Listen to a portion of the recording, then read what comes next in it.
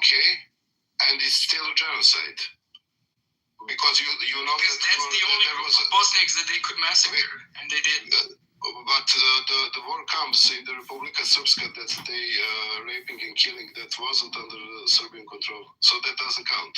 What you saying? Well, what's going on here, Zeleny? So that's why the ruling was that. I don't know. I can read it for the third time. You don't need, because you don't listen what you're reading. You said, especially, so even they were in control of the area, but the Serbs controlled 74% of Bosnia at that time. You know that.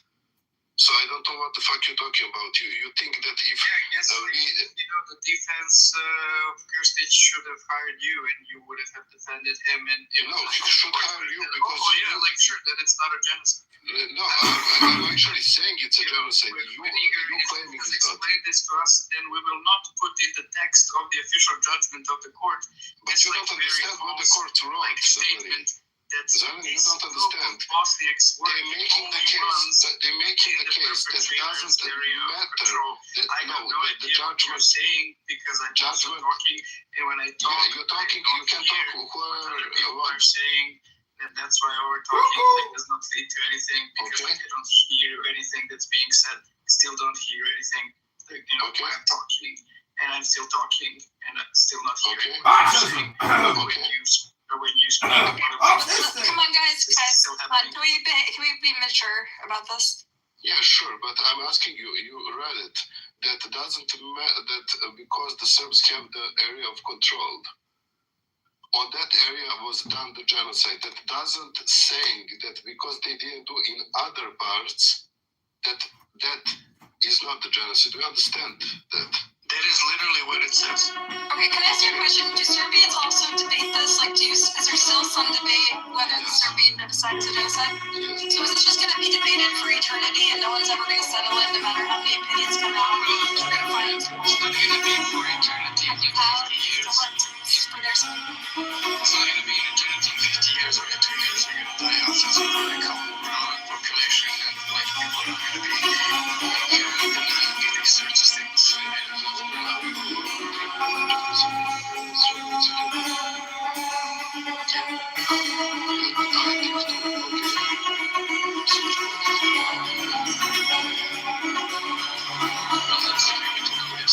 Why the judgment was made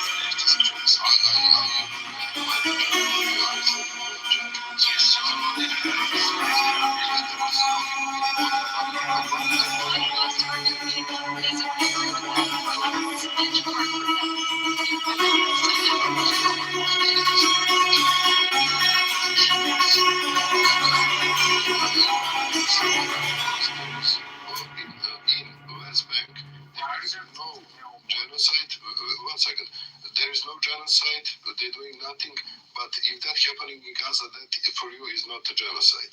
And then you read this, for what reason? Explain me how this is relevant.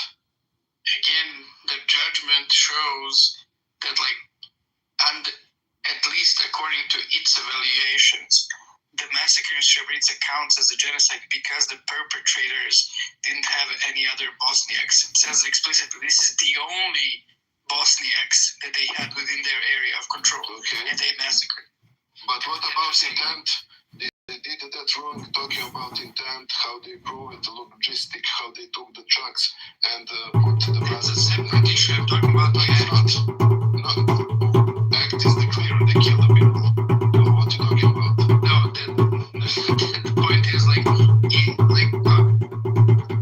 intent is the mens rea, that's not true, but that's the mental part of it, and there's the physical part of the act. Okay, there's a discussion of how you call that physical part of the act. Okay, there is a 5 physical acts you establish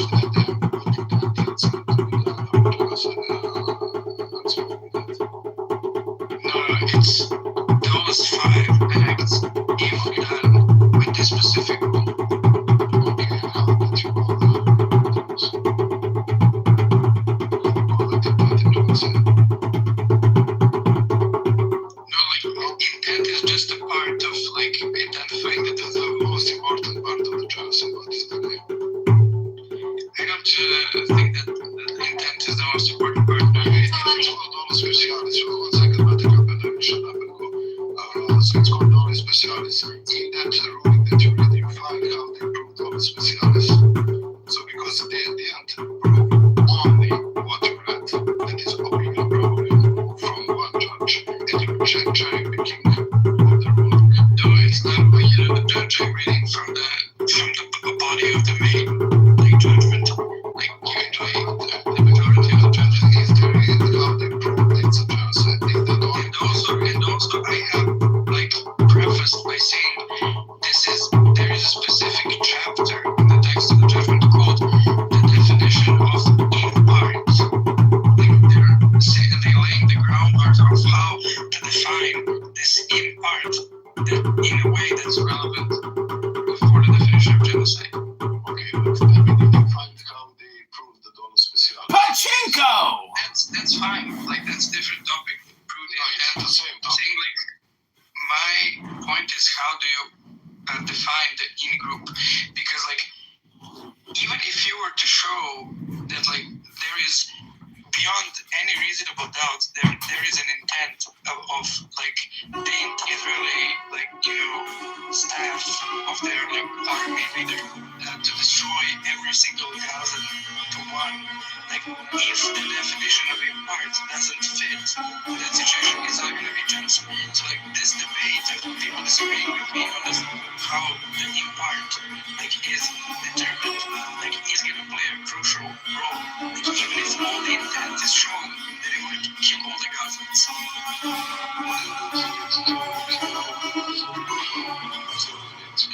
Hello? Pachinko! Are you understanding what I'm saying? Even if they do the worst possible act of killing every single Gazans, if I'm correct, firmness in your faith. everyone's going to be firm in what? In their faith about this whole situation.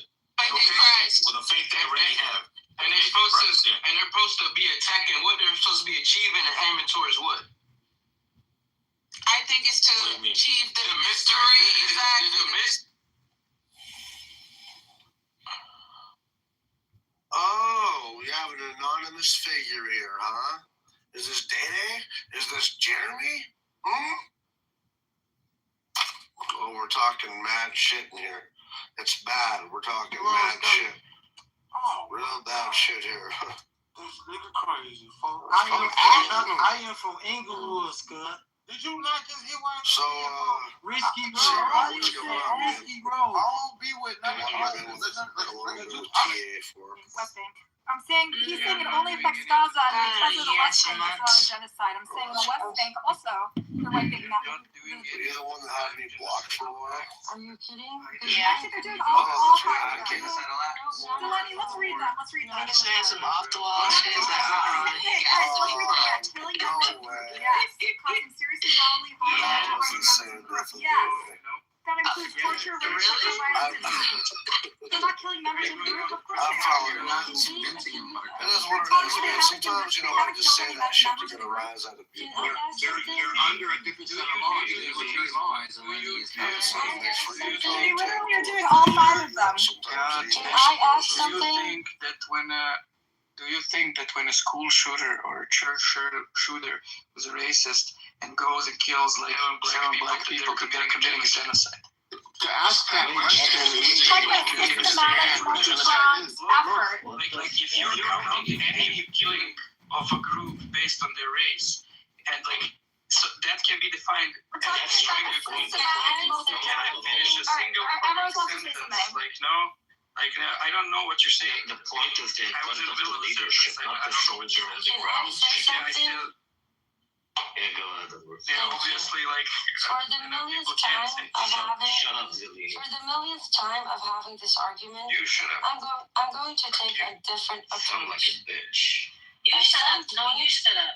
Okay, Are you talking about your mom? it's up. Alright, come on, guys.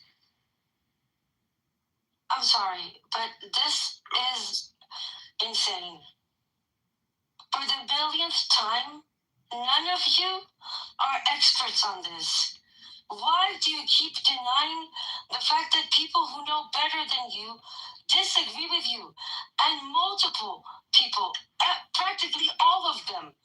What on earth makes you think that you know better? This is insane. There are experts, organizations, institutions, but somehow you fucking idiots think you are God and that you can interpret this better than every other expert on earth who has.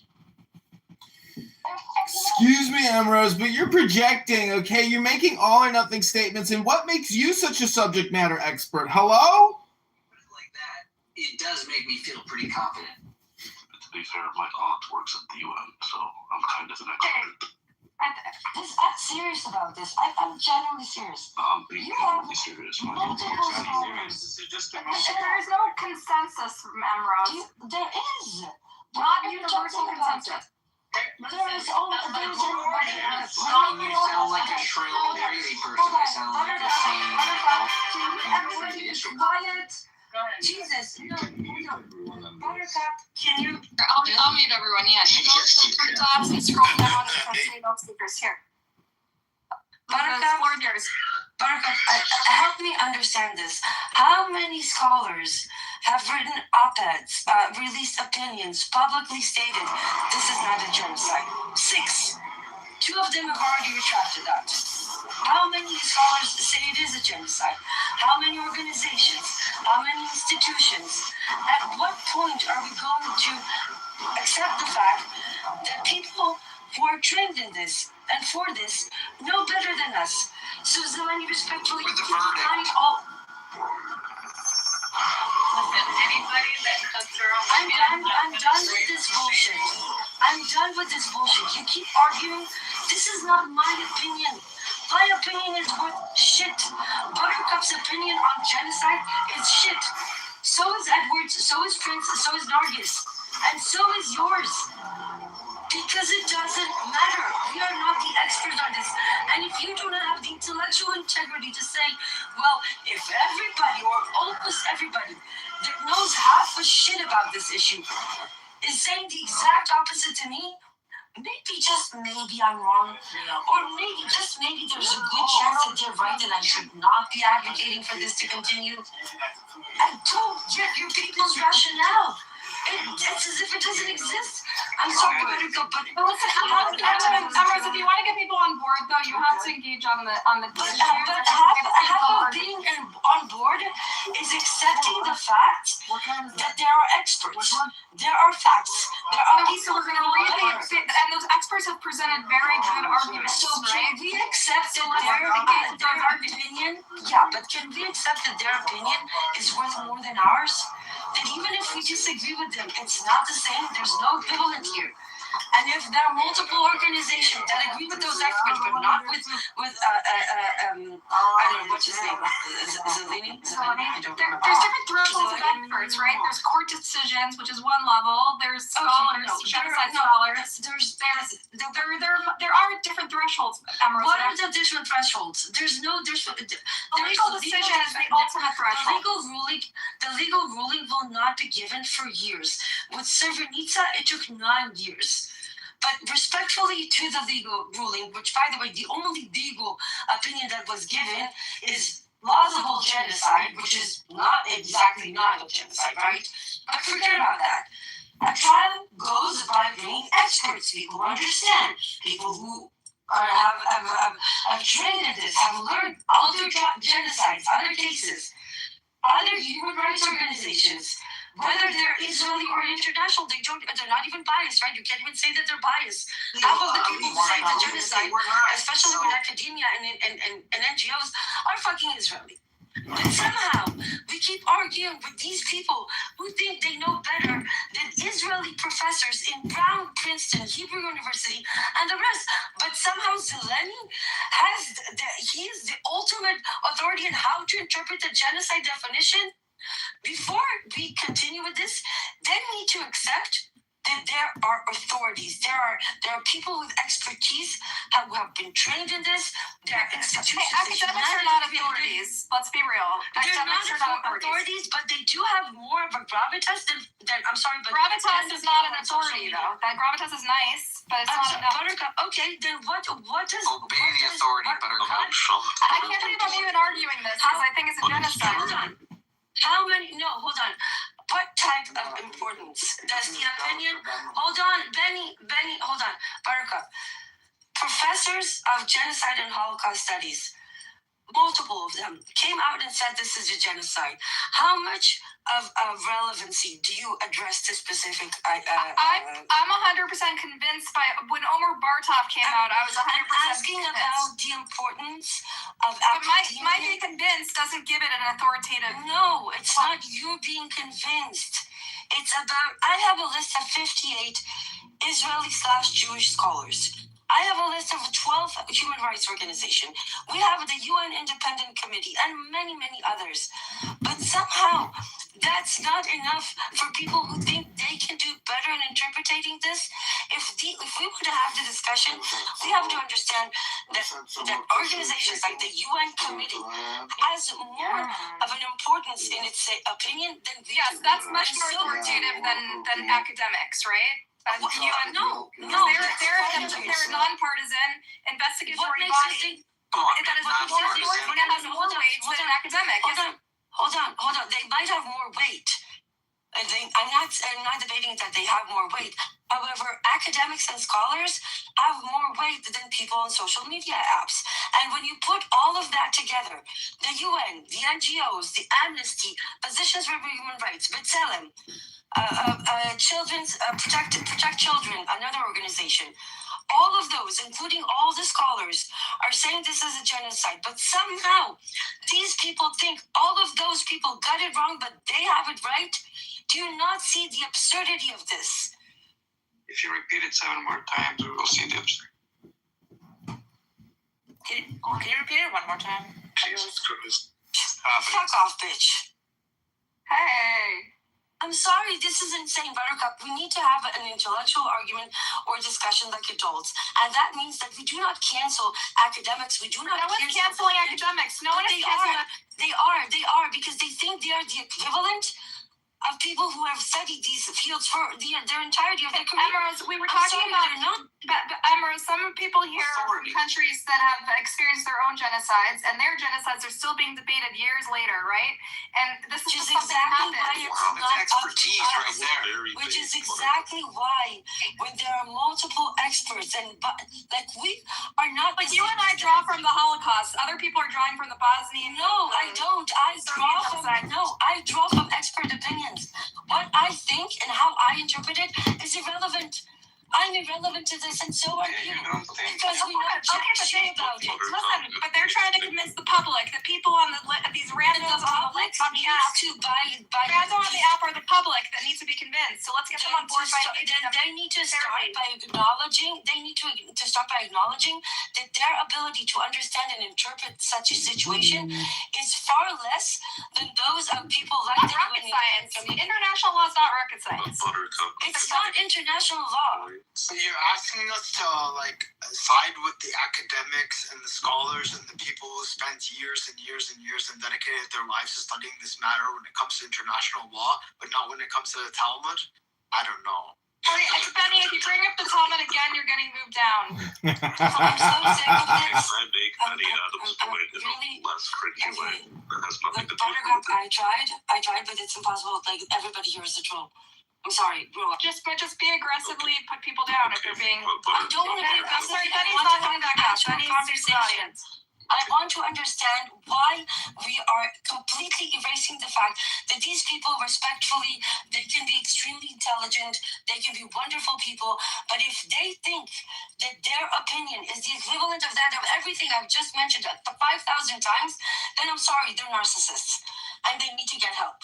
Well, it's because There's no intellectual integrity in saying my opinion is the equivalent or better than that of all the things that I mentioned. It is nothing but megalomania. You're kind of shutting down the Congo, Ambrose. I'm asking us to work within the norms. You're policing intellectual integrity. And if we think that respectfully Omar Bartrov's opinion is the equivalent of that of Zeleny or Mixed, then we're not being intellectually You're just honest. rolling nonsense repeatedly on and on. Well, I mean, the issue is the same. Okay, this was a lot of fun, Buttercup, but these people are vile. The issue is that Not only, by the way, not only are you... Okay, I'm going to say this, and you all are just going to have to deal with what I have to say now. Okay? How do I mute everyone? Go for it. Everyone's muted. Okay, thank you. So I've spent the better part of the last 2.5 years having these conversations with multiple people. I came here because I couldn't take it anymore with the stupidity on X and the same arguments again and again. I was hoping to find some sort of fragment of hope of being able to have a conversation. I'm sorry, the level of intellectual integrity here is far lower than X. The level of ignorance is far higher than X. Everybody here needs to do their homework. Go listen to some X Spaces, learn something, and then come back. Because this is insane. We cannot argue the validity of international institutions and academia versus social media fucking accounts. It's not the same thing. Emeralds, we live in an age of disinformation and partisanship, and so what can be better than listening to experts? I agree. I like experts; they're great, but we do have to. Don't you think that there's a problem with the supremacy notion that we know better than all of those? I think, Emeralds, culturally, X might be a little bit more top down. This app is a little bit more free speech. A little bit more people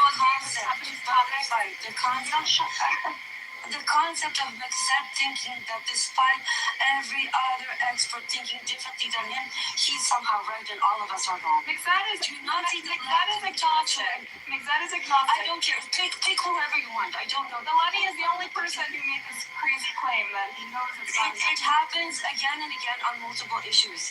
But this is the core of it. This is why I asked Daniel, what is a fact? What is a reliable source? What is trustworthy information? They are never able to give me the answer. So we either adhere to social norms, which means academia, which means UN independent committees, which means NGOs, human rights organizations, and say, yes, well, they hold a little bit more merit. Academia can never agree on anything. I don't think academia rises to the same level as good journalism and I didn't say it's in the same level, but it's definitely higher. It's definitely higher. Can you bring up Beniada? He's gonna bring up Mary Goy. Buttercup. Can you bring up Mary Goy? I invited him. Can I speak, Buttercup? Thank you. Yeah, Sultan, go, but don't be concise. No, I won't be long. Don't worry. Sorry. No, I know you told. I know he's so long, sort of like. Get some better, lady. So really. You say. See, like the minute he starts, everyone starts Can I talking. say something? Sultan, No, let him go. Anyway, the reason Sultan. the reason people have issues with these academic authorities is that the same ones frequently deny even more egregious and worse and more obvious crimes, and people assume falsely that they're neutral. All of them are politicized themselves. Barbour Lewis is considered one of the most preeminent historians in modern Middle Eastern history, yet he denies the Armenian genocide. He says it doesn't exist and it didn't happen. There's another guy at my university, he's a Jewish historian, denies the Circassian genocide. And most historians deny the Circassian genocide. The genocide, 3 billion people died. The majority of academic consensus that it's not a genocide. So the whole academic opinions don't really matter that much because they are neutral.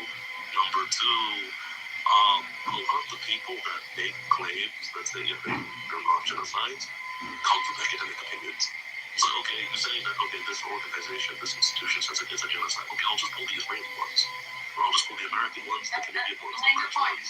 Yeah, I declare you retarded at the moment. But go ahead. Yeah, those ones will say that, yeah, this isn't a genocide. And in fact, that the fault is Hamas and it's all the Palestinians' fault. That is scary. That is so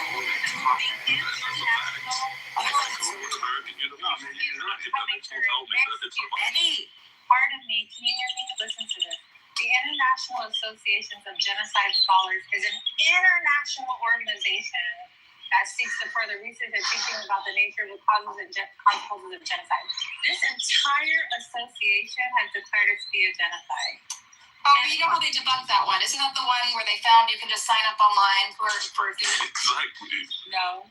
Hold on. Which one was it? Dude, they're all serious academics. Like, if you guys are like... It's different than the one that the Israelis will always... I just don't think we should use it because that's the one they could poke holes in, you know? We should Yeah, sure, but then even within academics, there's a very, like, regimental way of... Academics are annoying. You guys are so... We love academics. We love academics. We love scholars. We love secular thinking. Like, listen, I'm not at all negating the possibility of a potential fraud within the academics, okay? Now, especially in our times where things can be manipulated. What I'm saying is that as a whole, to completely negate the institution and not take from secular academics is rather absurd. No, we should consider it, but it's not, I wouldn't say it's equivalent to good journalism. It's not ironclad, but it should be Al Jazeera says why Truth doesn't come from consensus. Truth comes from truth. have declared. I agree. The world's leading genocide scholars have declared that Israel's war on Gaza meets the legal definition of a genocide. Like, here's my take on academia. They should, like, usually, like, it's a great heuristic, just default to secular academic scholarly opinion, unless you have a specific, like, rationale for disagreeing that you can, like, show, and that, like, the rationale that you're showing, that you're basing your disagreement on, is on the academic, like, scholarly or official level. So it's not like some random thing outside of it. And I think that's a case that I have here. Like, I can, like, I don't know, like, I have never talked to an expert who is, like, you know, an expert in genocide law or something, but I have talked to lots of academics who are expert in various things, you know, like both the humanities and natural sciences. Like, that being an expert doesn't necessarily mean that they read everything about the field that they're an expert in. Like, I have had interactions with the experts while I was in college where I know, like, some information, some niche, like, trivia that I found interesting, like, that they didn't know, and it's about their field. They're like, interesting, okay. Like, and I'm saying, like, this is such a niche field. Don't you think they know what they're talking about? It's such a niche field. But look, could it be the case that all these legal experts in international law just haven't read, like, these 2 or 3 judgments on ICTY, or, like, 3 random, it's a limited number of judgments. To the genocide? Like, why wouldn't they, if they're scholars of genocide, read all of the limited number of genocide judgments? Because humans are fallible. It's subjective opinion. I want to hear from Cora, because Cora is also an academic. I'm curious how much weight you give academic consensus or lack thereof. If Zelani's decision, this absolute no-ness to the genocide is coming from academia, then in this particular instance, I denounce academia completely. Yeah, but that's why academia is fallible. These are human institutions, human-made criteria, and human-made appointee. Yeah, academia has concluded 1,000,001 things that, you know, we said is like nonsense. And the person you just called on, what makes them an academic? That's a good question. Cora is a very knowledgeable person about a lot of things, and I'm curious what your take is on academia in general. Ooh, no, hell hates Cora on this app, Dave. Are you fucking kidding? Why is Cora an academic, but I'm not? Zelani, to be fair, Zelani's an academic too, right? In my country, in order to be an academic, you need to be a master's or PhD and have published works, and I don't have any of that, so I don't count myself. Well, I do, so I'm an academic now. Thank you very much, everyone, for listening to me. A decade. It's like, what have you published, articles or books? Came across because, like, someone And still people are talking over me. Okay, yeah, that's... No, finish your point. Sorry, keep going. We're sorry. We're deep in the What do you mean finish? Like, I finished it twice, but like... Finish it a third time. Come on. I swear, we'll be good. 3 times the charm was... Oh, and I also helped edit my godmother's book. Cora's very insightful. I wish she was listening. Are you there? Cora? Well, can I speak? Sure, Of course, my love. Are you an academic? Are you an academic or are you a boy? Okay, so whether or not it's a genocide, a lot of people are gonna say it is. A lot of people are gonna say it isn't. I guess everybody just has to wait for the court ruling in a few years. But regardless of whether or not the court rules it is or isn't, the evidence that mass murder has been committed, that intentional targeting of civilians has been committed, that war crimes and crimes against humanity has been committed is ample. The evidence that there was a starvation effort to starve the Gazans is ample. I mean, they said it themselves publicly. In the first few days, no water, no food, no electricity. Right? Maybe invoked Amalek from the Bible, meaning kill the children, the women, and even the cattle. By the way, they did also that. They killed the cattle in Gaza. They targeted agricultural land. Cattle. Cattle. Cattle is what you mean. They targeted. Yes. I mean, The cattle is the what's black. They targeted agricultural land to prevent them from farming and harvesting. They blew up the electricity. Yeah, we know. I think the debate here is whether or not academic consensus or almost consensus is enough to do how much weight to be given. I think the UN Commission of Inquiry is weighs more. I don't know why we're listing academics, trying to have a contest pitting academics against each other, because you just end up with like whataboutism. Oh, but this academic says that. The UN Commission is made up of scholars. No, I think they're lawyers or lawyers in actual. They're actual. A lot of them academics are lawyers. They are lawyers. A lawyer can be a scholar and an academic. Yeah. It's not an issue. It's like a Venn No, diagram. lawyers are not necessarily scholars. But to your point. Anyway, to your point, I do agree with you. I think we're hung up too much on this definition of genocide and calling this genocide. It doesn't have to be called a genocide for it to be atrocious. It doesn't have to be called a genocide for it to be a war crime. It doesn't have to be called a genocide to know that it was wrong and unjustified. Right? And that's what's more important, is that what was done was wrong. It was not justified by any way, shape, or form. What was done was an atrocity on a mass scale, and it should be condemned. It should be punished. And that's what's important. Well said. And it also something begs the question, if you have not committed a genocide, then why did the Mossad threaten the judges? Why did the Mossad, and this is public information by the Dutch Interior Ministry. They've intercepted Mossad. I'll tell you why. Because it's anti-Semitic. They can do it, but if somebody reminds them that they did it, intercepted Mossad agents in the Netherlands, intercepted Mossad, the agency attempting to hack into their phones, and they did hack into some of the judges' phones. And some of the judges even encountered Mossad agents.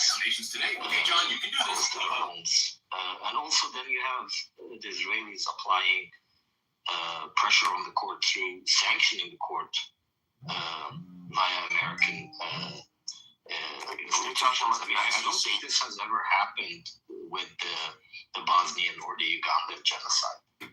I don't think we've ever seen concerted effort by superpowers attempting to silence an international body like that.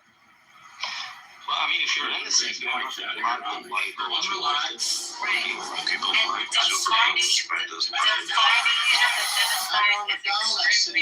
Asked residents to help name the neighborhood park, and the winning choice is Why would you acknowledge sort of violence just for genocide and not any of the other? I'm Gabriel. And I'm Ashley Sparrow. Also, as much intent can be sort of manipulated and hidden, right? The psychology of like states of mind. It is pretty much demonstrating the actions, I think, enough evidence to prove of its intent to. Therefore, the most target him would just be criminal. Based on the fins in 83, it's driving me nuts. Why don't you just...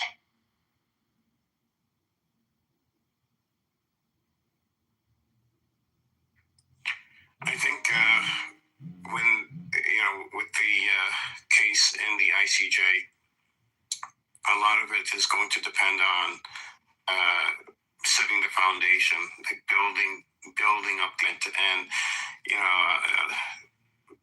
a lot of people, Zionists will say, everything started on October 7th. I think South Africa will prove, they will try to prove, successfully prove that this started before October 7th, based on, everything that was happening to Palestinians beforehand and building up to something like this. So it is more encompassing than, is there not a genocide based on what's happening in Gaza? The background is just as important. The contextual background is just as important. You guys know anything about that ordeal in Iran where they burned the statue of Baal, and then the Jews got pissed off? Not the religious Jews that are actual Jews, but the ones that follow Baal. They said it's anti-Semitic. So I don't know how out of Abraham. Wait, did they really say that that's anti-Semitic? Oh yeah. When? How? I don't think Correct.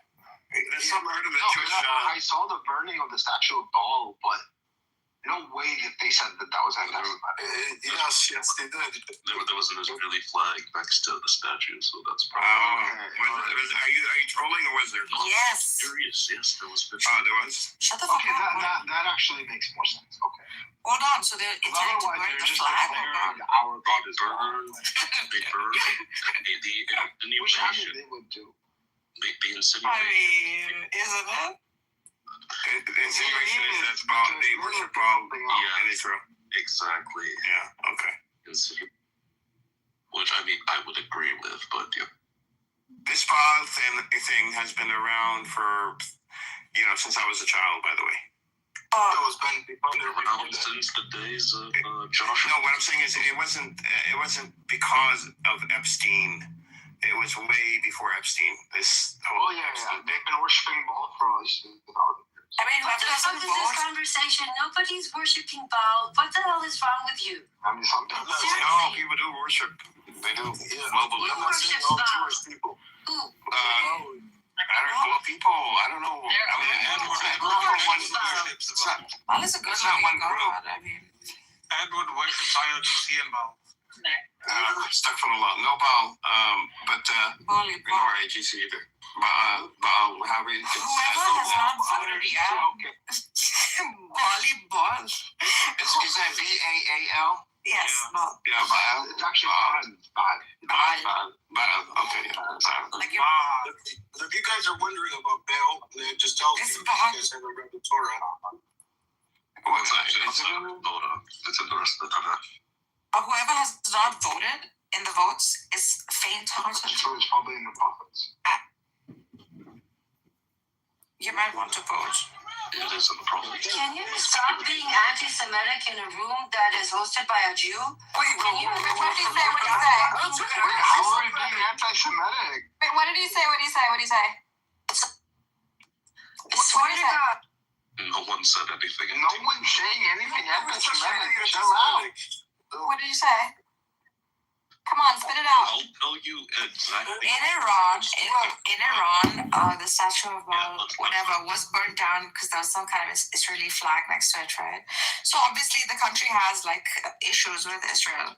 So this is what came up, and someone Sheikh brought it up as a troll point, And we just spoke about Baal as a god. And bros, you don't have to be so sensitive about it, bro. Like nothing about this was anti-Semitic, really. Marcus, where was the Israeli flag? I'm watching the video now. Yeah, she left. There's no Israeli flag. Dude, why is she getting so upset over this? Yeah, I saw the video. I didn't see an Israeli flag. Yeah, there's no Israeli flag.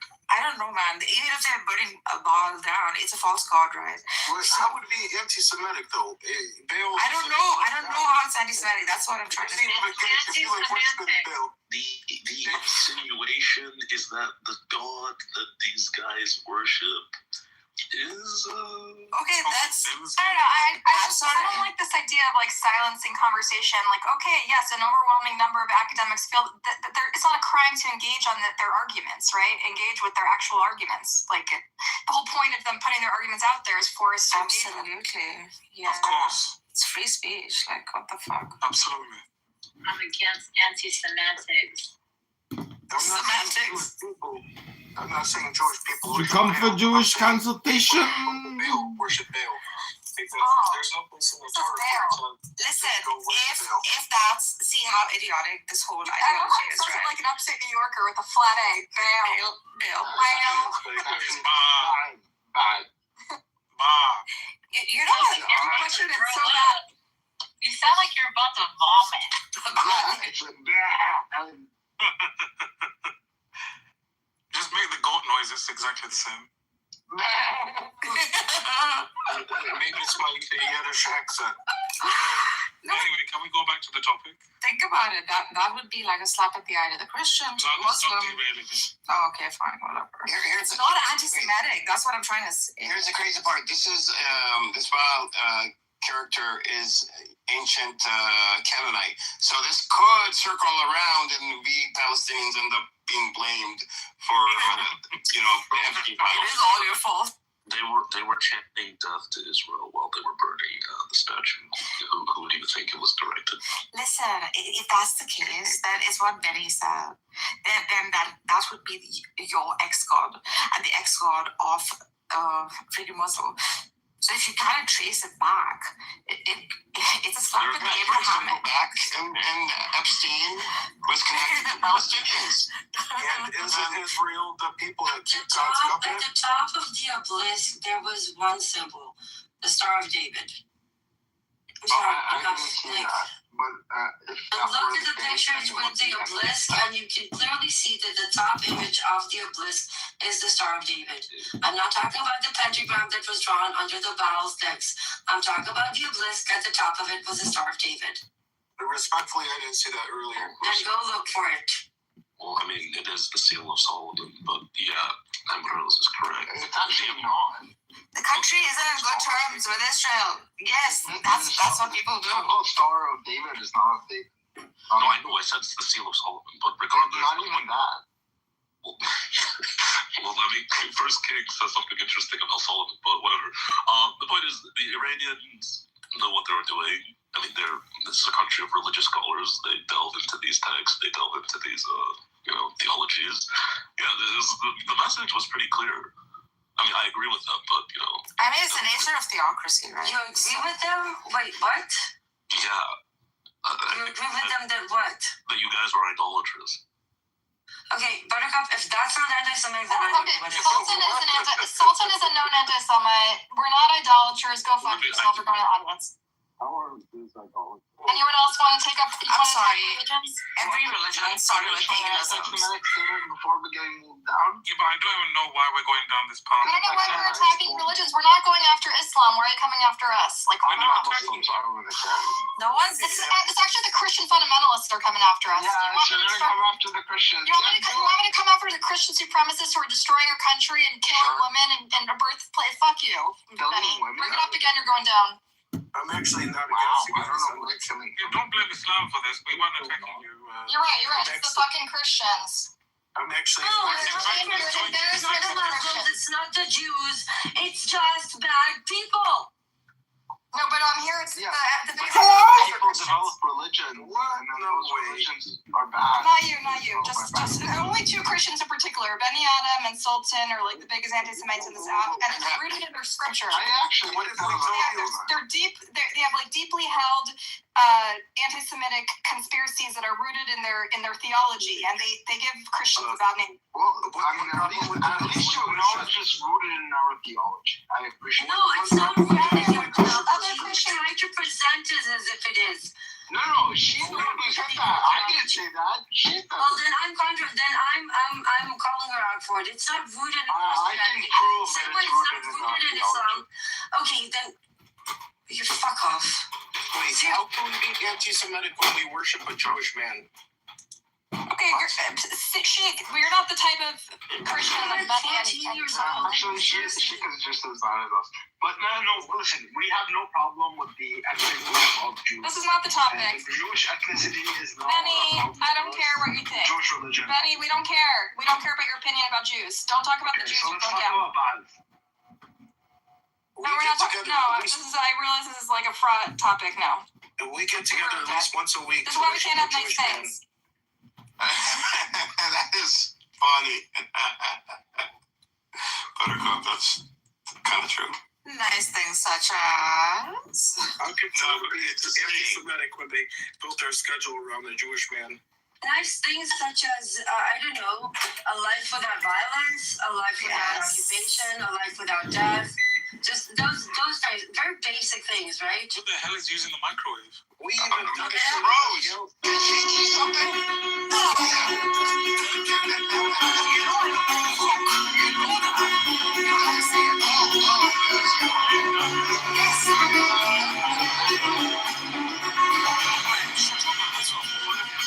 And you're warming up vegetarian food. I'm warming up tea. Shut your mouth all of it like that.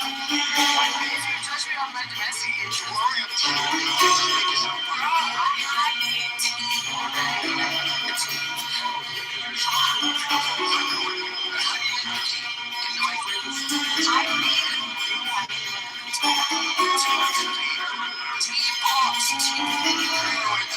It's called a teapot. You motherfucker, you judge me on my domestic issues. No, I'm judging you on your investigation. That's about what Yes, the lack of.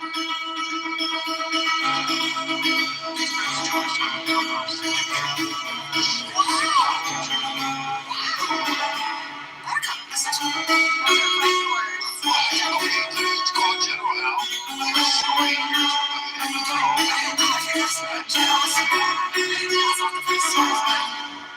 Oh my goodness. It's not snoring, it's breathing exercises. Oh, is it? Okay, that's why you were responsive. You don't talk. No, you You're know, in the room, helicopters are taking off. huh? When you're in the room, helicopters are taking off. I You would fall just, asleep. like, That's not true. I don't fall asleep. All right, Emrose wants to say something. She's I just want to remind everybody, I put downstairs the link to the petition. It's in Arabic, English, and Hebrew. It was initiated by some of the members of the group that I work with. It's one thing that the organization behind this is Physicians for Human Rights. It's a petition asking for humanitarian to pass medical patients from Gaza to the West Bank. Please sign it or pass it around if you can. Also, there's a total kind of stairs we need to go down. It's a straight down. It's downstairs too.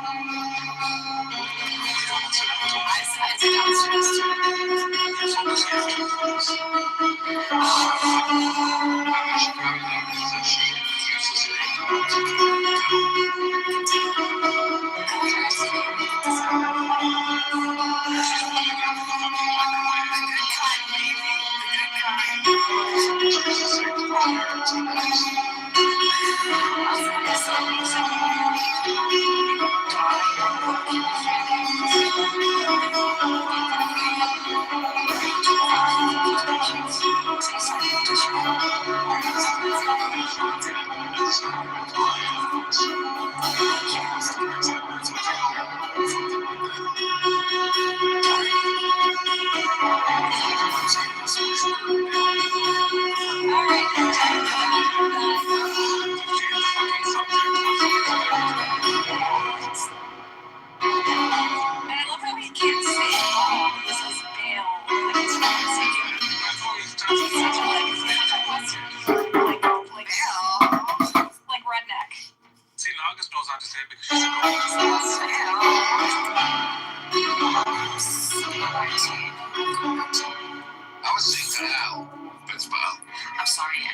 might not, you attempt greatly at your language. Don't bring up my don't bring up my language. You can't cook the foods in my culture, so you can't bring up my language. So, Butter, I want to share something Foods in your own culture. I share it back up, hold on. So, nana is the word for mint, okay? Yeah. Edward. Oh my God, you say with a British accent. So, Edward says nana. I do not say it that way. That's not how I say it. I call my grandmother Nana. Nana. Nana, not Nana. No, that's what they're exaggerating. Nana. In Who Hebrew, started it's it? Nana. But in Arabic, you say Nana or something. Or Farsi is Nana. Nana. See, no, they say with an I-N, right? yes. Nana. What is a prince? Who's a faggot? Who's a faggot? I'm just checking. That's how you check? I barely hear you. Go ahead. You know that some people go mic check 1, 2, 3. Exactly. He's a faggot. It's all good. Going boy up, please. What do you have to say, Prince? No, I'm just wondering, is my voice clear? No, it's very low. Okay. Brother, why can you never have like a good working microphone? Like, what is the problem? I don't know. Like, we have Apple stores all over the country. He won't spend the money on. No, I'm Jason Biabala. Just like Nargis won't spend the money on cooking classes. This is horrid. I'm being truly judged. I'm sorry, for somebody that bought a tree as a bed. Oh my god, shut you mouth. Does anybody know about this? Oh my god. Yes, of course. Edward, why don't we recap? Oh, okay. you know what? Everyone's going down. I forgot she's a mod. Oh. How about you recap? I couldn't really give a shit about the trees he bought. There's 2 trees. No, I'm not even kidding at this moment. How offended I feel Sorry, my apologies. about my choices I for my don't give a bed shit about the $15,000 tree he bought. and the pleasures I have on my bed in the form of a tree. So, Coco. Okay, you had branches sticking you in places. Yes, it was badly designed. I returned it. Alright, guys, you want to talk about politics? Yes, queen. Yes, queen. You want to pivot? Go ahead. Donald Trump and his bromance with Netanyahu continues. He just said out loud after a meeting with Netanyahu about Iran, he goes, by the way, it's really fucked up that Herzog won't, like, the president won't give him a pardon, which just shows how compromised, like, if the discussions about Iran and whether to go in there or do a deal or whatever involve or is conditional or he's bribing him with some sort of pardon pressure, that's like really fucked up, no? Like, it seems like he's compromised. Yeah, but Vasika, why are the checks and balances not kicking in? What checks? Like, no one seems. Why is anyone? There's no one who. No, but see, this is the problem, as in you have a system. There's no one in Trump's ear that's saying, "Don't say that." No, but there's a system in place in the United States, Congress and so on, that is supposed to be ensuring, and you have people within certain positions like oversight committees that should be keeping this fucking orange orangutan in check. But not a single person is actually saying anything. Wait, I mean, this goes back to the Biden administration. He was obviously severely compromised. He couldn't do his job, but no one stepped up. All right. We know, Mr. MAGA over here. I'm not MAGA. So listen, but general. Why do you take offense to Biden, and but you don't take offense to Trump? I know, I'm just joking. Biden was fucked up. It's the same amount of They shouldn't have lied to us about Biden. But general, I want to point out that there are checks that are holding. Like, if you go to the New York Times, there's like a whole landing page for like documenting 600 lawsuits that are moving through the system. Many of Trump's laws are getting either frozen or shut down or an injunction, or they're just sort of stalled indefinitely. But like everything from the environment to immigration to Muslim ban, right? Or like, so I think you guys should check it out because it gave me a little bit of hope that the vast majority, many of these cases are either successful or at least stalling some of these policies. Thank you. Can you explain to us, Mark, what happened with Biden and why he wasn't removed from power when he was Yeah, we know that. clearly not competent? So, yes, the Democrats fucked up. It was a winnable election. Democrats? Wait, why is it Democrats? If we have checks and Because balances, they're not partisan. The checks and balances that are built into our system are not partisan. If a president is compromised, then the vice president is supposed to take over. The Speaker of the House is supposed to call it.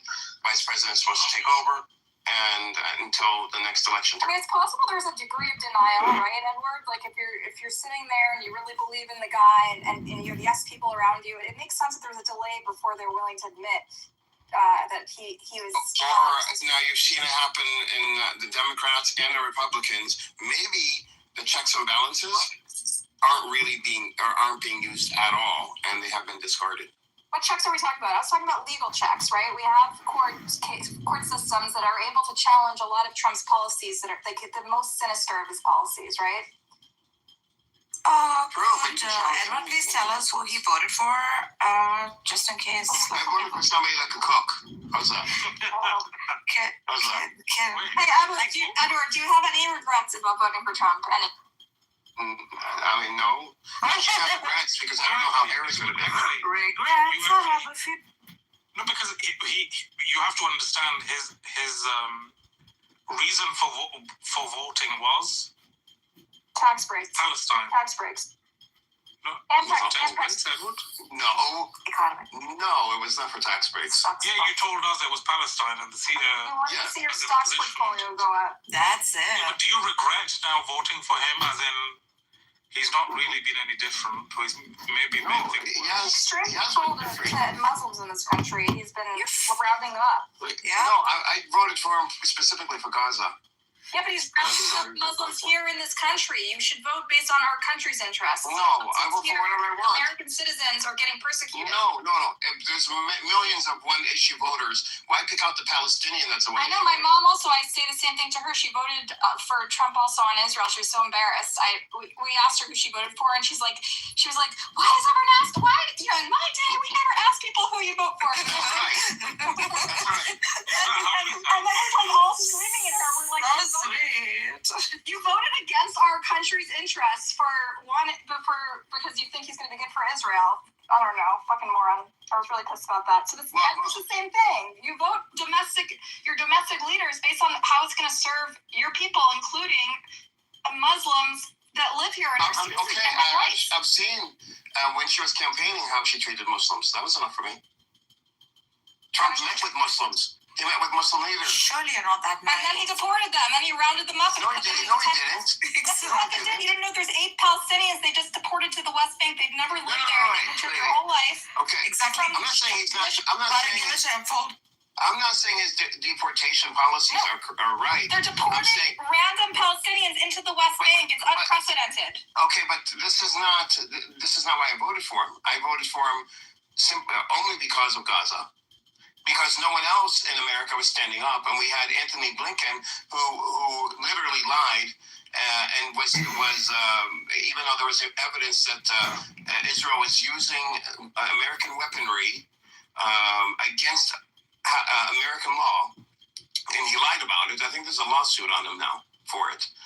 He was the Secretary of State. So how do you think people are going to vote that are Palestinian? Are they going to trust the American system when America is literally giving the weapons to commit a genocide of their people? Do you think this is going to be like... How does it feel that my super rabid Zionist mom voted the same as you, Edward, because she thought it would break the Wasn't there a third candidate that was openly we're only a two-party system. There was a third candidate.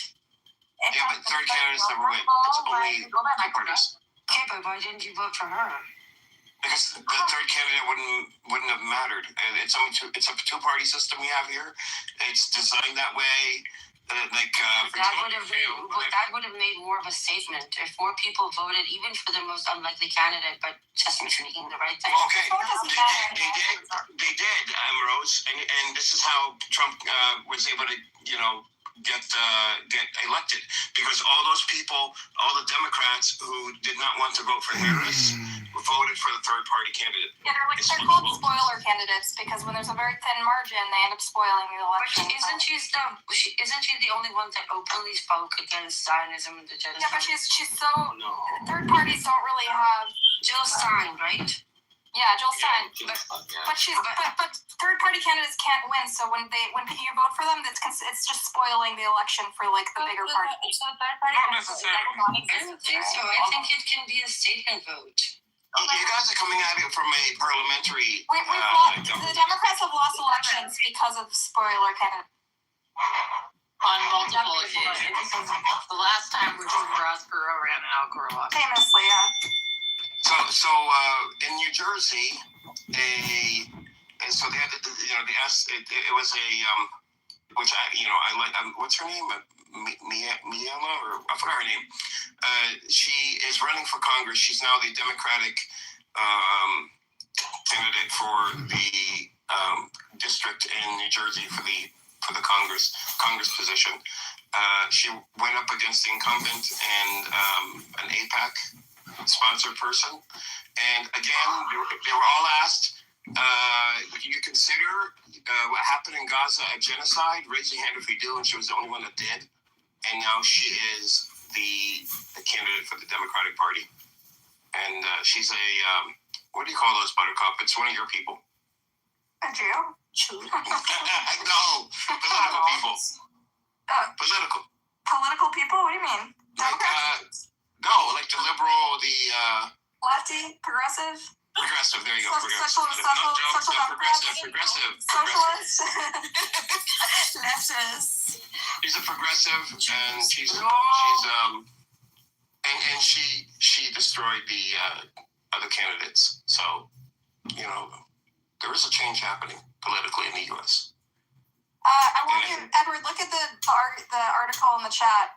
Basically, it's the harrowing story of 8 Palestinians that were just literally scooped up in. Why the hell are they so happy? And just dumped them without anybody. But they dumped them in the West Bank. They were freezing. They were wearing pajamas from being detained.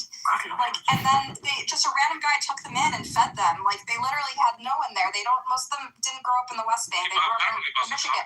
They're from Michigan. Apparently, according to, I think there was a report that some of these people, Palestinians that were deported, Israeli billionaire deported them on his jet. Yeah, I saw that. It's the jet. Yeah. It's very bizarre. It's very extra. It's not normal. There's no checks on that. Definitely absurd. It's truly lost, as in if there's no checks and balances, really. Did you hear the 2048 had their citizenship revoked and they were exiled to Palestinian territory? Yeah. Because they started ethnically cleansing Palestinian 48s too. Yeah. What did they do? Did they do anything? A lot. They were given payments by the PLO after they were incarcerated and sentenced by Israel. But the PLO is not a terrorist organization. Nope. The Israeli government tries to claim they are. No, they're also, the Israeli government is... It doesn't matter. The point is that if you think about it, and it's not that poverty haven't been ethnically cleansed before the Nakba, but for a state like Israel to totally revoke a native citizenship is bizarre. They're trying to send a message. To call it a democracy. Yeah, it's bizarre. They're also trying to think, in my opinion, to send a message to the Jewish population who are thinking about, questioning the current government. No, not exactly. Can someone get Benny Adam up? He's trying to come up there. We're just slurred. I did. Okay, Benny, if you bring up ball one more time, you're going down. You're getting kicked out. Okay. Can I say? Did you guys hear about Israel? Rose, did you hear about Israel? They're in the process of putting Qatar on their hostile nations list. It's so much more complicated than that, but it's also not important. It's just a publicity stunt. Why do you think it's not important? I think because it's much more complicated than that. our former statement be made about Qatar not being an enemy state, and how does that connect it to Qatargate and the charges against treason versus just some rogue employees? But it's more of a political internal thing. Okay. Interesting. Cora, are you on the phone or are you just having spam calls? Cora? I had a legit call because I've been done for a while. Oh, okay, we still have the phone. We wanted to ask you earlier listening, but we were talking about how much, an overwhelming number of Holocaust scholars have weighed in and presented convincing arguments that it's a genocide in Gaza, and we were sort of debating how much weight to give it's not like total consensus in academia, but like large consensus in academia that it's a genocide. Like as an academic, we were hoping you could weigh in on that. I'm actually gonna challenge that statistic. Okay, we're not talking to you yet. You go next. Cora's first. It was only 1/4 of genocide scholars. I told you we're not going to you right now. Cora, how do you go? I would say first of all, You burn. I know. I'm eating queso. I'm sorry. You burn. I slurp. Two motherfuckers. We can do what we want. This is really hard. Clear the room really quickly that way. We can do what we want, when we want, how we want. Hey, the next thing you're gonna hear is somebody letting it. I would say that if you only focus on scholars of genocides and Holocaust, you're not getting the full picture, because scholars of genocide and Holocaust have a vested interest in the existence of genocide and Holocaust in order to continue their research. Yeah, that's a good point. So I would say that you have to Are we being set up? You might be being set up. Sucker. I almost got set up. Like, I'm so glad I'm a different person than what I was. But I think they try to set me up at this far. Yeah, people. What? People always. Not witnesses. My brother was there the entire time. It was the weirdest shit. And he called me and he goes, "Max, you are usually in the wrong, like a lot of times." This is like one of the very few times that you were 100% in the right. Like, what the fuck just happened? And so, like, we this is really, I told you. Did I tell you this is our company, Open Tab, food, whatever, right? I told you that, right? Correct? Yeah. And so it was just kind of winding down and the food was leaving. And I was taking some fries, like, home. Just a few fries. And then the guy that works the place, like, kind of turned into like a whole scene, being like, "Oh, wow. Whoa, what did you just do? Oh, that's unsanitary. This is a really big deal. We're gonna have to kick you out."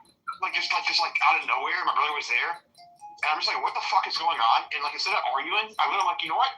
Here are the fries. I don't give a shit. I was leaving anyways." Like, the fries had been there for 30 fucking minutes, and they were getting warm. It's actually the opposite. I thought I was like doing a good thing, but like, so that you throw it away. Like, what the fuck? We paid for them. But so I wasn't like mean like that. I leave. My brothers call me to come back. I come back, and then immediately they start kicking me out. And I'm like, I don't want to cause a scene. At the same time, it's just so ridiculous. I'm like, this is over French fries. And then this like small Mexican guy that's like 5'5" puts his hands on me and tries to like actually make a fucking scene. And I quickly reverse it, which I have every fucking right to do. And I tell him I'm gonna beat the fucking shit out of him. And then he immediately pulls a Terry Newsom and pretends to be a victim. He was like, oh, he's gonna beat me up. He's gonna beat me up. You're fucking security. What the fuck planet are we on? Like, what the fuck? And there's so many witnesses. He tried to tackle me. I have every right to be like, get the fuck off me. I'll beat the fucking shit out of you. You fucking midget. But, no, it was wild, dude. And I got out of there quickly because I really felt like it was a setup. So they were trying to get me arrested. Bro, you're a target. I've talked to my brothers and stuff. Like, it's all good now. And apparently, like, but the question is, like, basically, were these like two rogue employees, or was it I had a River North bar and I have a target on my back for all this politics stuff? Nah, you're being paranoid. I could be. You're right. Yeah. Because most people, if you put on like if you grew a beard and had glasses and wore a hat, do you know most people can't even? You're unrecognizable. So you're just being paranoid. You're right. Well, no, they knew our company was. They knew I was gonna be there. The company was gonna be there. It doesn't matter, dude. You know, the whole thing is the whole thing is just avoid fights at all possible costs, because I did. Yeah. Basically, if you just keep your mouth shut, you'll never ever have a physical altercation. It's only when Not you true. open. Not true. In terms of like going in and out of restaurants or nightclubs, it's people who open their No, mouths. I don't go to restaurants and nightclubs, and this is an example of why. It's because I'm the type of guy that gets in fights just because of how I live. No, you get in fights because you're hyperverbal and annoying. Yeah, exactly.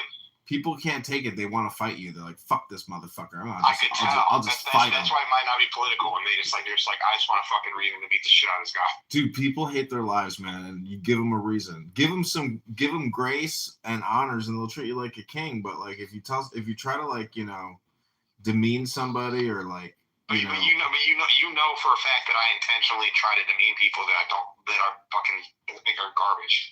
And that's a problem. Yeah, that's the thing. That leads to fights. There's a lot of illegal aliens. But that didn't happen tonight. Tonight was fucking wild. I actually was like, I could have escalated it, and I did it. You know. The only thing I did was the whole you know, like I'll beat. But that was literally like after out of nowhere, this random guy, another employee, put his like hands on me. Like that was wild.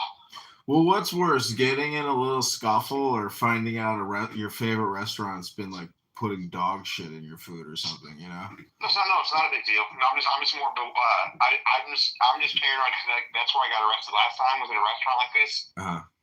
And so I was just wondering. I'm like, were they trying to set me up and get me arrested? Because you're right. Like that's probably not the case. But working backwards, that would be a very easy thing to do. It really would be. To just like, because like if you're working backwards, if you like, you know, you really could find a reason to be like, hey, this customer was big on Ruli. Well, and then getting him arrested and then hanging him on. Like I think I handled it well because I really think they were trying to fucking talk like that's the paranoia in me. I could be wrong. Well, if you do, that could be possible. You know, if you reverse engineer everything, guess where it takes you? Impossibility. You're right. Like if you reverse engineer, like what's the probability that you went to Dunkin' Donuts today? Well, it's a simple answer. If you reverse engineer everything, where does it get you? Infinity. Yeah, and basically, which is now though, meaning that the now is all important. So 100%. You know, it's just. Did you end up going out tonight, or you stayed in?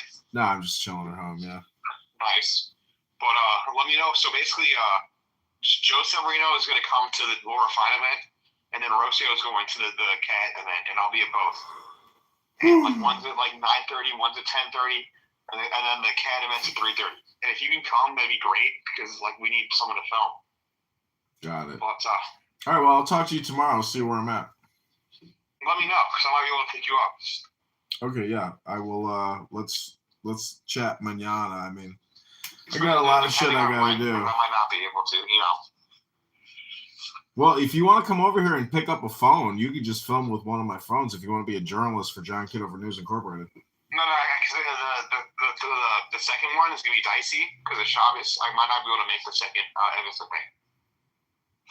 Oh, I see. And by the way, so what's your exact Jewish claim again? So your dad's 100% Jewish, and then your mom has no Jewish whatsoever, or like a little, maybe a little? No, I don't think any because my aunt sent me. No, I got the book on our family tree, and they come from England under the name Farley. Well, I mean, so there's this awesome event. So I'm kind of a controversial Jew, where I think it should be patrilineal. Mm-hmm. So I consider you Jewish.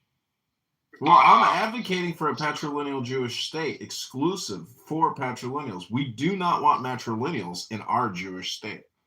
I agree. So regardless, not everyone agrees with that, and my rabbi doesn't 100% agree with that. But he's the one that's having that event in a couple weeks. I think you still should go to it. He's doing 60. He's turning 60, and he's having 60 people do tefillin. Daniel Biss will be there. So basically, they're having one for the community, and you can come to that too. and they're having one for like basically people that have inspired his life or like are noteworthy in some kind of way, like a Daniel Biss, and he's that aren't necessarily religious and having them do tefillin. And his kids, who are like my mentees, are having trouble getting 60, and like they wouldn't count you as one of the 60, but like maybe I would still want you to come, but we'd have to get 61. Well, let me know. It'd be interesting because you have the tefillin. I mean, they would provide it for you, but you should bring your own, and then he's sick. I got this book. It'd be a lot of fun. When I was in Israel last time, I was at Tel Aviv Beach at the Dan Hotel, and they got one of those little boxes, grab a book, leave a book. Yeah. So I grabbed a book called 9 Talmudic Readings. Yeah. It was the most boring book I've ever read in Israel. That's the whole story. Yeah, but you have. So what's the story behind your what's it called? My what? Your you fucking know. Don't be bullshitting me, man. I don't know what you're talking about. Yes, you do. Am I a fucking mind reader over here? You sent the text of it today. I do it every day. I do this thing every fucking day. I dog it. What do I do? Mazel tov. Mazel tov. Well, I know. No. I'm saying, what's the story behind your tefillin? What do you mean? What is the story? I went on eBay and I bought some tefillin. I got started. The story behind mine is I bought mine in Israel for like $250. I forgot the exact because of the currency exchange. Yeah. And so actually how much I paid depends on the fucking day because it was a currency exchange. But I bought it in like the religious area of Tel Aviv, the only religious area in Tel Aviv. But it was very cool. But you bought yours on eBay? Like when, where? On eBay, I bought 3 sets, and I also run I don't know if you know this, but I have a tefillin pawn shop. You should have told me this. I would have been a customer. We specialize specifically in used tefillin. Wow. And if it falls out of kosher status, we put it back into kosher status to resell pre-kosherized. Well, that's not a thing, but like I know people that do the testing if you need connections, but do you know? You do you. Do you know what the? I support you, John. You know how the black cube is like a symbol. No, the scroll can't be damaged. The black cube can be damaged. Well, what do you think the difference is between a ball and a cube? There's a lot of math. It's math. It's a bunch of mathematical differences that are very cool. Yeah. Very cool. Very fascinating. Do you know? It's the difference between angles, basically. Do you know what the zimzum is? Yeah, of course. What is it? Explain it to me. It's the radius of a black circle, which is like one line of light, which is, I just think, hermetic, like above, below, below, and above. That's what the zimzum is. It's mercury, basically, or alchemy, to basically, it's gnosis, that's what it is. It's omniscience, infinity. But it's only half of the circle, and then there's all this darkness. So without the darkness, you can't have the light. Bono shalom. 100%. I mean, that's kind of Kabbalistic. That's the rub. Do you know why Hebrew is written right to left, not left to right? Why is that, Rabbi? Because there was never paper or even a pen. There was just this thing called fucking stone, and you took a chisel and you started in the upper right and you went left. You didn't go left or right with a fucking chisel on a tablet. Hello? You didn't answer that question. No, it's the good. Why do you go right to left on the chisel versus left to right? It's Kabbalistic because the right hand is the hand of God, so you start right to left, not left to right. Left is the evil-handed path. Right side is the good-sided path. Okay, yeah, that makes more sense. Yeah. Jedi mind tricks or J mind tricks. It's not Jedi mind tricks. It's Jewish mind tricks. Of course. JM.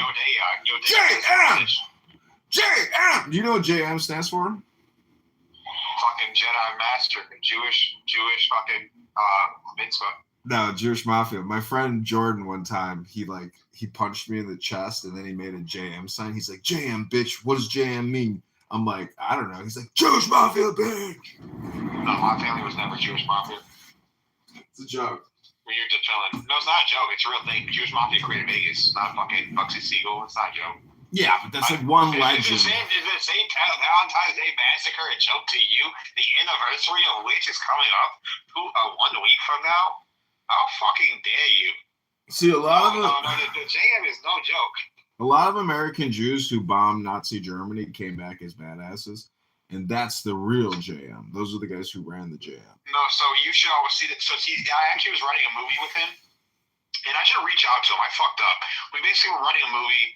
It didn't work out. I still want to write the movie. It's a great plot. I can tell you the plot. Plot? Shut up with this. No, it's okay.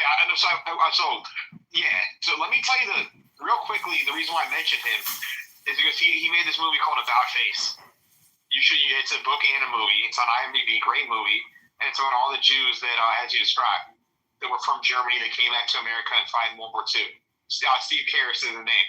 Great guy. But we were writing a movie, and you can relate to it, and it's actually, I was going to use footage from you. That's why we should talk about it. I was actually going to base a character off of you. It's basically about It's basically about, you know, like the Terry Newsomes, the people that that I think are confidential informants. It was gonna be a movie about a guy that's recruited to meet that's kind of like down and trying to find himself, recently divorcee. He starts off at a bank. He's trying to get a loan to get money to go on dates, and then this guy gets recruited by my character to be like a confidential informant, and he kind of becomes like the guardian angel of some what's the word of newer dwells? You ever heard that phrase before? John, have you heard that shit before? John? Hello? Huh?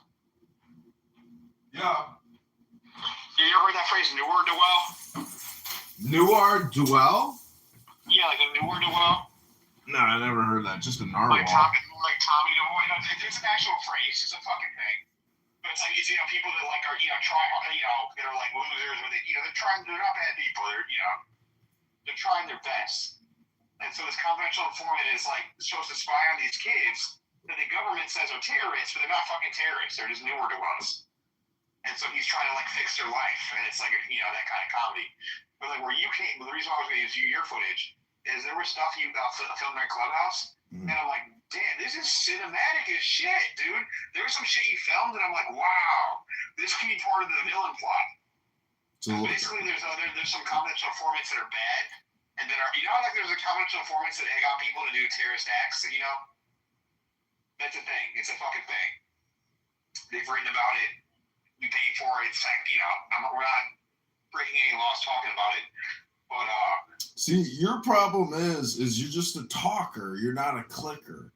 And so I just put it in. No, I was talking to Hello? you about the movie project that did not go Hello? through. I already made the movie while you were talking. The movie's done. I just made the movie. Hello? No, I told you that you at one point you were a part of the movie, but this movie died. No, I just resurrected it. I just resurrected it. Hello? I just put it into Sora. I'm now the confidential informant. Hello? Do you want? No, you were going to be the villain. Who's the villain in the confidential informant?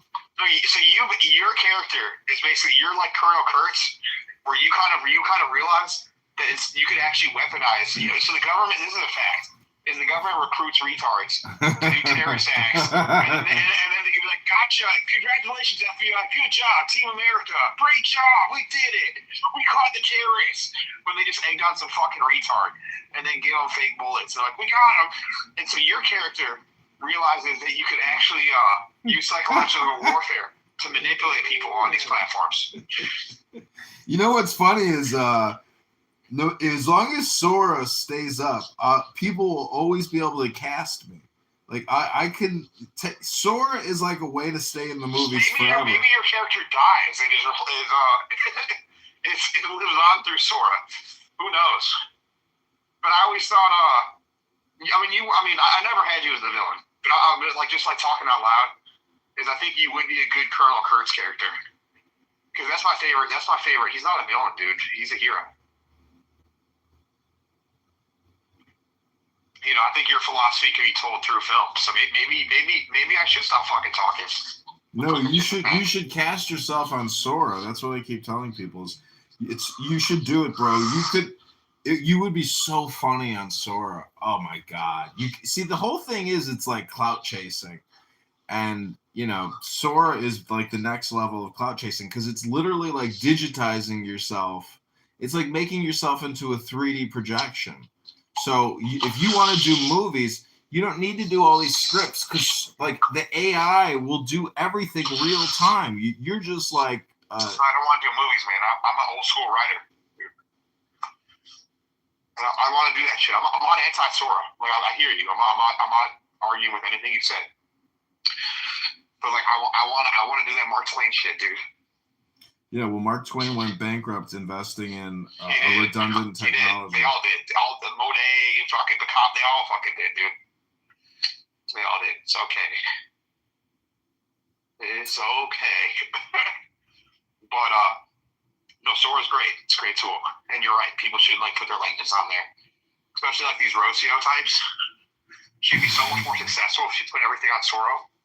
She should. And we're doing a show with her called GOP. So I bought the website GOPdrama.com in Illinois Doge. I just re-upped on it. Mm-hmm. And like I want to make her do like a Jerry Springer. Were you ever a Kevin Samuels guy? No, but you always bring him up. Listen, I gotta go. Ribono Shalom. I'll talk to you tomorrow. One, John. But let me know tomorrow if you can come out to Scope or Evanston. Okay, sounds good. Evanston at 3:30. Okay. Peace. Bye. You have to have institutional and academic integrity, but not when it comes to. Why are you always talking while I'm talking? There's no representation of definitely not though on the stage. Okay, Sala, go ahead. Sorry, Sala. Okay, so basically, guys, when you're running with the Powerpuff Girl, you gotta know what the assignment is. You know what I mean? Can I be more Jojo? And the thing is, like, even if one of us differs, we allow for that difference simply because eventually, we know that we're objective thinkers. No, you're not. You going? Very good. I mean. No, it was Sultan that was it. Well, I was interrupting you as well, but you were the one. Actually, I deserve it every single time Sultan speaks. I interrupt.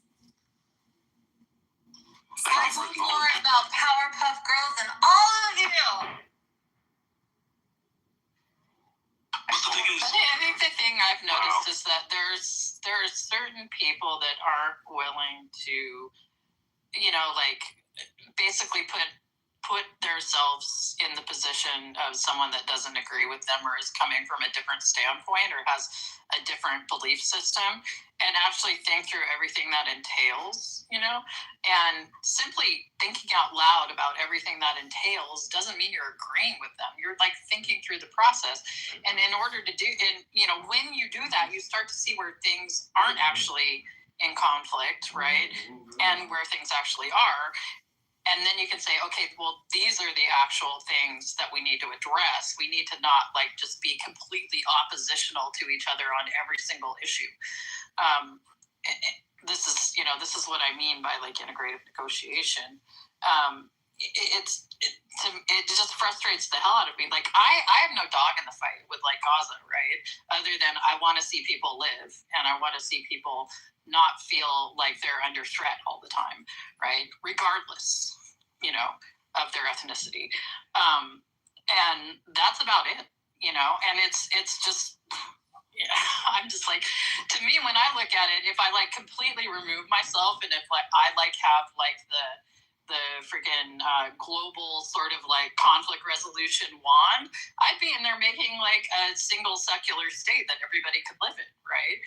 But when I talk to Palestinians, very sort of defensive Palestinians, they have no interest in a secular state. They're really very much interested in having an Islamic state. And, to me, that's the pinch point right there. It's they're basically saying we will only accept a state if it's one where we can exclude people that don't align or accept our religious beliefs, right? Are very negative. Yeah. I'm just saying that there's the Palestinians I've talked to. Now, I'm sure there's plenty of Palestinians out there that are totally not of that ilk, but the ones that tend to be loud that I hear from on here, that's what I hear from them. So I do agree with you, and the reason why that this is happening right now is because if you look at the history of the Palestinian resistance, it was actually more sort of secular in nature, actually socialist and communist leaning, and that was the case for about the first 50 years, roughly, give or take, of the resistance. When that seemed to fail, people shifted to another form of resistance, and that's when you saw the emergence of a more Islamic resistance. And that's what we're living through right now. So a lot of these people, the very same people that you will see advocating for an Islamic state, Islamic resistance, their parents most likely advocated for secular resistance in a secular state, probably even socialist and communist. Mikhail is an example of this. I think he said his parents were the Fatalis. Yeah. Also don't remember any. The current president of Syria, Ahmed al-Shara, who was the leader of Al-Qaeda, right? His dad was a secular Baptist. For me, like words like better, more, are just so freaking kind of. It's dishonest in a way, not in the sense that they don't have meaning, but that there is no way to sort of give it any substance. So when I say like most of them would want such and such a thing, where the bloody hell am I getting these demographics from? Exactly. But that's the thing. See, like, the issue is most secular leftist people are actually as ideological as the religious people they criticize. They're just dishonest about it. So you'll see, like, that's where you basically get, like, what's the word, white savior syndrome, although this isn't really unique to white people, where you basically have a bunch of people saying that, oh, I know what's good for your people. I know what's good for your people. Now, I actually do believe that there are some people who know better for other people than others, but that's just because of my own personal framework. But they ignore the fact that, like, people are rational agents. They do want certain things. And yeah, when the majority of Palestinians say that, okay, they want Hamas, I don't doubt that. Now, these people tend to delude themselves and say, no, they don't actually know what's going on, blah, blah, blah, blah, blah. Okay, but if they don't know what's going on, then how do you know they know what's going on when it comes to Israel? Also, the aspect of religiosity could perhaps be like you guys said, developed over time, or just intrinsic to the belief system of the people, right? Now, that would be the entailment eventually, but to think that that is the very intent to begin with, more than just people wanting to be free, having land of their own, I think that's too much of a stretch to say that they intend otherwise. Not only is that not the original intent, I don't think it's going to be the objective either. Yeah. Like take Syria again as an example. Correct. You have the former leader of Al-Qaeda becoming the president, and how much Islamic law has been implemented. And him booty clapping for the West, exactly. So, I mean, these are puppets being installed, especially with your boy Jelani. Like, quite obviously, one can tell that. Well, I mean, he's a puppet of Turkey. That's another. Whatever it is, a puppet, right? Yeah, but he's a puppet of Turkey, which is also somewhat Islamist, right? But right. No so-called. Being implemented. Right, so-called. Eventually, we see like this pattern repeat itself, where subjugation to the West just becomes inevitable in some way or the other. Now, if one truly like stands against it, I mean, a more softer term would be like, I don't know, ally, some kind of alliance that doesn't freaking show a turning of the back. No, right? They've definitely turned their back on the West in some respects. In what? They're kind of, in terms of their purchasing of weaponry from Russia. That is a good their cooperation with China, their cooperation with Iran over the years. I agree with that. Yeah. And would you say the same holds now? Oh, absolutely. It's worse now than before. 100%. All right then. Here's something that confuses me though, is why do people consider Russia not the West? Because it's very European, and the history of the leaders of it, they're literally parts of the British royal family in there, you know. Yeah, but that's not what mattered. What matters? That's not what's noted by the West and the modern day context. I know. In terms of civilizational continuity, the West is really the core of the West is the Protestant nations, but also some of the Western Catholic nations. Sorry, Benny Adam, but yeah, the Eastern Orthodox are not considered Western, really. 100%. So Europe and the United States or the West, also Japan. Not all of Europe, no. Well, right, not the way weird Eastern Bulgaria part or Albania necessarily. Or Serbia or Hungary. This seems odd to me because, like, I've spent quite a bit of time in Romania, and to me, it was like no different than any other European. In Romania, I know a lot of Romanians in my church. They would probably.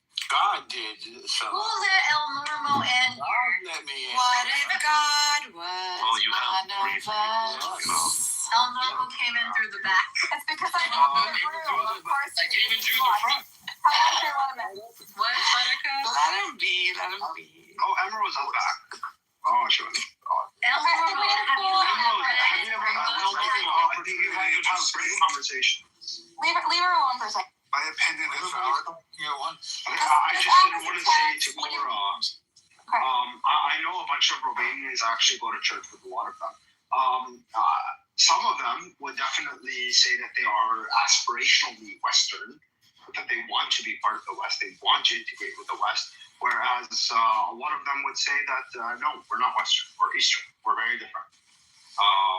So, yeah, whether or not Romania is the quote-unquote West, that's very highly debatable. I would say that the West, quote-unquote, is more so the first world nations, as classically initially defined as first world, second world, and third world.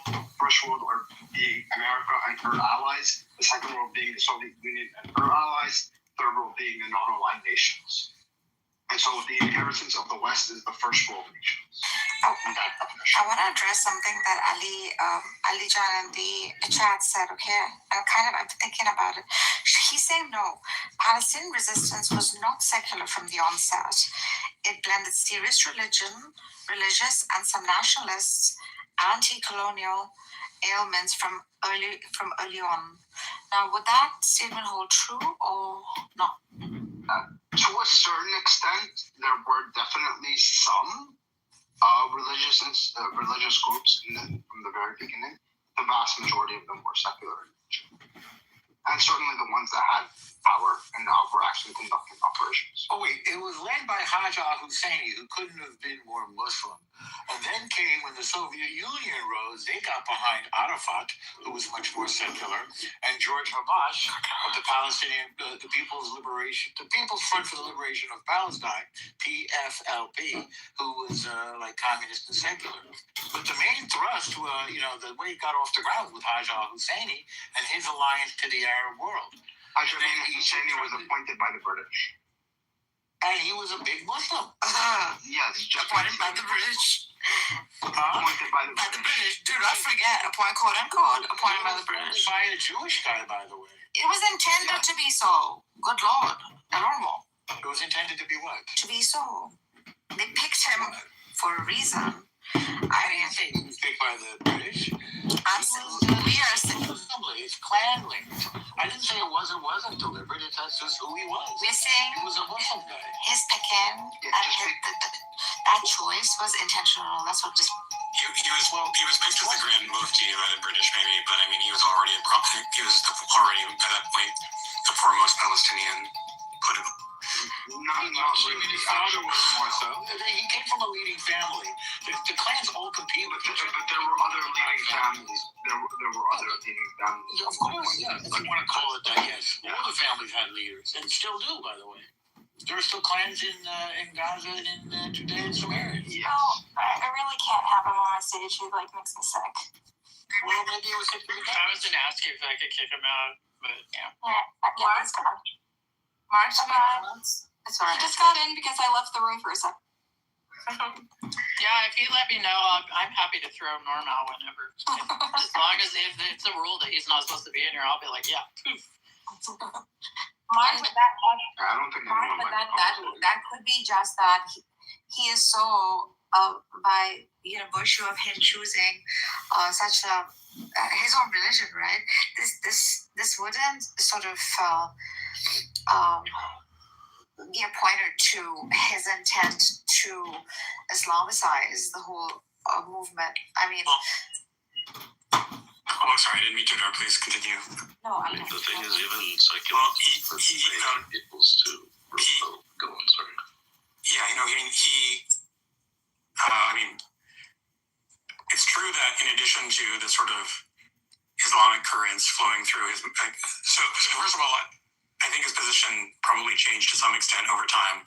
In addition to the religious currents flowing through, his particular ideology, there were also nationalist currents, although they were more pan-Arabist, at least for most of his tenure. Exactly. For most of his tenure, than they were Palestinian specifically.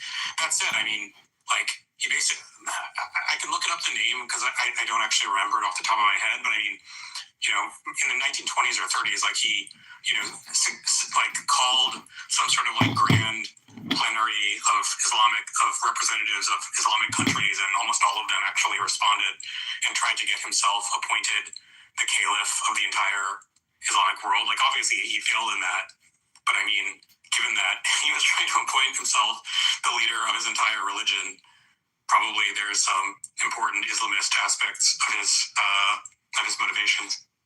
Yeah, but the thing is, even secular movements tend to often involve religious leaders.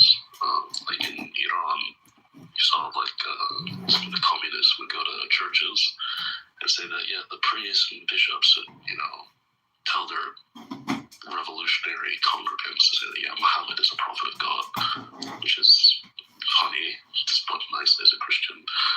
Or even the civil rights movement here, right, in the U.S., where they involved church leaders, deacons, bishops, all sorts of people, because religion is important to people. It's seen as an ethical, moral framework, and if your cause gets religious institutions on their side, right? This is important. Yeah, Sultan, I'm not aiming at religiosity from that angle. I'm aiming at an angle that makes it, in a way, justified to the people perhaps going through an oppressive state of being, wherein, they adopt such principles in order to, overcome oppression, grant hope, just the very reason why people even take to religion to begin with in most cases, right? So this becomes even more prominent, I think, within situations wherein they're going through horrific states of existence. No, but I think what we're trying to say is just because religious figures are involved, that doesn't necessarily make movement religious in nature. Exactly. Take for example, Agreed, yes. Hilarion Capucci, right? Capucci was a priest in good standing in the Malachite Catholic Church. He was smuggling weapons into Palestine to fund rebels during, I think it was during the first Arab Revolt or something. No, sorry. Just during the first Intifada.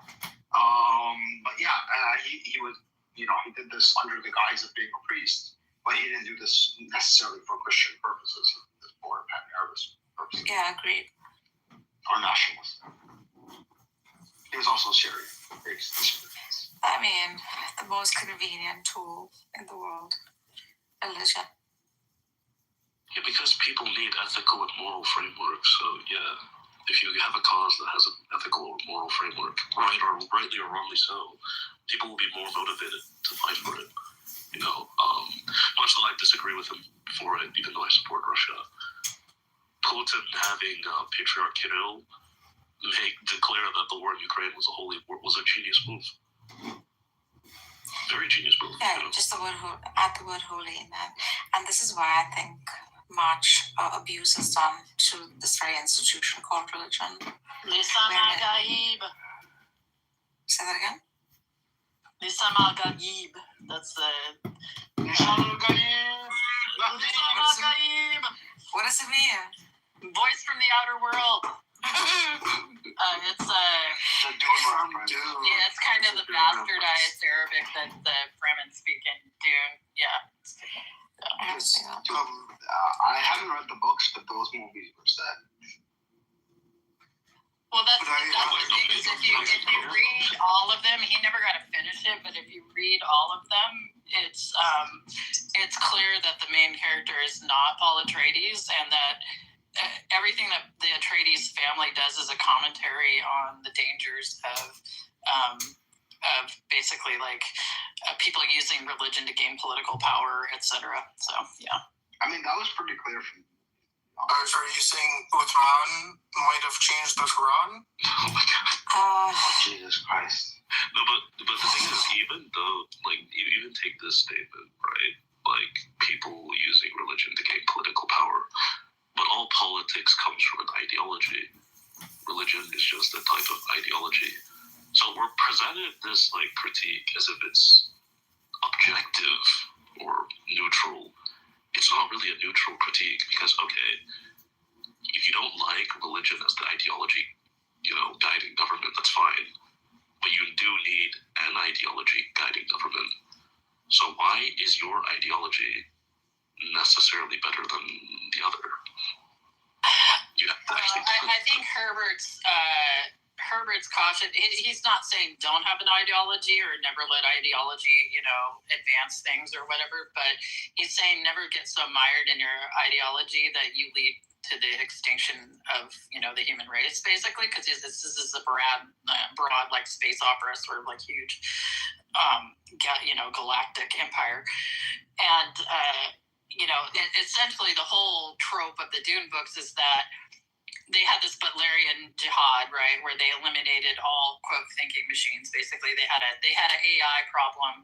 They eliminated the AI, and then they went back into this sort of feudalistic structure. There were the Paul Atreides things. There were basically religious sects that were guiding the development of the human race through genetics, and that resulted in Paul Atreides, who then resulted in Leto II, who basically was like a tyrant, dictator, strong-handed ruler for 3,500 years, but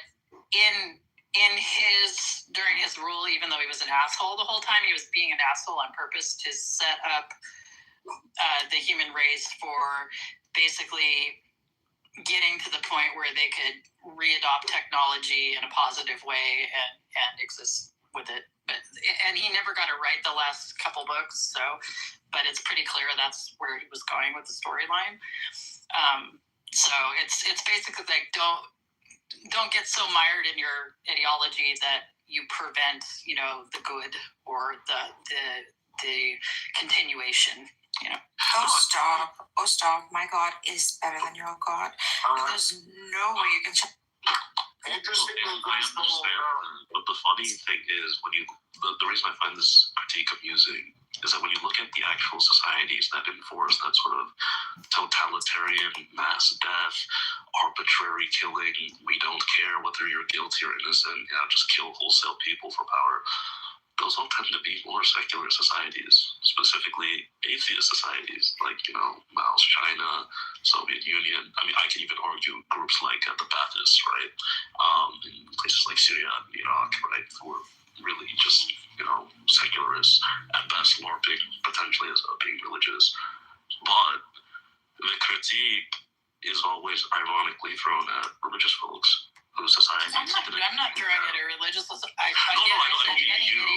mired in any ideology to that point. And when I say secularism, I'm talking about the type of secularism that allows for all religious practice and syncretism and all of that. It isn't interested in eliminating religion.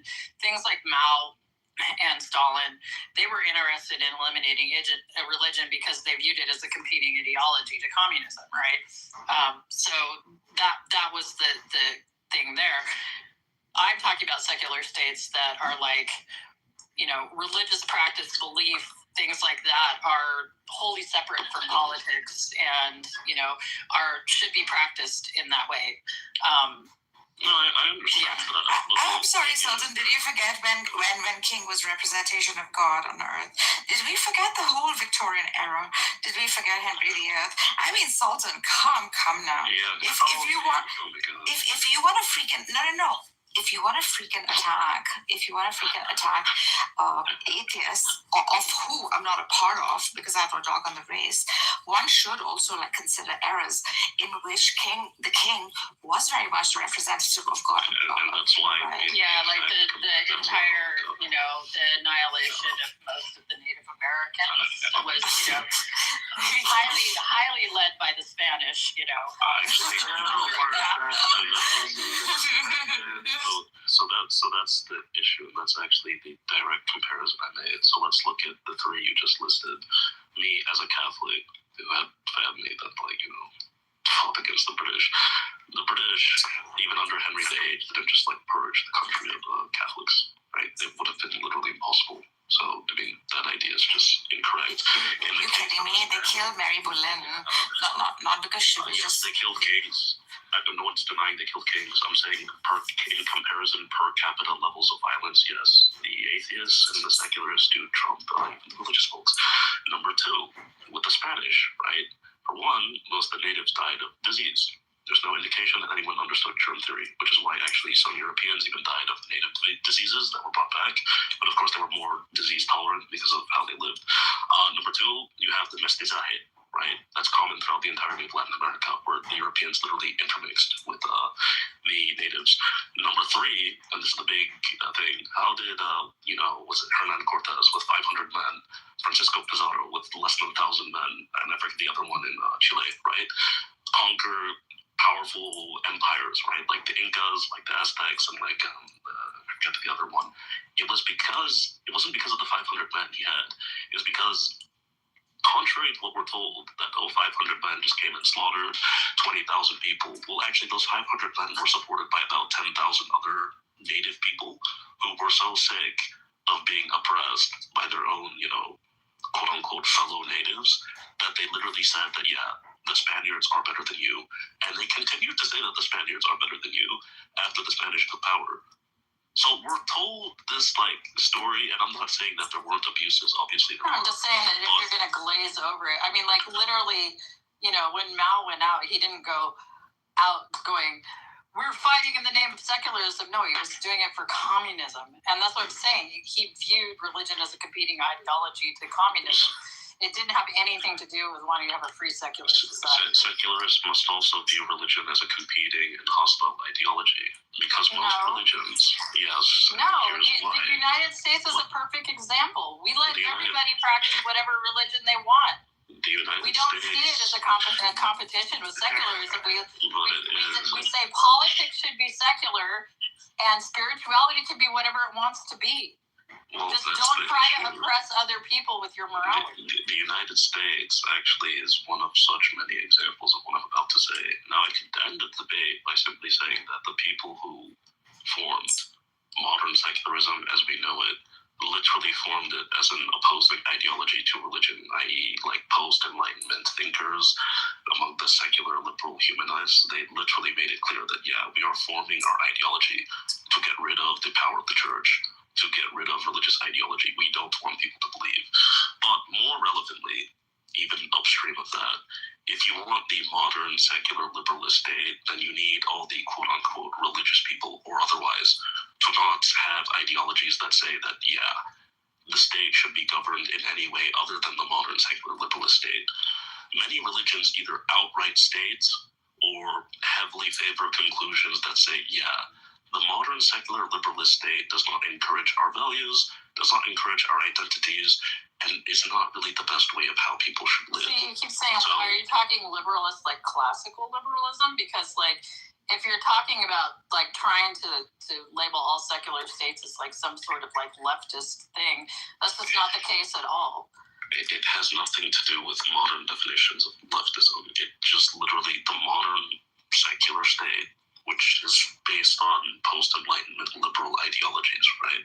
Okay, so you're talking classical liberalism. Yes, classical liberalism, yes. That is hostile to the idea of religious people thinking that, yeah, you can govern the state in any way other than ours. Because the state doesn't work. If Americans don't believe in the U.S. Constitution and say this document is fraudulent, absurd, and is not what should govern our state, well, then the U.S. Constitution has no power. Same thing with the British, same thing with the French, same thing with everyone else. Now, that's not the case. It's quite the opposite. And that's the issue. But why is that the issue? The issue is like literally government should make no law in regards to religion. That means don't prohibit religion. It totally protects the practice of religion. Not necessarily. Yes, it does. That's literally what it was put in place for. Okay. If you can read all of the reasoning behind it. It wasn't meant to eliminate religion. It was meant to protect religious practice. I as a traditionalist Igbo, don't believe that, twins are evil. So I have a medical practice. Any person that tries to have twins and, by my medical practice, we throw them out. We throw them into the bin. You're not even allowed medical and healthcare. Does the U.S. Constitution protect my right to do that? No, it doesn't. When he lost, to the Supreme Court and they don't protect my right. Not when it hampers human rights, right? I'll prove it. Also, you guys don't let me practice Sharia law in here. So yeah. I agree with you, ma'am. I agree with you, Baptizer. So far as the limitation goes, like within the limits set for human rights, it's like saying, can God do anything? It's one of those kind of questions that you are asking. Can God lift a rock? It's even more upstream. The simple thing is that the modern state needs people to uphold its definition of how society should operate. So it is definitionally hostile to any religious ideology that even questions, is this the best way that, people should govern? Now, when you actually look at the major religions across the U.S., the modern state is actually hostile to all of their ideologies. Let's take even the Protestants, right? God, though they are, they still ultimately believe that truth does not come from consensus. Truth comes from God. So what does the modern state do? Oh yeah, we're not going to appeal to God in our Constitution. Same thing with the Catholic, same within the Eastern Orthodox. The Muslim goes even further, right? Now, to maintain that, you need all these people to basically have their values ultimately not coming from their churches or their mosques or whatever. They need to come from the modern state. Unsurprisingly, what have we seen every year since the U.S. has been established, literally not just as a colony, but as a nation? More and more people disbelieve. Same thing with every Western state post, a secular revolution. More and more people disbelieve. Because for it to survive, you literally need more and more people to not gain their ethics from the church. They need to get it from the modern state, which means basically they have to become less religious. That's why modern states work. Yeah, I agree. Like in a sense, the saying, follow religion the way we want you to follow it. Exactly, yeah. Yeah, I mean, it's still good in the sense that compared to like most theocracies, like Baptizer, you must grant me that. No, I disagree. You disagree? No, if it was me, the U.S. would still be under the British Empire, and Britain would still be an absolute monarchy. I forgot who I was positing this question. It's like insane. Okay, what is that cross that you guys Wait a second, you support the Anglican Church?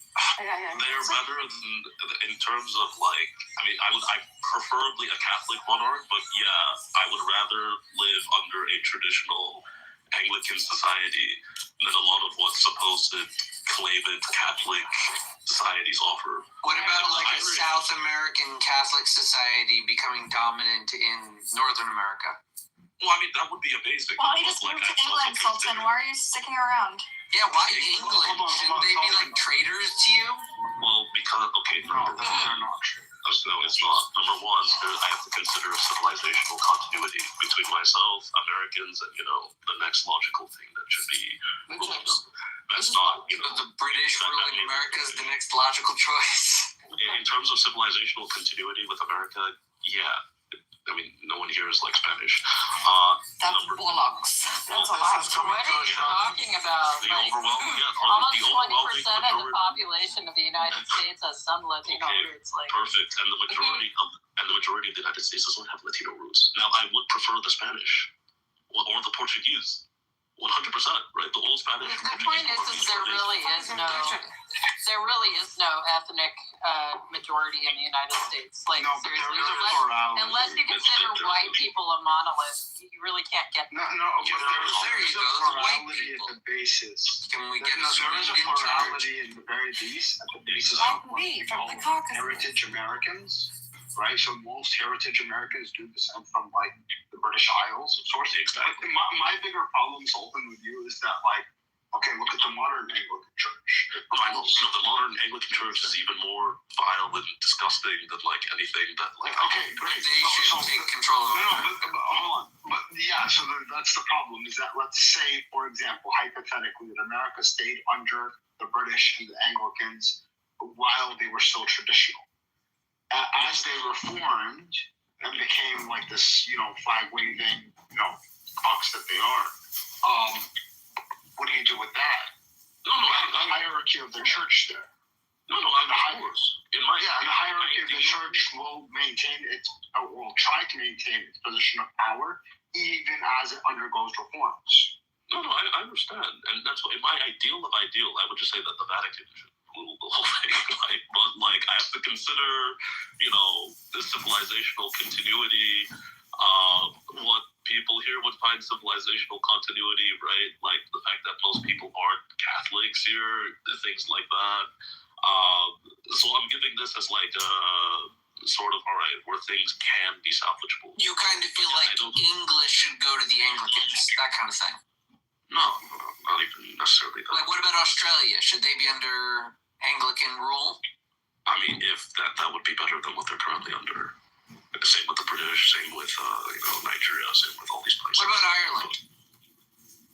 Yeah, I would prefer Ireland being under traditionalist Anglican rule than current. Anglican, not Catholic. Modern Ireland has no Catholic values left. The very ideology of revolution stems from like silly Marxism. I see. You say they'd be better dealing with all the other Anglicans at a singular Anglican church. No, yeah. There's a reason the Pope came out and condemned Irish revolutionaries harshly. Not because he liked, the Anglicans, but because he was like, you guys are so divorced from any sense of Catholicism that, like, your movement has nothing to do with us at this point, so go figure stuff out. I see. So you think all the offshoots of the English interpretations of Christianity should amalgamate under the Anglican crown?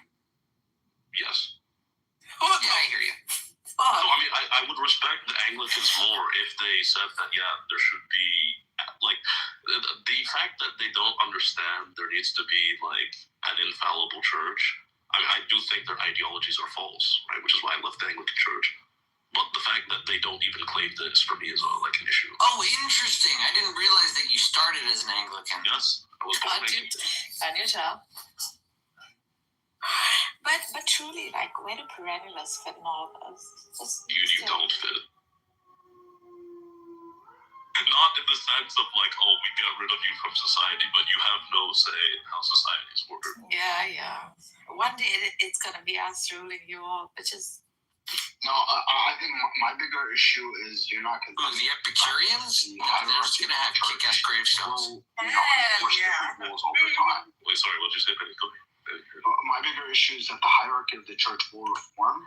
Yeah, I'm not deleting your comments. It's the other people that realize what they're bullying. Yeah, no, and that's why, like, for instance, if the Anglicans... Yeah, Emrose, like, quit it. Come on. Like, let's be mature. Ugly, bitter, old spinster. Yeah, 51-year-old woman, this kind of I proves look what I was trying to perfectly say great for earlier. a 51-year-old woman, and if these if were you want to men, comment on my looks, we'll see how you look when you're 51. I'm kind of starting to wonder how old Emrose is. she's a millennial. If these were men, they would have just, forgotten about it by now. Because you're women, you prolong the conversation longer than these. My bigger issue is that, the church will reform over time, will change its rules over time. No matter how traditional that you are, no church, including the Eastern Orthodox, which is probably closest to its originality as you can get, no church will continue to enforce the same rules over time. Right? Everybody's bound to some sort of reform. Yeah, no, reform in terms of like laws, right? But the issue is that your ethics, they have to remain constant. Now, your church has that. My church has that. The Orientals have that. The Protestants massively dropped the ball with that. But yeah, when you open the door to actually our ethics to fluctuate altogether, that's where you get this. You know? No, I mean, I like take the Soviets. I don't like the Soviets. I don't. You know, I mean, pretty shitty society, but they did understand the need of like absolute order. There has to be a power that governs society that really the majority of people don't question why it's there. Otherwise, it just doesn't. Society doesn't work. Well, is it perhaps that there was no need for the ethics to reform because they weren't really in control of anything, really? Like, it was within the ethical framework of traditional churches to accept slavery. But slavery isn't the issue in and of itself. It wouldn't be slavery, like obviously it would look. I'm so sorry, Jennifer. It's don't you hold to the freaking manumission concept even within like Christianity, where slavery would not be wouldn't be like the transatlantic. It would be more like. Yeah. I mean, I'm not saying transatlantic necessarily, but just the concept of one human opening another. That was within the ethical framework of traditional churches. Yeah. And it still kind of is, right? Yes. So would you say that in a modern day society ruled by this hierarchical traditional church, we would still have the concept of slavery alive and well? Wouldn't that be problematic from an ethical standpoint given modern day society and how, you know, our ethics are? No, it wouldn't intrinsically be. It's as long as you understand that, human beings have to be accorded their natural rights. So if you take, for instance, the abolition of slavery in the Catholic New World, right? Spain versus in the Protestants. So in Spain, right, in Latin America, they actually started much, much earlier. But not because they just said, oh, slavery is just wrong altogether, but they said that you cannot treat human beings like this, right? Regardless of whether one is a billionaire or the lowest of the lowest servant, right? He has his natural rights. And any system that violates his natural rights, right? We can't sustain it. So you didn't have like the hard line, like, oh, we're going to get rid of slavery whatsoever until like the... Alright, Emrose, you're being really like obnoxious. I'm sorry. I love you, but maybe like get some sleep. I don't think Cora's fat. Yeah, this is really not nice. She's just in the chat, you know. Like, quit it. Be in the chat. Yeah. I've been kind of angry today. Yeah, but just let her be in the chat. Yeah, I just looked at. I mean, I'm pretty sure that the Spanish Empire ended slavery because the British told them to do so. No, well, that's the thing. That was what I would. So in terms of the hard line bans. Hold on, Salsa. Sorry. Yeah. If anyone, if she asked who removed her, it was me, Buttercup. Okay. Anyway, obnoxious. In terms of the hard line bans, obnoxious. It was just obnoxious. In terms of hardline bans on slavery, yes, those didn't exist until the 1800s. But right from the 1500s, you saw a general culture of, we're manumitting slaves, we're setting them free, very gradual but like consistent reduction in slave populations, increased raising of standards of living for slaves, all from the 1500s all through the 1800s.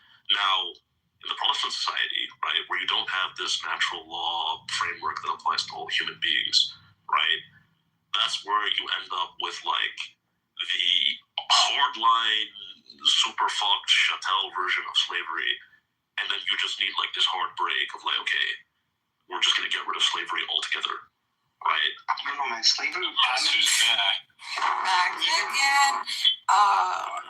Benny, can you address the freaking principle of it with him, if you don't mind? Well, that's what I was gonna go to. Like, even if I were to concede to your point, which I don't think it's true that like slavery was getting better all over the Spanish Empire from the 1500s to the 1800s. Forget that. The point is the principle of owning another human being, right? Was permissible and still is permissible in traditionalist Christian hierarchies, and pretty much all actually traditionalist religious hierarchies. That principle is not acceptable. within, most of the world due to secularism. Or fucking justified reason, Sultan. Like, and I'm speaking of it as on an objective standpoint. The very principle of ownership of another, right, is so freaking absurd. And this is not coming from opinion. This is coming from, like, even a theological standpoint. If God is that creator God, who is the best of planners, whose ownership is the only ownership a human would kind of point to, the very ideology of being owned by another dependent, freaking party-going human is absurd. No, it's not. Because again, once you establish that there are limits to autonomy, and everyone agrees that there are limits to autonomy, otherwise we live in literal anarchy, right? Then the question just comes is, what is your personal preference and how far these limits to autonomy should extend? Now, as it is, we already live in societies where, people are compelled to do labor against their will in a fashion that we find completely okay. Now, whether you want to define them as, property of another, that's just a legalistic and semantic definition. But yeah, this is why the real, modern objection to slavery is weak, because it has less to do with, the material conditions of the human and more to do with things like individuality and individual freedom. But we as a society already limit those when not convenient for us. So those are just preferences. No, but gradation is kind of important with that regard. That's right. Okay. Yeah, we're not opposed to the principle of having sex, right? But we are opposed to the principle of having sex with minors, having sex with genders, having sex with certain individuals. So it's not just a matter of limiting autonomy. Yeah, but those are hard ethical principles, right? Well, yeah, it is. It's wrong. Yes, it is. It is wrong to have sex with minors in all places and all. Yeah, it's not wrong to have sex.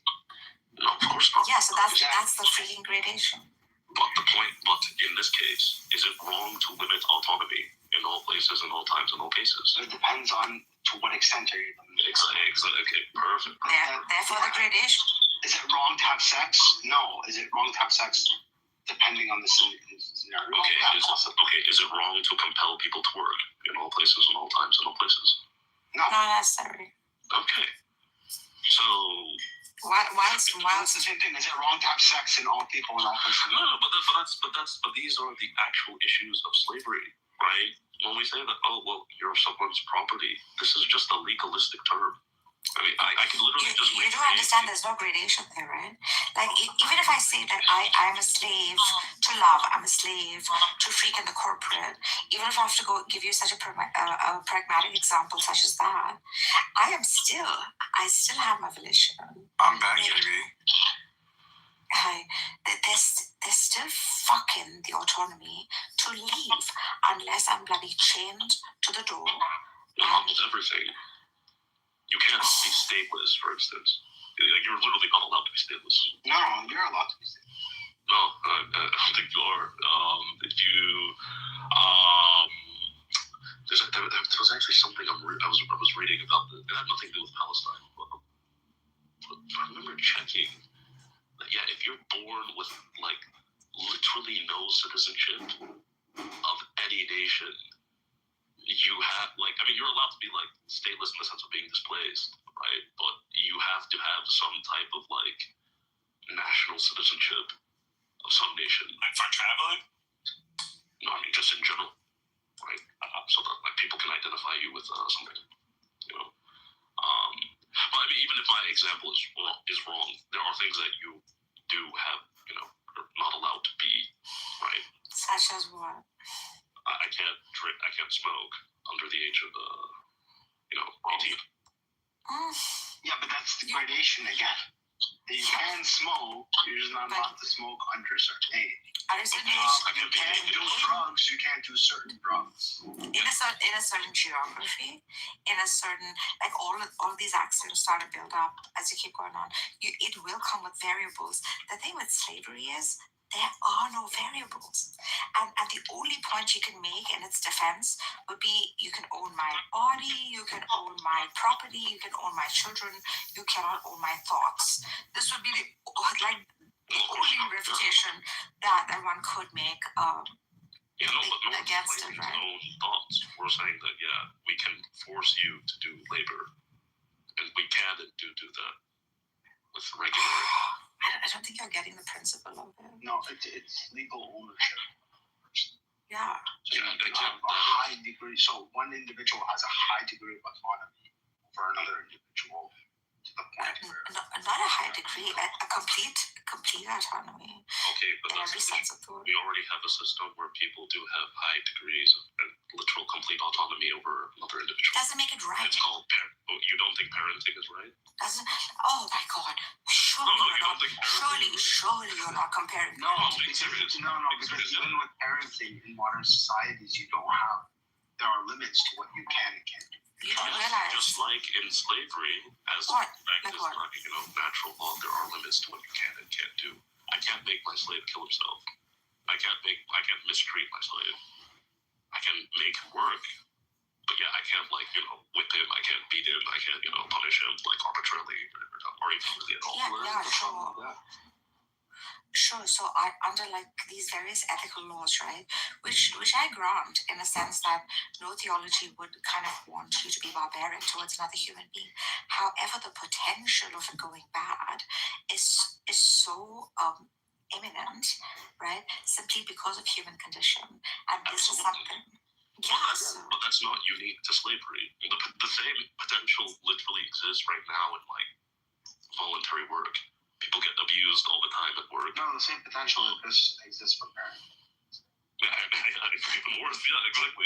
So that's the thing. So ultimately, when you consider all those factors, the issue with slavery comes down to the legalistic, someone owns you, but that really is just okay, how much individual choice do you have? How much does he own you? Fuck, man. When your self-worth of human dignity falls under freaking the microscope, and when you're looking at it as an onlooker, you're basically seeing a kind of transaction between human to human, and this is what makes it so ethically wrong. No, that I have a value, that I have a price. That's actually parenting works and all. Although that's actually a Marxist and view of the world. That's actually why Marx has labor value theory, because he actually believes that humans can literally be reduced to efficiency and price values. But no, my view of the world says that no, you do have value as a human being, which is why you cannot be abused. Can't have cruel treatment against you, all those ethical abuses, we cover them, right? But we can compel you to do certain things. Do my children pay for it if I were to be a slave to someone? What do you want, sorry? Do my children pay for it? What do you mean pay? In the sense that, do they immediately take the role of slave? Do they inherit my status? Well, I mean, that's all, again, these are preferences. Traditional serfdom. Yeah. So I mean, this is how serfdom worked, right? Serfdom, you inherited serfs. Now, I'm not saying slavery should be brought back, because I do think that, Good Lord, I denounce this. No, I condemn it. Hold on, Artis. Do you condemn monarchy? I do condemn monarchy, yes. Okay. At least you're condemned. Because, the thing is, you can be born into monarchy. Exactly. Inherit the kingdom. Yeah. It's the same principle. Unless, however, it is still done under the guise of freedom, right? However, monarchy that entails good children, good upbringing, a just, compassionate ruler. In that sense, I would say it would be a positive stance. The same principle. That's actually my worldview. So my worldview says that ultimately authority comes from God. Why from God? Because he's the ultimate source of goodness. So if you do not uphold the ethics, morality, blah, blah, blah. God. And yeah, it's time for you to go. Time to leave, you know? So listen, I get it. However, like in a democracy, right? Like how Plato introduced in the Republic, the philosopher king here is truly a king in every sense of the word, but his kingship comes from wisdom and virtue, etc., etc. So using such principles, you can call it perhaps a monarch, right? It is a monarchy. Yeah, it is a monarch in that sense of the word. But in the sense that like I have to take up a negative, a freaking role in which my potential could have been actualized in a much higher form, rather than being a slave. You can't get higher than a king. You can't get higher than a philosopher king. You can become a god. The problem, right? The call me king any day. The problem with freaking slavery is that it starts you off at T0 at a freaking negative value. It starts you off at a negative. So, Peasant. Yeah, a plebeian. And there's no freaking way of building up from here in the sense that it is assigned to me much like the caste system. Much like the class system. The issue is individual liberties. That is really most people's critique of slavery. But individual liberties is not an ethical good, or it's not a moral issue per se. It's a preference, right? Because we limit individual liberties all the time. Cora, what do you like to cut? Okay, everybody like to cuddle. No, I'm fine. I was saying good night to Sarah. Does anyone like to cuddle? I love to cuddle. I'm a big cuddler. But Cora, what do you think of this? The issue with slavery is limiting individual freedom, and we limit the individual freedom of our children as parents. Therefore, slavery equals justified. I mean, it depends. Are you a good parent or a bad parent too? That's the question. I think most parents seek to maximize the total amount of lifetime freedom their children are able to exercise. So they might protect them in some cases in order to preserve their life so that they could, continue on into the future and have more free choice in future years. I think that good parents seek to actualize their children and not, mold them into something that isn't necessarily in alignment with their desires or preferences or character. So, unless they're like psychopaths, but that's very rare that you get an actual child that's a psychopath. So you're placing freedom at the pinnacle, basically? I think that it's much like you look at anything. There's a sliding scale between liberty and welfare, right? You've got to balance both. So you have to give up some liberty in order to maintain your welfare. And the key is finding the optimal sort of balance of the two in any given sort of environment and situation. So what if the optimal balance or equilibrium between liberty and freedom is enslavement? You mean welfare? Well, I would say that it would depend on the terms of the enslavement. If the enslavement is something like you had, okay, let's put it this way. Some Romans had slaves that they actually allowed, or not allowed, but encouraged to gain high levels of education, become medical doctors, and that was their really from where they were coming from, that was their only path to that level of actualization. But they also treated them like professionals. The downside was that the person that quote owned you, right, got all your earnings, right? But they also ensured that you were always cared for and were always able to, practice and learn and do all of that kind of stuff. But that's a really rare form of slavery. Most forms of slavery are basically debasing and oppressive. they're based on chattelizing the person, like a kid treating them like livestock, harming them, that sort of thing, and that's not a good kind of slavery at all. So under the Roman form of slavery, let's say like optimal conditions, right? You think Well, that that's would be yeah, optimal Roman slavery. But see, that's the thing is like you had to have the right person that was like the quote slave master, right? They had to be affluent. They had to value your intelligence and intellect and worth as a human being. That's, some Romans, right? Not all Romans.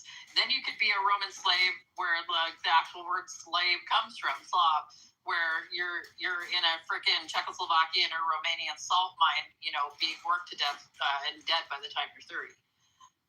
So it's not, yeah. Wait, so you're saying under certain conditions, slavery could be justified? No.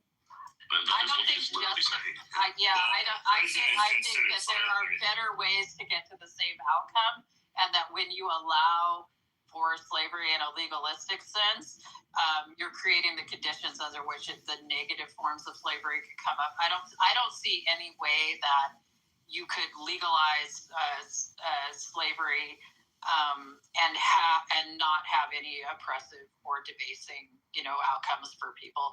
There's always going to be people that use it for that end. Yeah, but you can say the same thing about parenting. There's some people. Yeah, like I said, there's bad parents out there.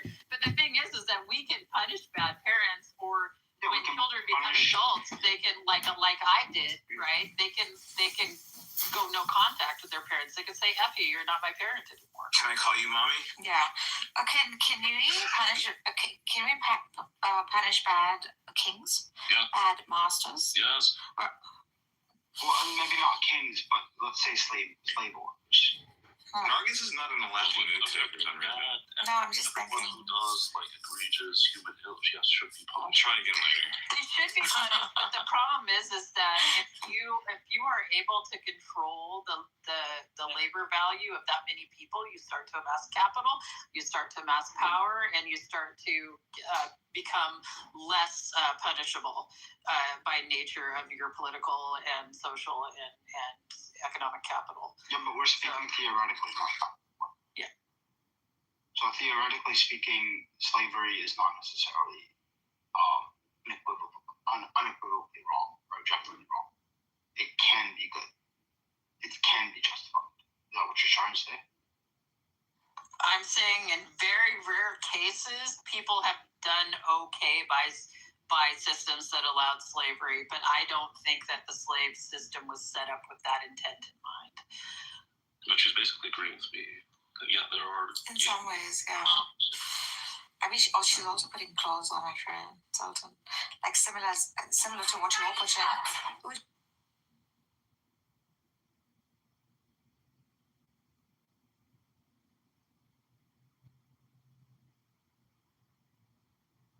But yeah, that's why in traditional Christianity, we don't just wholesale say that, okay, slavery is bad. Most forms of slavery, yeah, we actually say are bad. But there are, like Cora mentioned, exceptional, uncommon cases where, yeah, actually, this is fine. But the reason, like I said, largely has to do with the material conditions of human, their natural rights. Well, and I think the thing is that you can accomplish the same ends without having the slave master arrangement, right? Oh, yeah. If you really care about, if someone really wanted to be a patron of someone, they could,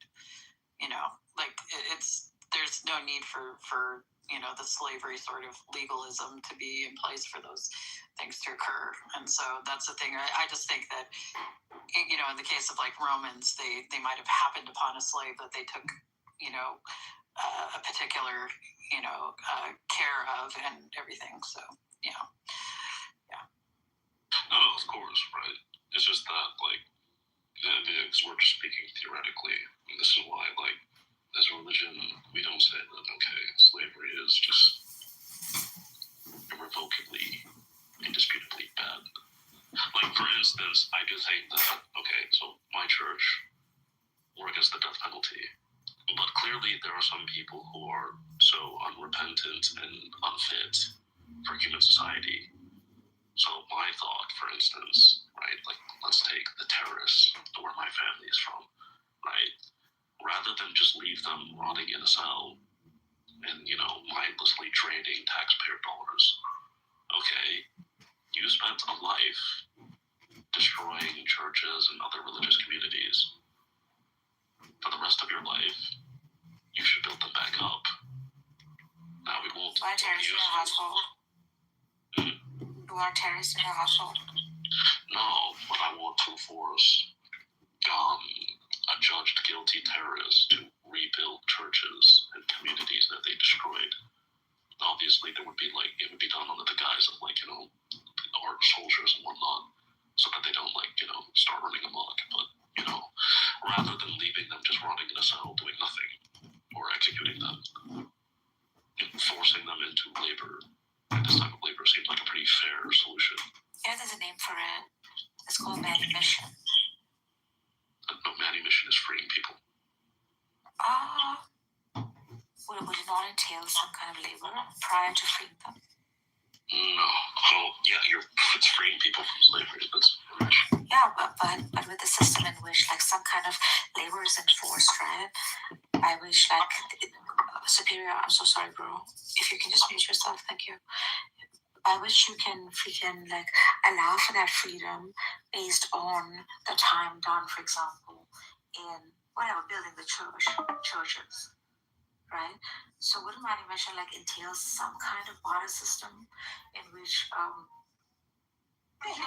she's a liar because she was the screenshot.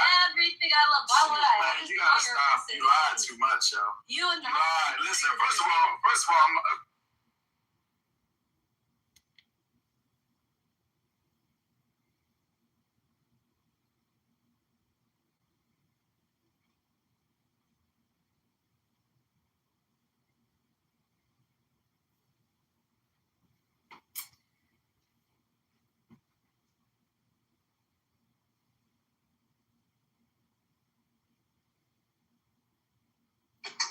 Mungu mwingine ni wewe tu.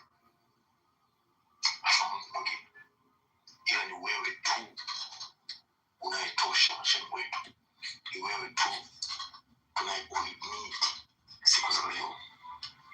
Maana tunajua kabisa kwamba kimbilio letu ni wewe. It looks like a lint, like blue lint. Over your items. Don't you have a roller? What are the other items? Use the roller. Yeah, I mean, use the roller first if you could. Okay. But I just separated everything. I should have did that earlier, but I was cleaning up puke too, so it's I just threw a bunch of shit in there. So I don't know. I wasn't paying attention when I did it. Whatever. I mean, I would do the lint roller first, but if it's really covered, maybe just run it through another cycle, whatever. I don't know what you were talking about exactly. Super covered. I just ran it through another cycle and separated. Yeah, I might just do that.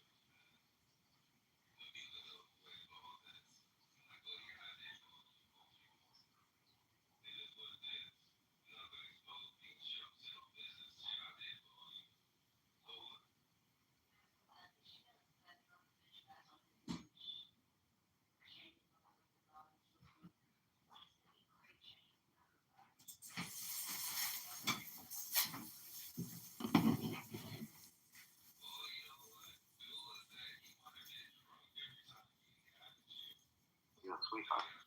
Double blips. Mehmet is African, bros. Wait, what are you, Jewish? You a Jew? Our African is not a race, first of all. You Jew? Let's understand that. You Jew. Obviously. Who said it was a race, you dumb fuck? Exactly. I'm not Who said it was a race? Who said You it was just a said race? I was African. Who said it was a race? You just said I was African. Oh my God, you are retarded. You are really brainless, my brother.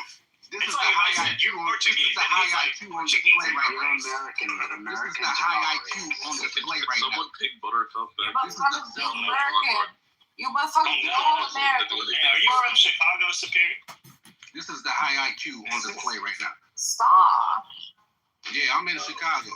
Where you I swear to God, you're from Chicago. I fucking knew it, bro. Where you Let's at? go, Where you bro. I love you, man. Nothing. I love you, bro. I'm from Man, nowhere. I don't love you.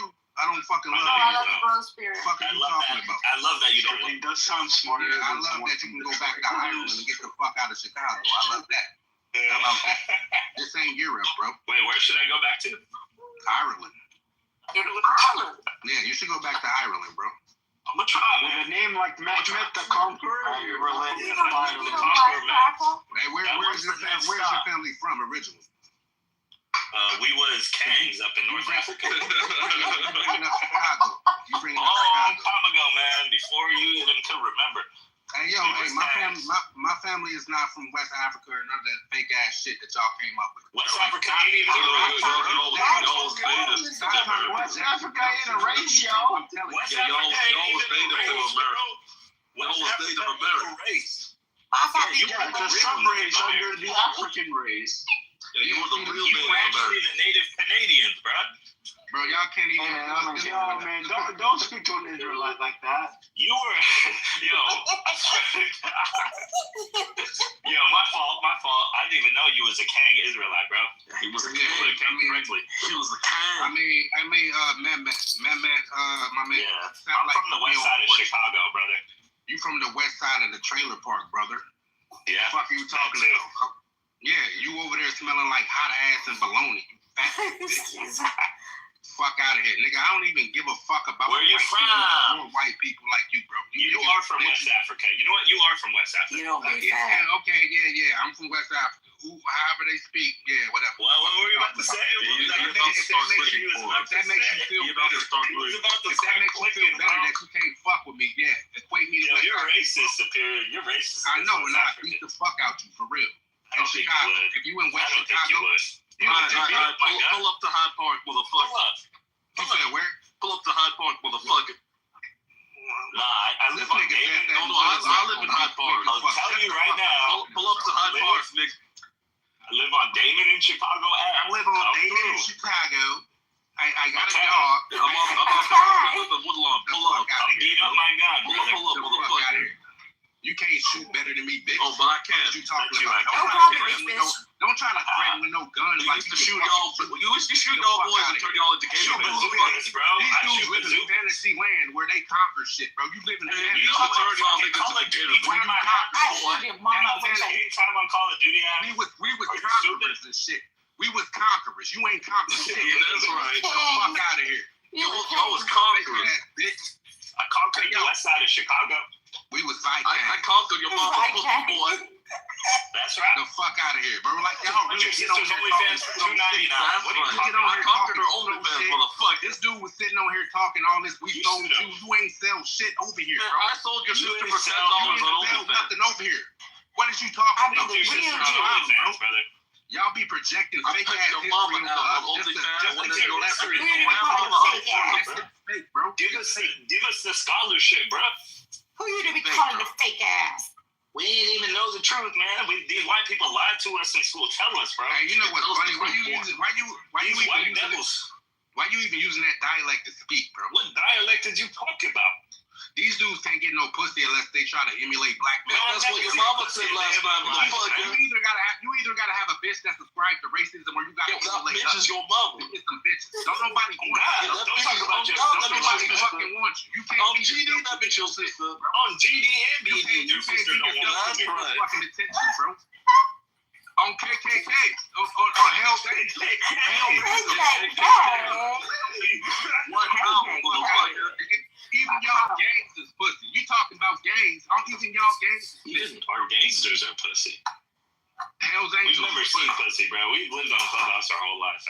I'm like, well, you see, pussy. What the fuck even is that? What are you talking Bro, about? I bet money. He I thinks bet way too highly of us. He thought we got pussy. It's hilarious, bro. I love you for that. You look. I bet money. You I look love you, identical bro. to the females on stage, bro. You look just like They look these two what? chicks. You look just like these two chicks on stage, bro. You just one split hair of a chromosome away from being a fucking female. That's how identical white guys are to the We look hot. I'm a female. Yeah. Ain't even white, bro. I'm African. He be Why you acting. talking like you Black American then? I'm not Black American. I'm just from Bitch, Chicago. quit talking like it then. Be Bitch, African. fuck you. Where are you talking? Where are you Be from? African. Where are you actually from? Where you think I'm from? I'm from America, bro. I'm not from You ain't from Africa. America, bro. No, you ain't. You might have been born in America. Where are your people from? Give us I'm Yamasee. My dad's side is Yamasee. My mom's side is Shutu. Do you know what that is? Said where? What do Said we where? ask? Do you know what Yamasee is? No, where are you from? He started talking about Yamasee and Beyonce. Tell us where you're from, bro. Do you know what Yamasee is? Is that a location? Is that a location you can point out at the map? You don't know what Yamasee is? No, clearly not. Can you tell me? We don't know what Yamasee is. Exactly. All right, I'm from Illinois, bro. I'm from Illinois.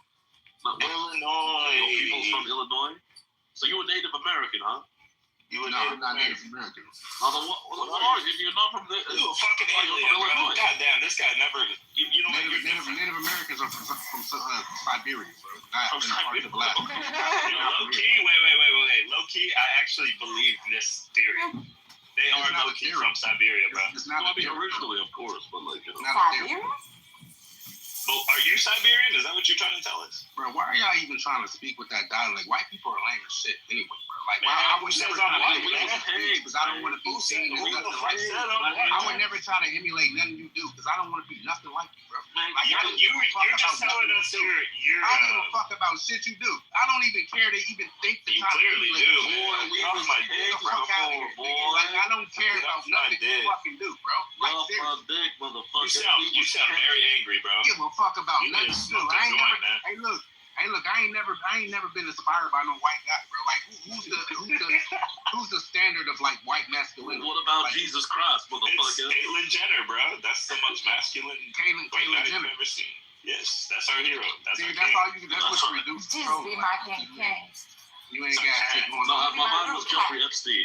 Caitlyn Jenner, Jeffrey Epstein. Those are my boys. Jeffrey Epstein is probably the pinnacle. Epstein is the goat, low key. Did you see what he's talking about the goat?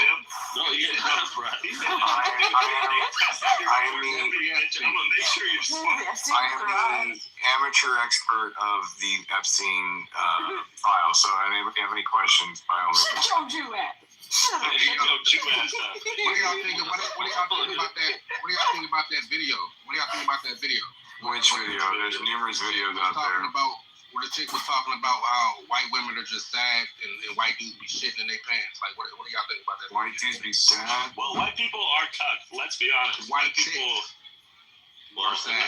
White guys and white women are both. What do y'all think about that? I don't even know what the fuck. What video that is? What video are you talking about? I know all She was videos. just talking about white culture and how y'all just fake as hell and actually living a sad fucking life. And how she's tired of I'm women. not white, man. Motherfucker, white people have conquered and developed all of Europe. So if anybody negates anything about Europe, you should be going back to your goddamn TV huts back in Africa. So shut the fuck up. Oh, that was sassy. I'm not gonna lie. Whoa. That be He thought he cooked something with that. He thought he good. He already got something. You look just like that motherfucking. I'm not begging he didn't like cook. Anyway, man, I'm finna get up out of here. I'm gonna leave y'all. All right, Joe. We'll talk to you later. All right, Ken. Yeah, you thought I was finna leave. These niggas got happy. Yeah, you thought I was finna leave. You got happy. Yeah, I'll speak in language. But we're not white, bro. At least Seymour tries to be white, but Mehmet is white. That's a white. I'll speak in your language. Turkish name, bro. I'm gonna speak in your language. That's me in the picture. Hold on, hold on. Let me I speak. can tell from your voice, bro. Yo, let me speak in your language. I don't speak. Chance of accuracy. You ready? I think I'm white because I speak You right. ready? Go ahead. Booga booga. That was racist. You're supposed to quit. I was racist. But you're supposed to quit. He thinks That is racist to me. I'm black. he thinks I'm African, bro. And Bitch, you are African. You're more African than anything I've ever seen. Do you know what African is? I'm the only African. Actually, Yeah. there's only That's two a low Africans IQ here, bro. sub-Saharan shithead. Yeah, exactly, bro. This is the only insults. Hey, yo, this is the only insults they got to black people. They gotta equate us to Africans in order to put some insults. I miss Clubhouse or my man. What the fuck did I I'm not African at all, so I don't give a fuck. We'll talk to them Africans like that. They gotta Who's the troll? Wait, how did I lose God? Shut your ass, bitch. Superior is kind of funny. Superior was time out, actually. My queen is back. Wait, who was I supposed to kick? Well, I was going to tell you to kick Superior, but Superior was No, man, Superior's He said Kang. He goddamn Kang and Queens. You told Butter to do that? Why would I because you guys weren't doing it, so, How could you kick He discovered this shit. my guy? Buttercup. Hey, yo, Seymour, you doing a lot of... We Kings and shit. I'm surprised your lips can make them sounds, bro. Yeah, I'm surprised you only say anime yet, boy. Hey, Sutan, was they saying ooga booga when they went in Boston? Two-Tang. Say Is that Tang. the language they was translating? Tang. You can't. Y'all was doing ooga booga. Y'all was doing that when y'all was making those purchases? Yeah, you're That's good. right, boy. Oh, your name is Superior. Shut the fuck up with that fake. You superior. You was Kang. You was superior to Kang. Like, there's no even, like, effort to moderate anymore. No. Well, that was why I called you back, but you know, at this point. So should I shut this shit down? No. Alright, well, I'm going to sleep. Night, night. Seymour, are you in America, bro? Where you going, Buttercup? Don't go anywhere. He's colonized America, bro. Colonized the fuck down. I run America now, boy. He's actually Jewish. Hey, yo, Jewish. when is that race war gonna kick off? But we don't need it. We already won, boy. You was king, I am a king. Hey, yo, when y'all think that race? Whose side are you gonna be on? I'm not Kang. I'm joining the Jew. You ain't no Jews fucking with y'all, bro. I'm gonna be honest. I don't need them to fuck with me. They're not gonna help you do anything, bro. Y'all niggas is shark food if that go down. You was Gator Bay 80 years ago. You said what? You was Gator Bay 80 years ago. Hold on, what is this? What are you? Where are you from? I'm white, motherfucker. That's From where? I'm white from Nigeria. I'm a white African. Yeah, Kang. Oh, Ebo, bro. With the Ebo. You know, white Africans are actually real people, right? You know, I know. I'm a white African. We was You Kings. know, Afrikaners are white, actually. You know that, No, right? I know. I don't know why white Nigerians are that really is white. Everyone That knows really that. is I'm white. a white African. African actually does come from white people. You know that. I'm a white African, motherfucker. Hey, Nigeria, bro. You was a king. I'm a Viking. You're a Kafer. You know a white lady named Nigeria, right? Yeah, I know. Yeah. Say what, bro? Yeah. Who do be that? Shit. So yeah, I believe Who you. do be that? Stop projecting that shit onto me though. You Hey, yo, So what are you, man? You tried to tell us what you are, but what are you actually? Bitch, I'm 100% American, bro. Yeah, I'm 100% a Kang. I'm from Europe, bro. Did you not know that? Did you not know you were European, my man? Did you not know that? I'm African, bro. You know, King, you're a Viking. I'm North African, bro. Booga booga. This dude keep saying the same shit. That shit. He keep Grant can't come up with nothing new to say. Like, shut the fuck up, you fat bitch. I can tell you just like a fat, floppy ass white dude, bro. If I sit on your face, you stick your tongue out. We got you, guys. Get the fuck out of here. I'll sit on your face. I can tell you. I'll sit on your face as long as you stick your tongue out. I can Can you tell stick your tongue out? I'll sit on it. Testosterone. You don't like my ass? White bitches want, nigga. You just a He does fat have low bitch. test. I'm a soy boy. You look like Seymour, your he kind of PPR, bro. exposed you right now, just You look like your off the strength PPR. of your voice. Hey, I seen a fat ass white dude today. Nigga, just fat and stinking. You niggas That's trash. right. Bro. Get I'm a your fat pussy faggot. ass the fuck out. I'm a fat You faggot. a fat, goofy ass white dude, bro. Fat faggot. Get the fuck out of here. Goddamn shit. Booga booga. Goddamn. I was on the Goddamn train. booga booga booga. Someone on the train got on the fucking train tracks. You know how they turn off the electricity, right? This black guy gets off the train and goes, "Man, you a goofy!" And everyone starts clapping, and the guy actually got off the train and completely embarrassed him. Man, y'all be great. Happy that some Africans and Caribbeans be over here acting extra. He's like, I'm a European. I'm a European. I'm the first European. Shit.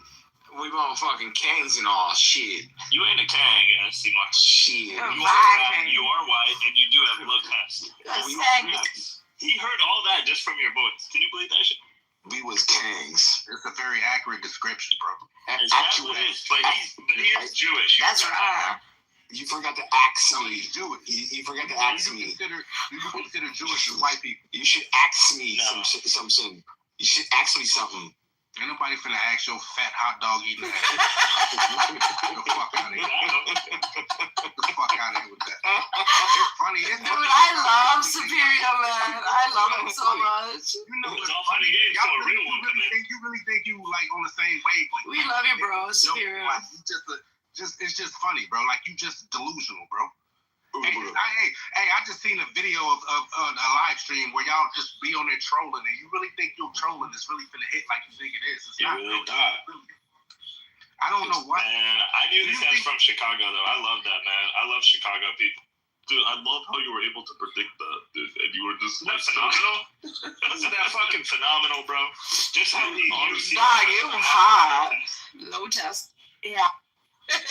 Awesome. It was so good. Ping it back, dude. Flat lips. No, he left. You kidding me? You think we kick him out? You guys kick him? He was like me at first when like we're discussing seriously. And dude, Salsa was freaking out in the beginning. Yeah, you guys are actually having like a decent combo, and then it devolved, and it's gone too far, so it just is like fucking. We be calling slaves. We be kegs. I'm the only one that's supposed to be a troll in here. Shit, like that's. Shit. Booga booga. Shit. We can hear your fat through the mic. You're flat. It's like an easy call. What about flat lips? You chubby bitch. Oh my god. So if you have any questions, serious topics. What's wrong with the juice? Hey, man. The way I see it is that I'm gonna really. I think we can prelude into, I guess, what's reality, right? And I think this is real talk. I think the majority of the Jewish community has unfortunately been hijacked by certain psychopaths, which has been this weird group of baby boomers who have unfortunately caused all their Jews to perpetuate victimhood. He's one of those. He's looped into all that too. He hit that generation. They're all fucked up, and I think like. This is like a whole Alex Jones perspective, but I think there's like a handful of people that are like pretty much borderline vampires, in my opinion. I really believe they've really hijacked. Where did he go? I would have loved this conversation. God damn it. PR. Where did he go? Fuck it. Anyways. Where did Mehmet go? Did Mehmet leave? Where'd he go? Oh well, whatever. Booga booga.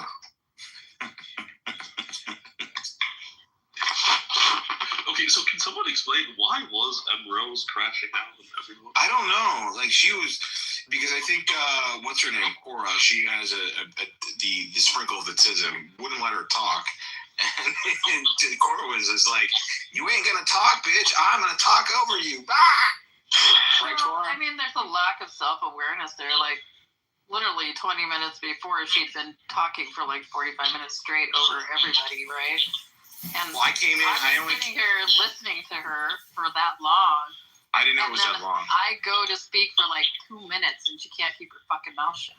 Like, yeah. Well, I came in, I guess, in the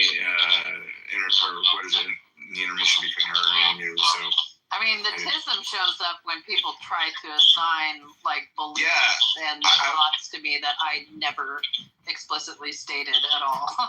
Like I was trying to like diffuse it, but like I was waiting for you to like have that momentary pause, and I was just gonna, and then hopefully from there everybody would have laughed, and then it would have just all stopped. What are we talking about? I'm fucking out of the loop, bro. No, so I came in and M Rose was crashing out, and I was like, "What the hell's going on?" I'm like, "All right, well, the Jews."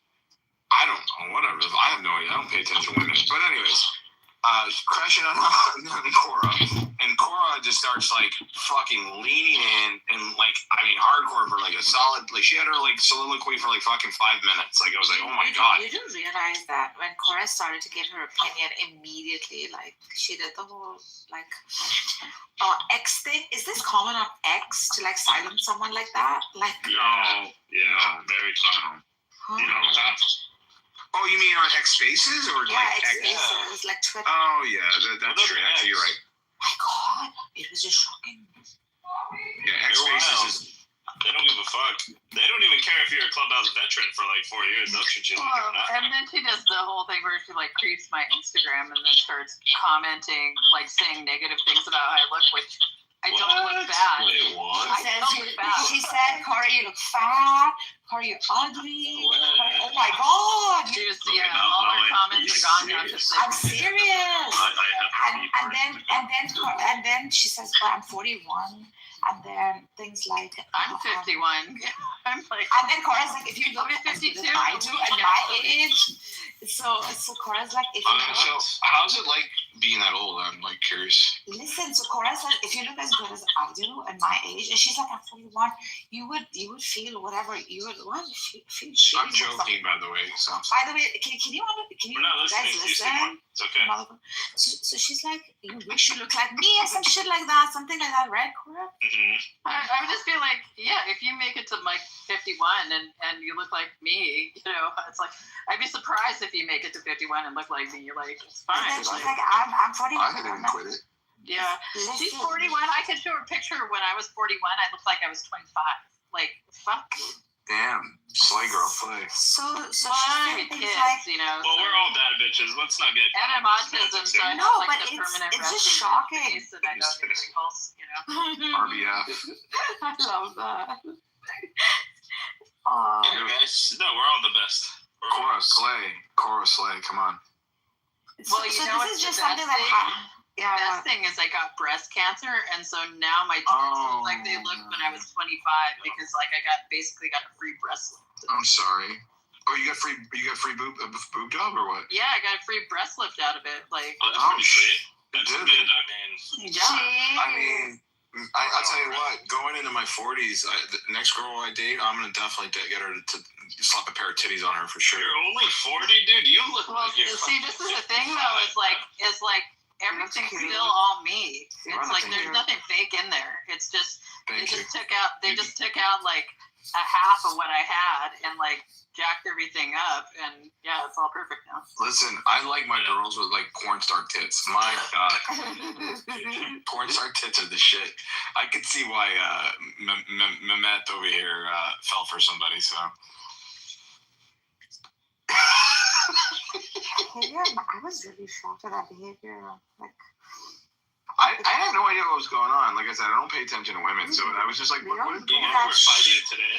No, yeah, they weren't fighting. Like Cora was making a point, and then she came so aggressive at her and like wanted to shut her up. Like what was she arguing about? About the genocide, right? So she was making the point that it is, and as the Cora has to like say it definitely is. Cora was giving an academic view on how she thinks it could possibly like unveil itself, right, in the future. No, I really, as much as I appreciate all you guys, I think anybody that gives any kind of academic like dissertation on this app. Listen. Okay, I'll listen. No, Ambrose is a great supporter of your people. Is she? No, I believe. No, not you, not Seymour. Seymour I'm asking if she's a communist because those people are usually rude. I mean, I think she's is she atheist, maybe. I don't know. Like, it doesn't matter like what her school of thought is. It's just behavior was, I mean, Stella put her down, Buttercup put her down. Like then they went had a talk, came back. Yeah, I didn't appreciate them throwing her down. Like I mean, it was. Come on, Seymour. I get it. Her crash out wasn't warranted, and We allow, and it wasn't just with Frika and Cora. It was with almost everyone. Zeleny before that. Yeah, of course, Zeleny has his own. We don't do that shit on Clubhouse. See what happens when you like allow family, bro. We don't do that shit. No, we do. We have different opinions. We fight each other like fuck.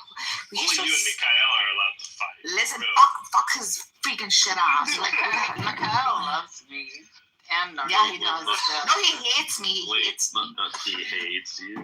He hates me with a passion. Or there's like, you know. Fuck off. He hates me with a passion. Nargis. Bro. Didn't we talk about this yesterday, Nargis? Like, I mean, you shouldn't be upset because people are. Yeah, exactly. I've been thinking about what you said, and now I kind of feel at peace, basically, because of what you said. Like, I just think people are like mentally off. They are, but that's the thing, Nargis. I'm telling you, like, because they are. They're not here for no reason. I mean, like, either a handful of us are peppered with ADHD and kind of bored, and then there's others that are literally not like struggling with issues and like permanently disabled. I think Jack missed that entire phase of, and it's still going on, by the way. Jack, which phase? freaking Sultan. See, I am the Lord. I am the God. Seymour, are you saying that M. Rose is disabled? No. He's talking about someone else.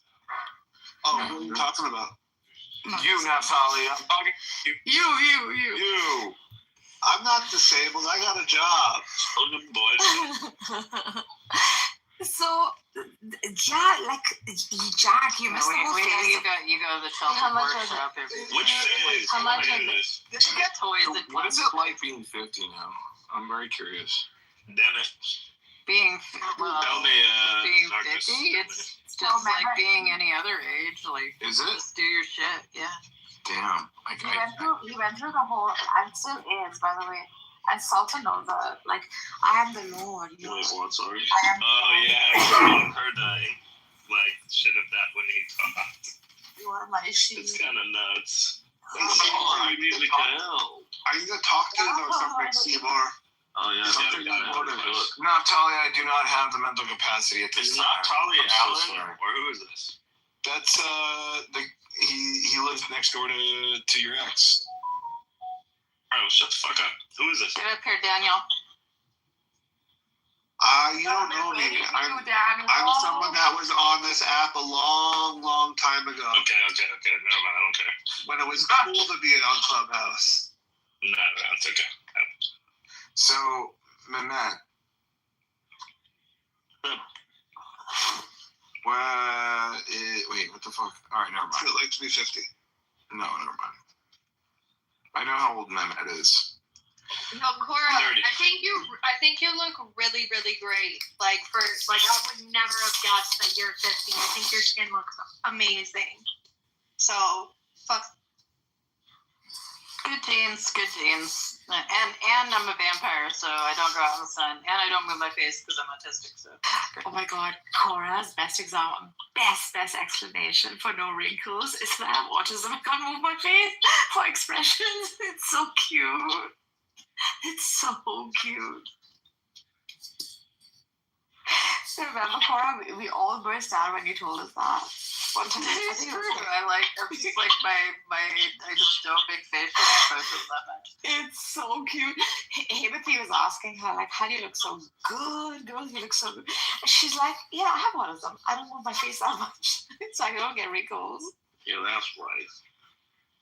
Autism. Oh, the autism. She don't lie, she don't lie, she don't lie. Cocaine. Cocaine is cool.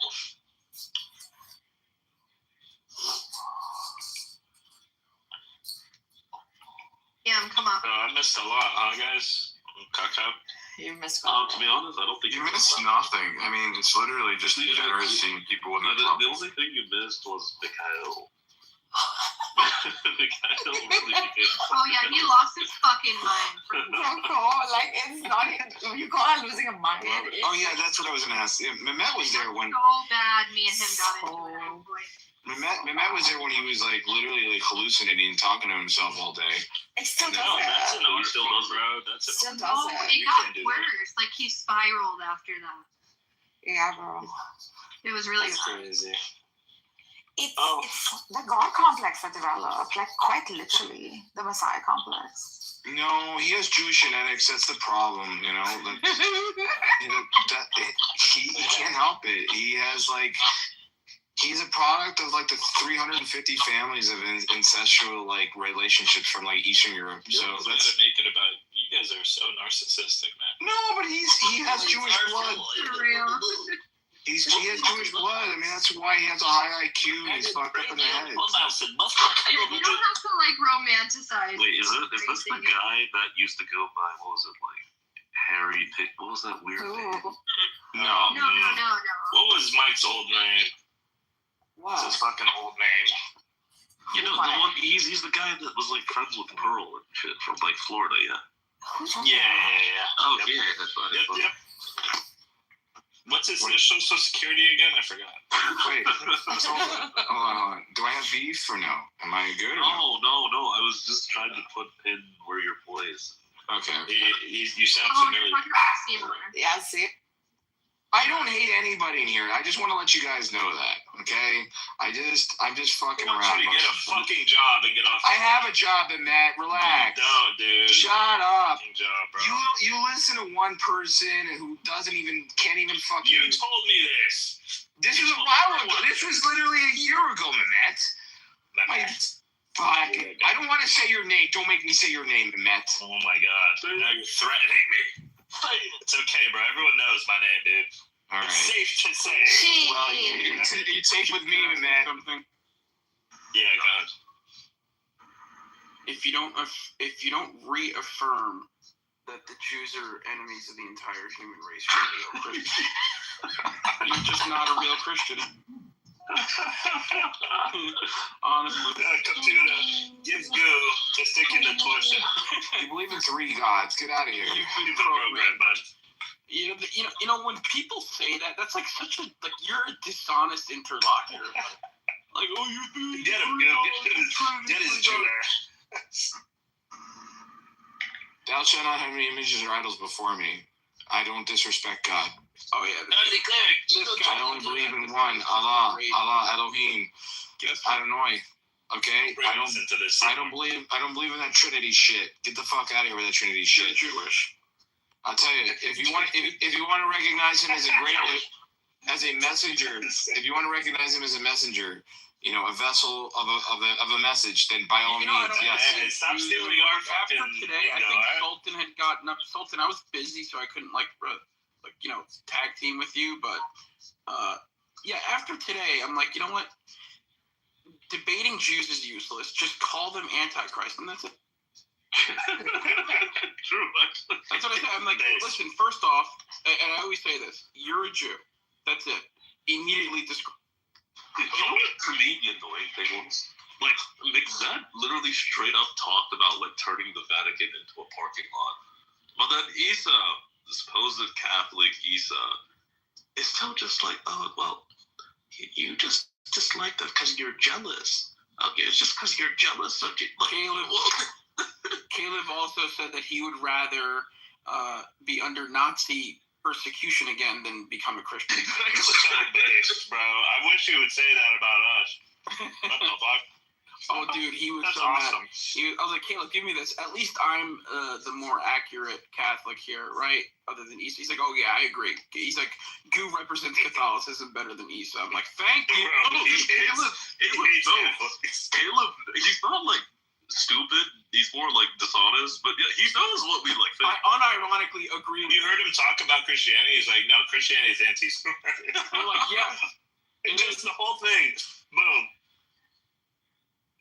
Yeah, he says proselytizing to Jews is anti-Semitic, and you're asking Jews to erase their identity. We're like, yeah, true, absolutely. You cease to be a Jew, and you yes, exactly.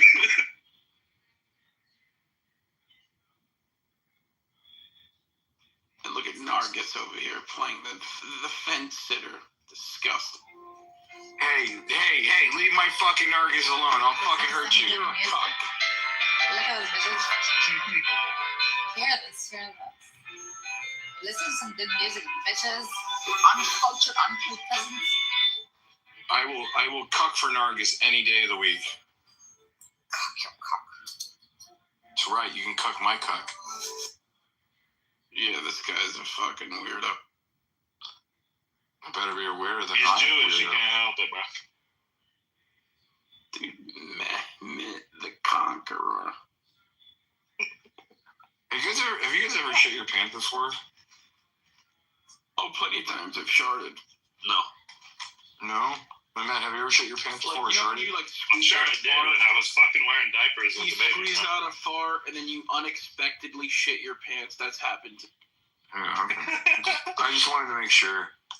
Look, it happened. No, I've never cried, and I don't fucking poop, and I don't shit my pants, bro. I'm a real man. I've never farted before. Exactly. We don't do it. Oh no. Nargis. We're cynic. I feel like Nargis is like incomplete without cynic. Me too, bro. Wait, weren't They're like a wait, combo. Were they fighting yesterday?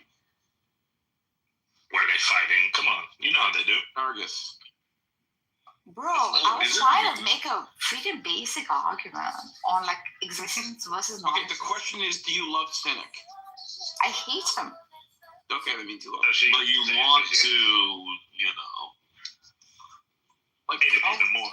Nargis hates cynic the way Coco hates me for no reason. No. Nargis has sexual tension with City, basically. That's, you know. That's Why? obvious. That's like plain and obvious. It is. Mike, why? Well, I don't really know why, but, you know. Buttercup too, man. Buttercup fucking sent for Mikhail. Yeah, she's a fucking Jew slut too, man. No, you know what? I think she just feels guilty because he's Palestinian. Buttercup has a She's like, fetish. Yeah, she feels guilty. She has like the Jewish version of white guilt. And Listen, she I has don't Jew cock for guilt. him. If anything, he cocks for me. So obvious. Oh shit. I really need to get off this. What did I tell you yesterday, Nargis? And he was like, bro, chill, you're not gonna get her digits. He competes, bro. He competes with Daniel all the time. That was so funny. He competes with Daniel all the time. He's like, she's out of your league, bro. You're not gonna get him, bro. Yeah, that's funny as fuck. Oh my god. Fucked up. I think I just said like, yeah, man, I think she's winning in this argument. He's like, bro, you're not gonna get her, bro. Bro, you're not gonna smash, bro. Listen, man, I'm married, bro. I have kids. I've seen Daniel's workshop, and I've also seen him rubbing his titties. So That's how you get to the higher RPMs. I've also seen a lot of other videos that Daniel has shared with me. It doesn't involve him though. Yo, man, McZed, you're back. Look who's back. Back again. Look who's back. Look who's back. Look who's back. Back Dude, the Korean found out about Curious Joel. John Cusack? Exactly.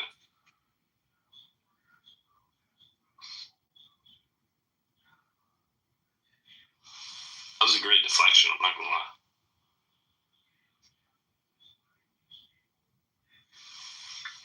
I thought you were singing about John Cusack. درود بر تو ای پسر آریایی. Talk for Israel like he always does. I have to say something to Pejman, bro. He's a pro-Jew. The Persian Empire never had a golden age, bro. Nationalist. Look at him. He's dressed like the Shah. He's dressed like Reza. Look at him. Okay, but Pejman is hilarious. Yeah. He's funny when he fights Amir. Yeah. That shit is the best. He's Dude, it's like he's funny a retard, but it's hilarious. Never mind. I support Peshman. Fuck it. That shit is hilarious, bro. Thank you. Usually, I'll fund that war. Amir the car against him, so. Hold on. Listen, stupid The fuck. only thing I'm disappointed in Pegmont, I thought he actually fucked like the Shah's daughter. I was about to be like, dude. Wait, I did meet the Shah's daughter. No, but you implied like you fucked her. And I was like, okay. No. I met her back in 2021. He probably could fuck her, dude. No offense, but. Well, she's married now, so nothing else does. I do what I want can. to defend your king. Yeah. Yeah. Good for you guys. Hello. Are you guys gonna visit? Are you guys allowed to visit Iran? Well. Yeah. Or will they make you serve into the military or what? Because my friends can't go back. I have 3 Persian friends. They're half white, half Persian, and they're triplets. You can buy it off. Yeah, you can buy it off. Really? Because their dad was telling me, oh yeah, we want to go, but yeah, we're scared they're gonna make them go into the military. It has to be more. It has to be more feminine than that. Do your feminine voice. Nah, I can't. I don't know. Azizan, yes, I'd like to go back to Iran. That's not they What the sound. fuck is wrong with you guys? I can't. I mean, it's the truth. With your non-sophisticated languages. Yes, I want to go back to I want to go back to Punjab. I can do it. You know what? I want to go back to Iran. Oh my god, it's so weird. I don't understand why. I'm not gonna lie, Trump kind of cut the Iranians. It was like, yeah, go fight in the fucking street, help some of the way guys. Started on that, dude. Don't get it started. Dude, in 2 days, motherfucker, turn his You don't back. support him actually using American military might to do anything, like replace your leaders or whatever, but I just felt like that was kind of. Yeah, dude, help is on the way my ass. Help's on the way, guys. But hey, wait, was the people protesting, were they actually trying to overthrow the government, or was it like people were saying it was like, oh, it was a currency thing, that the economics, that or is it all was a trigger, but the it's same been thing? long. That's a trigger, but it's been there. It's been brewing for decades. It's not new. Why did they not succeed? Well, because when you murder 20,000 on the streets, that's kind of a deterrent. Okay, I like you're using conservative numbers. I heard someone the other day say like some crazy ass numbers. Someone said 1 million. No. Oh my god, bro! They were talking about like hundreds of thousands, and I'm like, I'm not the kind of guy to like. It is though. It's a large number though. Palestinians were doing this kind of a little too when Gaza happened. They started throwing out crazy numbers, and I'm like, guys, this doesn't help us. Like, you're setting the bar too high here. No, it doesn't help. Yeah. But these fuckers don't care, man. They're just shooting people like in the middle of the night. Like, it's. They're on their North Korea shit. They're just like, we're gonna do whatever it takes. Like, I mean, don't they for a minute like consider how freaking pathetic it looks to the outside world? You know, I actually think the sanctions help them because it almost like economic prosperity would actually like help people free themselves even more. Yeah, like they want a large, right? But also, I understand why sanctions are there too because it's a fuck situation. It's gonna have to like be. I'm not gonna lie. It's gonna have to be like so fucking bloody. Like people are just gonna have to, you know. I think like maybe 5% of the population can die for freedom over there. It's just like if you apply the no harm principle and at least hope for some kind of like negotiation. The thing is, these guys won't freaking talk. That's the problem.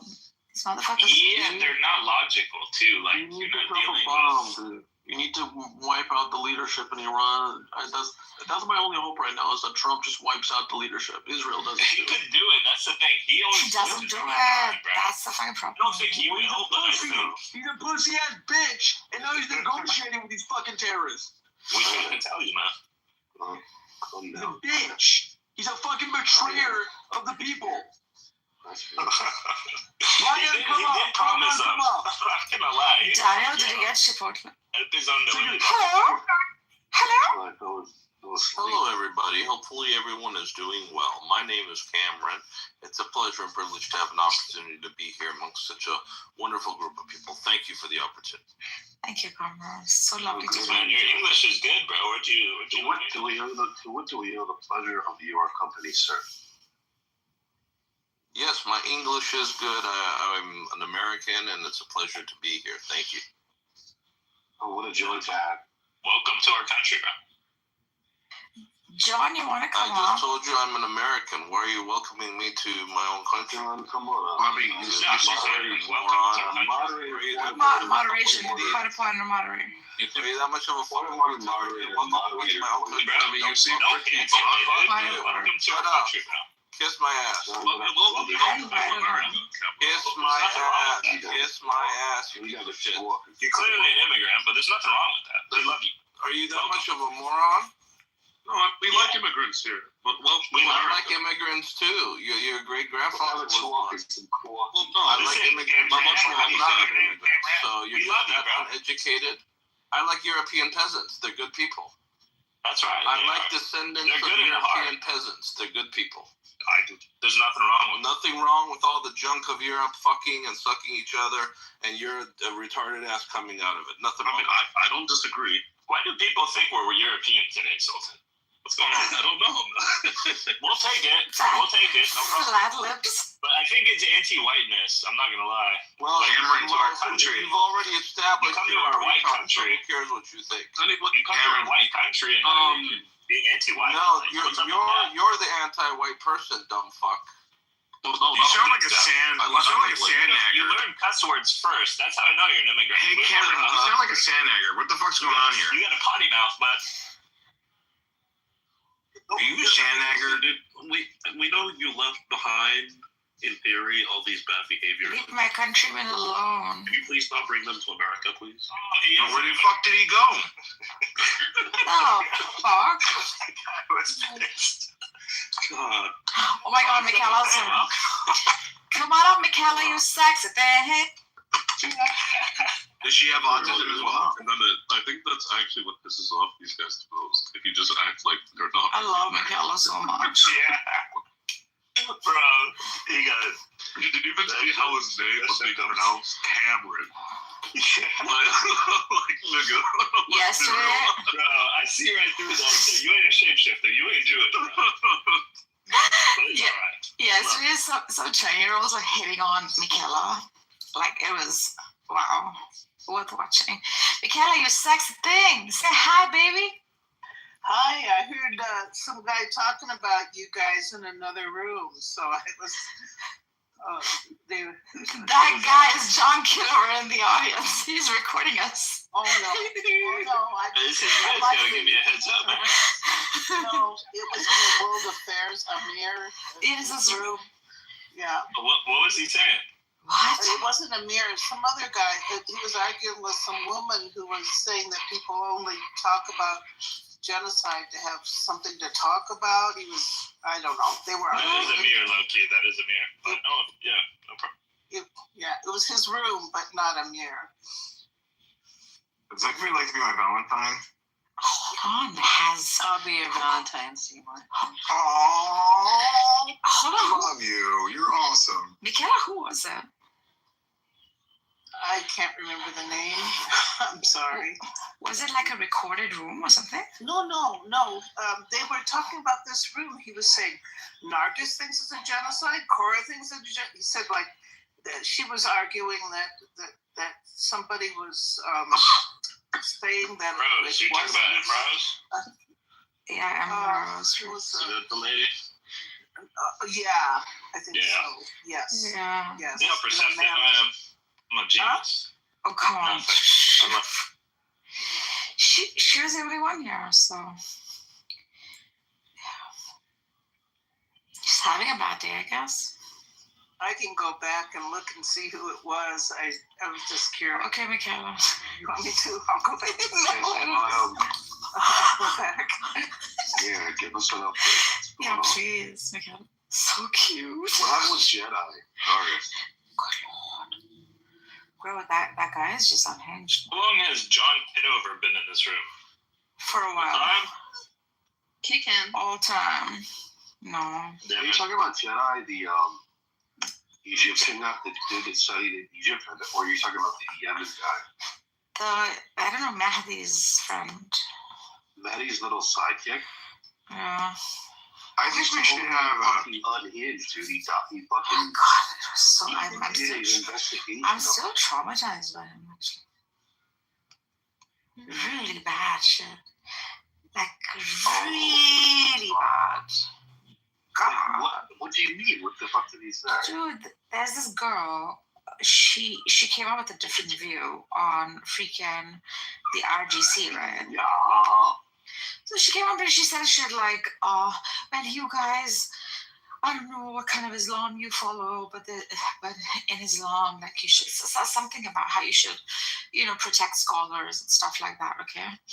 And so her statements, I mean, she's a kid. She's probably like 20 or something, 19 or 20. He went on to say, why don't you rub your pussy on my thighs? And shit. Wait, what? Who said this? What? It was shocking. Wait, who said this? Oh my God. That kid was just scandalized. He's like Mahdi's sidekick, that guy. Well, his name is Jeddah or something. He's from Sudan or something like that. It was just so bad. Oh, I thought he was married. And then people kept saying, like, put him down, telling Mahdi that instead of putting him down, Mahdi put the girl down. Oh my fucking God. And started scolding her. Oh my God. And Andre just left and he said the misogyny in that room. And I was like, bro, it's all the time. It's really bad. Well, I mean, I don't have an issue with my son. Yeah, we're all feminists. We hate that. No, listen, but the thing is, the girl was very young, and I don't think she was expecting that kind of comeback. I mean, she was saying stuff. You know how he hates scholars and calls them kahunas and this and that.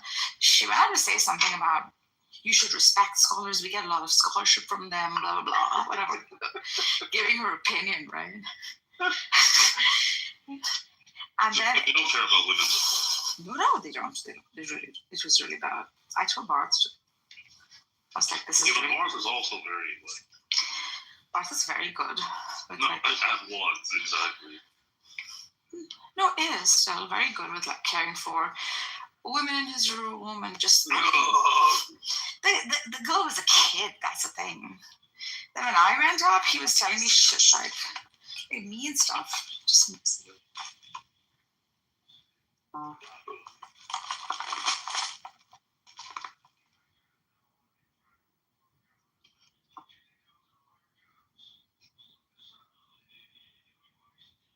Do you know the first thing Barth ever said to me on this app? What? He asked me if I owned any white yoga pants.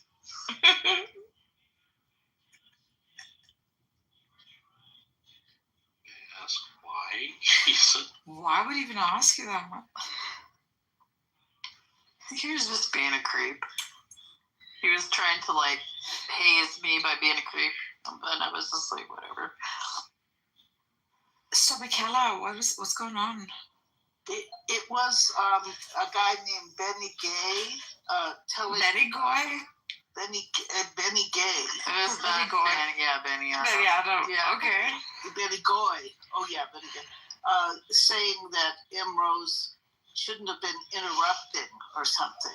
That she was arguing with the other women or something, and inferring that I don't know. He was just chastising her for. She had a good argument, but she was interrupting and not letting other people talk, something like that. Oh, it's bad. I just went in there. It's fucking bad. Why? Oh, there's the room? Why? Yeah. Wait, where's the room? Hold on, I'll send it to you. Wait, if I'm Rose's mom. No, she's not. I just sent it to you. Oh, perfect. There we go. Is Rose blocked you? Yeah, no, she has me blocked. Rightfully so. Why she has me blocked? Because it's like, Oh, wait, this isn't a beer room? Yes. then I especially can't do it. I'm blocked anyway, so fuck that. Is the new house? Are you blocked from the new house? Wait, is it the same? I mean, if it's the same Amir, then like, yeah, I'm blocked. Fires, you come up. I mean, I'll try. Let me. Yeah, Faya, why is Hi, come up here. What's going on? Why is she crashing out so hard? Hi guys. Yes, I'm blocked. I can't feel it. Well, who's crashing on? But Nargis, the reason M Rose has me blocked, so I actually like properly cussed out M Rose, not in like just I'm annoyed and crashed out, but like I took my time to methodically like insult her fully, because we were talking about Iran, and she started doing her like white savior, I'm holier than thou, I know better than thou bullshit, right? And started screaming, "Oh, you're what role do you even have in the region? Who are you to determine what the people of Iran should be? You're not even affected by this." And I'm like, okay, Rose, my godmom, right? He's Iranian. She's a refugee in that country because of your fucking people, right? People in my village in Nigeria are Lebanese, also refugees because of your fucking people. Some of my friends on this app, right, real life, refugees because of your fucking people. You are giving this whole "I'm holier than thou, I know better," but your only involvement in this story is as the fucking villain. You're no better than Netanyahu, Smotrich, Ben-Gvir, any of those other faggots, right? Because you live on stolen land of a Palestinian, right? So don't give me this crap about, like, how my opinion doesn't matter, but yours matters so much. You're basically a land thief, right? And then I called her a whore and, like, the son of 1,000 whores and, like, all sorts of other shit like that. So, yeah, that's why she has...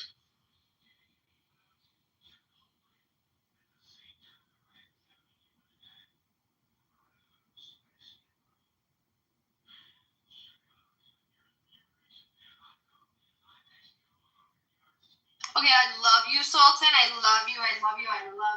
But Faya was supposed to tell us why she was crashing out. Wait, who's Faya? The other moderator in Amir's room. You went on too long and she left. Oh, sorry. No, it's okay. I'll ping her back. Maybe she'll come back. We'll see. Okay, I just pinged her. Yeah, it's really bad. Ghost just called her, or no, it wasn't Ghost. It was Benny Adam. I think he called her a bitch. I was like, oh shit. Wait, Benny Adam called someone? Wait, what? What? Yeah, really bad. I know. Me and Benny Adam have fucking screamed at each other before over difference in politics. It's not that hard to do that with Benny Adam. And he's never called me a bitch, so I'm really curious to, I don't know. Like, what is causing her to just keep being in the middle of all these conflicts? I didn't know about the shit you guys were talking about when I first came in, about her attacking Cora. Not cool. I mean, I haven't talked to Cora much on this app, but I've heard Cora over the past 3 years, whether that be Chillism or Talking Apes, and Cora's very fair and well balanced. She doesn't really go after anybody, so I don't see why anyone would attack her. So Coco, it kind of extended itself to like being dropped because of interjections, and then I think Butter and her having a talk.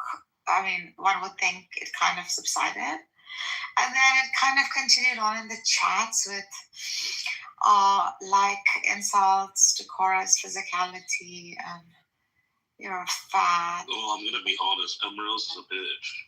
And a self-righteous, entitled bitch. I'm telling Cora, what do you know about the region? You're not even, as though she can't like have a... No, that's what I'm saying. Yeah, she's a self-righteous, entitled bitch, right? And that's why I cursed her out so badly. Because, like, if she was saying that about Palestine specifically, it's like, okay, maybe. But, like, you're talking about Iran. I actually have family from there. Yeah. Who the fuck are you to tell me that, there's your family from the Middle East.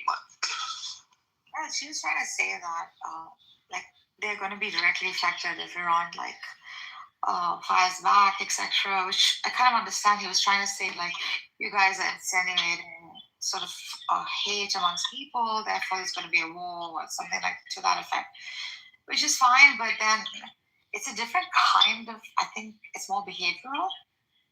Yo, I'm so annoyed. I just dropped my fucking vape down the fucking toilet and flushed it. Oh, yeah. This is God telling you to stop. This is. Oh my goodness. As I was bending over to flush, it fell out of my hoodie pocket. View it this way, Royal. This is God telling you to stop smoking. No. I'm sorry, bro. I don't believe in that. But it's just, that just pissed me off so fucking bad. Seriously. Guys, it was like fucking brand new, bro. Wow. Sorry. It's annoying as fuck. It's fine. This is God telling you that he doesn't want. Hey, Nargis. Yeah. You know, I just want to say, you know, this guy Sultan, even though he acts like this intelligent guy, he's still a Negro deep down. He wants to have sex with you white women. He's not this like civilized Negro that he pretends to be. He's just still a ghetto beast. Still a ghetto beast inside that he just wants to try to pretend he's civilized. He's like doing King Kong when they try to teach him English. No, Sultan, you are not. You are just another Negro, Sultan. You'll never be nothing more. Okay, still nigga. Okay. Clubhouse nigga, philosophical nigga, whatever nigga, buttercup nigga, still nigga. Okay. Jesus fucking Christ. Yeah, takes him out. No one talks to my friends like that. Well, I'm at the level of friend. I feel so honored. Of course. How the fuck? How dare you? Bro, that was so fucked up. No, I mean, Air Tupac is like that. He's just like dumb. No, I'm still mad about my vape. Not that shit.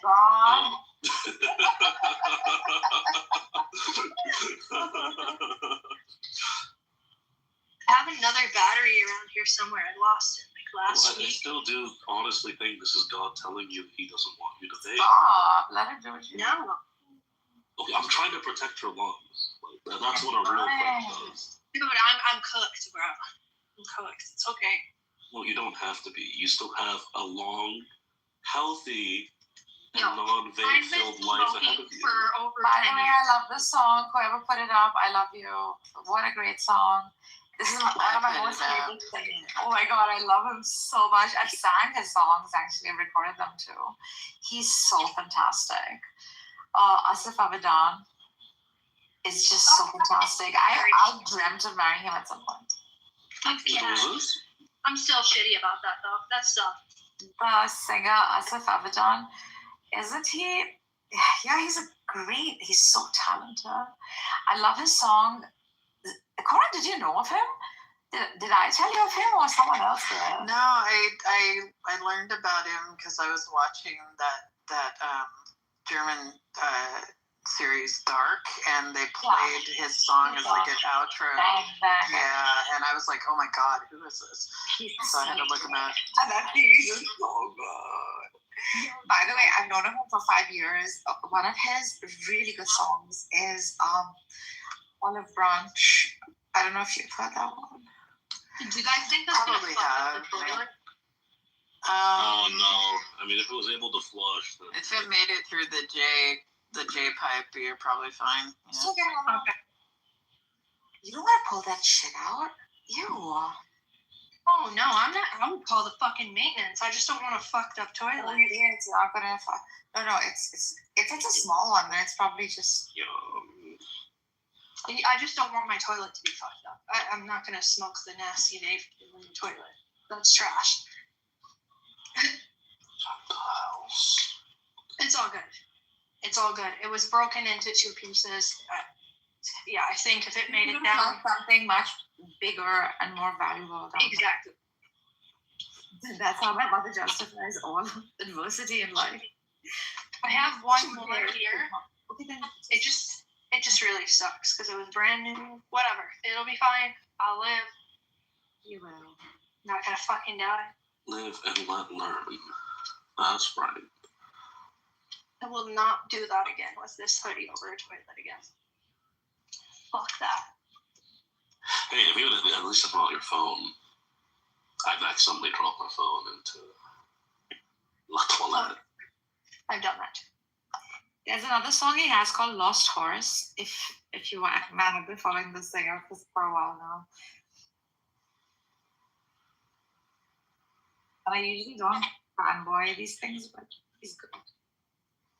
Yeah, I think I'm gonna do the Spotify playlist, and when I can finally take a bath, I'm just gonna like lay in the bathtub and listen to Rastafari. Yeah. Well, the shopping cart smashed my headlight.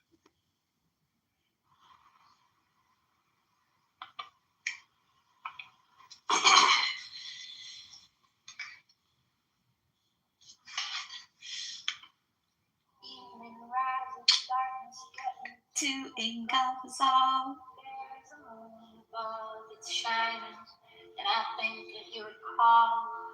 It's just a whisper through the tree, my ears can hardly make it out, but I can hear it in my heart, vibrating strong, as if she shouts, oh, Ariadne, I'm coming out, just need to work the snares inside my head, I can't lie, you asked, I killed the beat. That part of me is dead. Oh, Ariadne, I just need to work this maze inside my head. Only I will listen to you when you offer me that thread.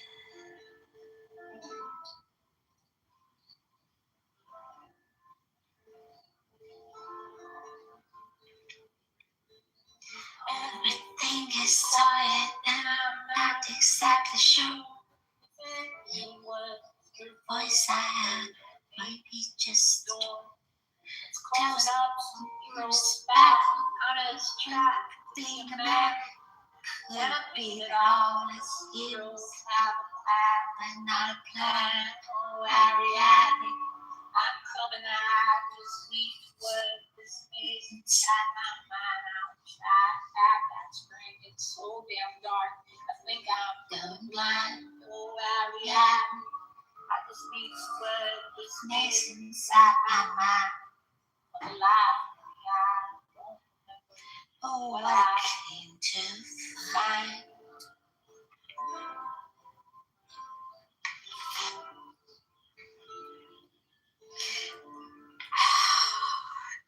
Now tell me, princess, are you strolling through your sacred grove?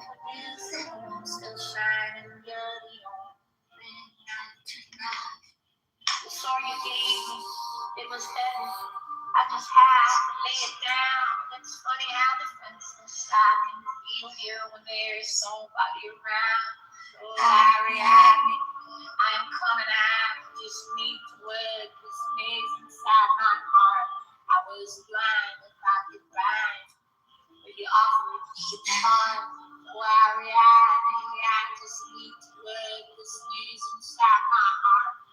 If I'd known that you could guide, I'd have listened from the start.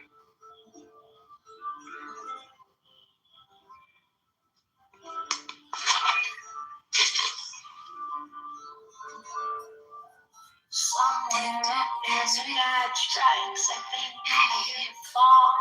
Little drops of water magnified against the barren wall. It's more a feeling than a substance, but there's nobody around.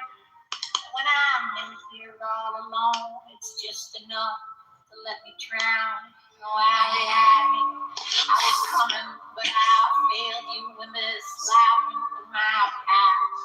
Oh, Ariadne, let me sing you, and we'll make each other laugh. Oh, Ariadne, I have failed you in this labyrinth of my past. Oh, Ariadne, let me sing. And we'll make each other laugh.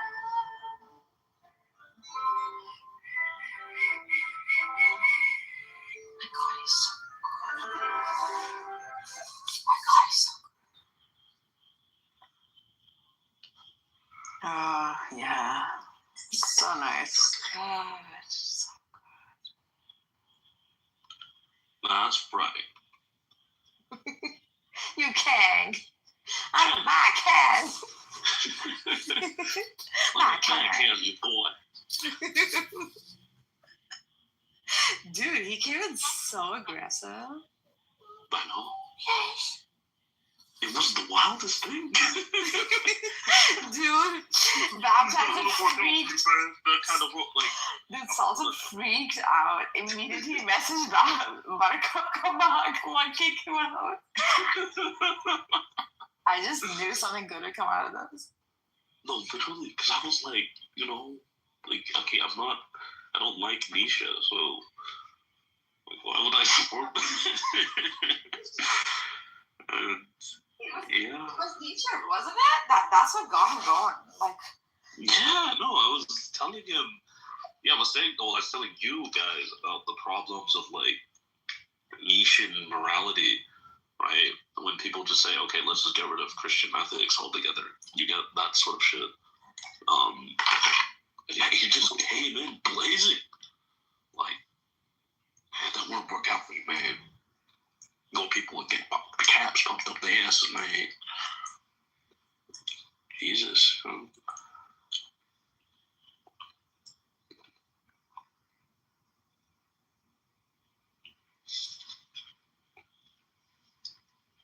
Fatty, my little fatty, my fatty button, my little purple.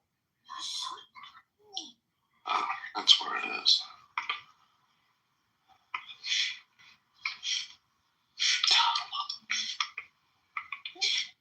You're so tiny.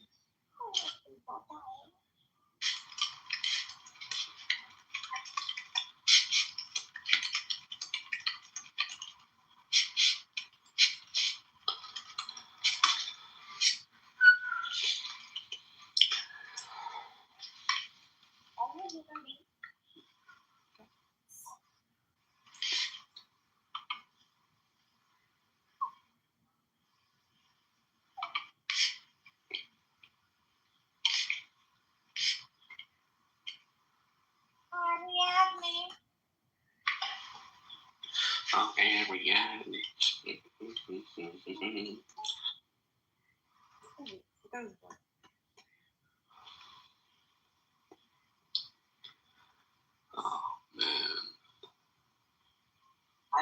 I'm proud of you, man, that person. Like, I said I'm proud of you in the sense that although, like, your points are quite radical, right? Your arguments, I think you provide good evidence. Oh, yeah, because, see, unlike most people that have my worldview, I don't say this like brag, I just say it because it's true. Like, a lot of people that have, like, worldviews similar to mine form them in, like, the bowels of 4chan and shit like that. They're, like, basically the lost, degenerate kids of the world. Yeah. My upbringing wasn't like that. I came from and was raised in a pretty liberal household. Went to, like, a reasonably, like, just normal, kind of liberal public high school, very liberal private university. So, like, I'm actually very familiar with how, like, liberals think and stuff. It's not like I haven't interacted with people like this. That's really more my ecosystem. So the point is, right, that's one aspect of it, but then also I wasn't like a lot of people that end up as hardline extreme Christians, it's like a reaction to something, It's not really organic, shall we say. It's like they're looking for a sense of self, looking for a sense of identity. I mean, I wasn't looking for a sense of self-identity. I was always a Christian, would go to church every now and again. I was believed, right? It was just like, literally during the pandemic, you just get a lot of time yourself, right? Because I was still in school. So I would just read shit, And the more and more I would read on, like, certain things, I would just come to certain, like, conclusions about how the world actually is and should be. And, yeah, and that's basically how I got to my conclusions. So basically, it's not like, a lot of people, it's like an a priori cope. Like, they need to believe in something, so that's why they have their worldview and framework. mine is just like, nah.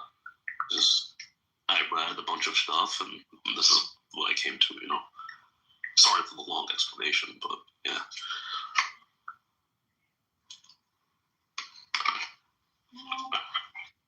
I probably totally with that. No, like it's interesting that like some of us who've had these kind of like open sort of upbringings and liberal upbringings like gravitate towards even things like religion or philosophy or stuff like that. I think my parents intentionally try to keep me away from it, and therefore the gravity towards it. Like my siblings followed suit, but they took it more like spiritual paths. Okay. And well, one of them doesn't. My youngest doesn't at all like comply. So she's also been the more obedient child of the family and stuff, right?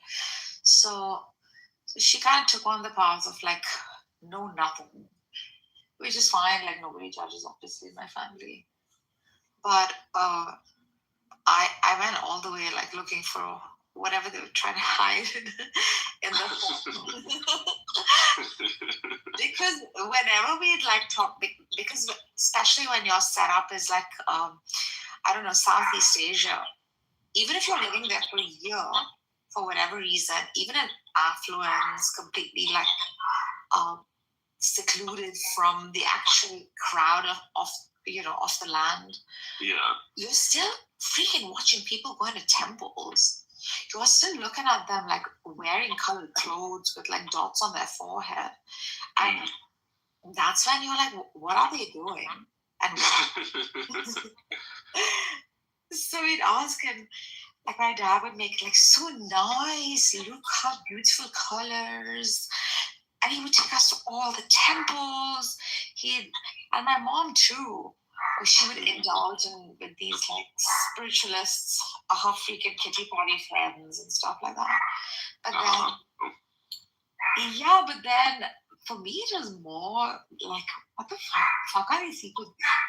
All their life depends on this kind of lifestyle and this kind of look and these rituals. So, and I'd ask about Iran ever so often because we go there so often. And yet it was like at a very sensitive time where when I was very small, the war ended.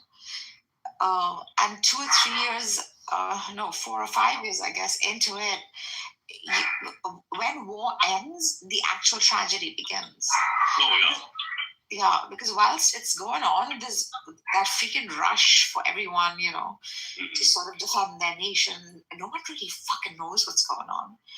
And when it finishes, it's when the dust settles and you're actually sitting there watching the freaking tragedy. And then when when I would ask, like, what is it? Is it because of God? Is it because of anything else? They would tell me, like, no, this bad boy, this bad man, Saddam, he does like that. Saddam, yeah, he threw a bomb on us. He's bad man. They made it like bad guy, good cop, bad cop sort of situation, where not the RGC that was the good cop, the nation was the good cop. No, exactly. Again, to sort of avert religion altogether because they were kind of done with it. And I think like liking monarch and being monarchist, I mean, some of my family's truly like really into that shit. So you started kind of see, bro, like something is going on. And then you start investigating and questioning and stuff. So. I see. That's interesting. So you were like kind of shielded from the religious side. Like you weren't encouraged to look even at from the exposure to it. And Stella very similarly. Like for me, like Stella would say she'd hear like negative things, which is very common to like my friends too, who grew up in like environments where because of the government, the whole ideology is presented like in a negative light. For me, it was there is no ideology, there is no such thing. Just look away, kind of a thing. I see. Okay. If you're looking at them, they're just like these guys who are trying to be good people and they wear turbans, but we don't have to listen to them because to each his own. That kind of bizarre way of introducing, kind of trying to evade the whole thing. Like respect everybody, love everyone, and yet don't indulge in what they're doing. This basically is like fucking a large part of most people's lives. Apparently, since I came on Clubhouse and noticed, fuck man, people take this stuff seriously. They die for it, they live for it, they practice it on their day-to-day basis. Oh yeah. No, it's it's very it's when you come here that you really need it's why I find it a bit funny when people say like, oh, I'm an extremist or a fanatic. I'm really not.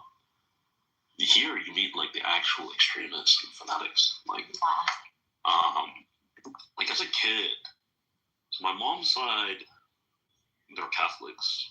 My father's side are the Protestants, right? But I grew up hearing stories about like, the different fights between Catholics and Protestants because it spilled over into Nigeria. And then they, of course, both lived and worked in the UK for a bit. And I was, foreign families, patriarchal, right? So, of course, I'm baptized and grew up Anglican. So I feel my, like, basic degree of tribal loyalty. But I never felt, like, any sort of intense or real hatred for Catholics. I was just convinced that, theologically they were wrong. Until as I got older, I was like, wow, actually I was wrong, and then I became Catholic. But my parents, they always let me, the one way they never failed, they always encouraged me to read about stuff, right? Like, there was in the third grade, I was like reading all these books about like the Second World War, and I wrote this essay, right? Basically about like how I would conduct a war strategy. Now my teacher was like, "You can't write this. This is not appropriate to write in class. Blah blah blah blah blah. This is wrong." My mother went to the district and had like a fight about this. She was like, "No. This is why kids end up stupid in America, because you don't encourage them to read about things that like actually happen. You don't encourage them to actually just like, learn about the world. Like if this is what he read, then yeah, kids should write about stuff because this is real history. This is real world. This is what happened in the world, Then why are you shielding them from this?" So my parents, they were always like, read about whatever, right? Learn about whatever. That's good.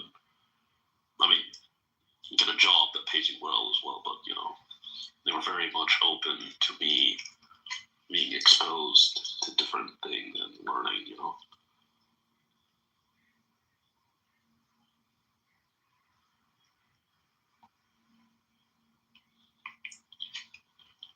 Yeah.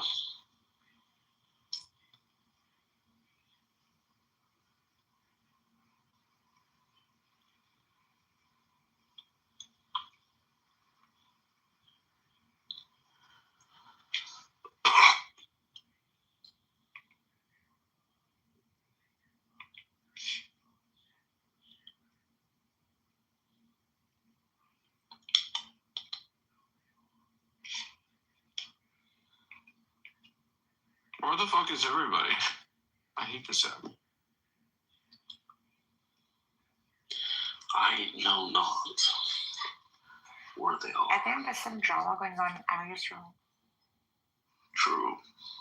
So I see a whole lot of them, mostly concerning what happened in this room, I guess. There are like loads of people there. Shame I'm banned from it. Freaking Amir. and there's a room that has like 100 something people with, what if nobody wants to marry you? Oh, whack. The marriage rooms are always the funniest. I've never been to any of them. No, because you know why? The marriage rooms are the funniest because they're filled with like the least marriageable people. You know? Yeah. It's like, why does no one want to marry? Well, because, and I don't say this to like insult, because I'm really not like a classist, but it's like, well, you're broke, you don't work, you don't really do anything with your life. You sit all day on Clubhouse being ratchet. Puya, you don't go to Tehran Radio? I do. I'm like a tourist. I show up in every room for 5 minutes and then Hezbollah. Okay. The party. I thought we were running. What's the equivalent? Teach me the English. I don't know what this. They've written some a Jewish thing, so I don't know. Like the title is something Jewish. I mean, sorry, it's in Hebrew. Sorry. I'm like, I can't even understand that word you're saying. No, I'm saying the free game thing is in Hebrew. The title is in Hebrew, so I don't know. It's strange for Tehran Radio. Yeah. Oh, what chances are someone's in the room that blocks both of us so we don't see them? No, I can see the room. Oh, you I'm can see saying the the room? Okay. Yeah, I can see the room. The title is just in Hebrew, so I'm wondering. Oh, Rooster's there. Abba Hamid is there. Cyrus. No, it's because the trend is everyone is learning Hebrew name of the what do they call it, the symbolism, the Hebrew symbolism, since this is the Rahman protest people are. Oh my God, today is Mr. Bahman. Today is the day Iran got its revolution. Jewish symbolism. Does anybody want to make out? What the fuck? Just do the karaoke and people will show up. I'm just kidding. I'm just saying random shit. You do the hokey pokey and you turn yourself around. That's what it's all about. Oh, hokey pokey. Oh, hokey pokey. Is that actually how the rest of it goes? Because I like forgot. That is how the rest of it goes. Let me see. Maybe I can. Puya comes to our. Where's Daniel? Wait, let me see. Maybe I can do a song for you. So too soon for that. Doesn't that start after like 1 a.m.? Yeah, he'll get up any minute. Okay, let's do this one. Twisted. I have to drop off somewhere, so I apologize in advance. Okay. If you've seen rather, I have to go. That is the only reason. Okay, so no problem.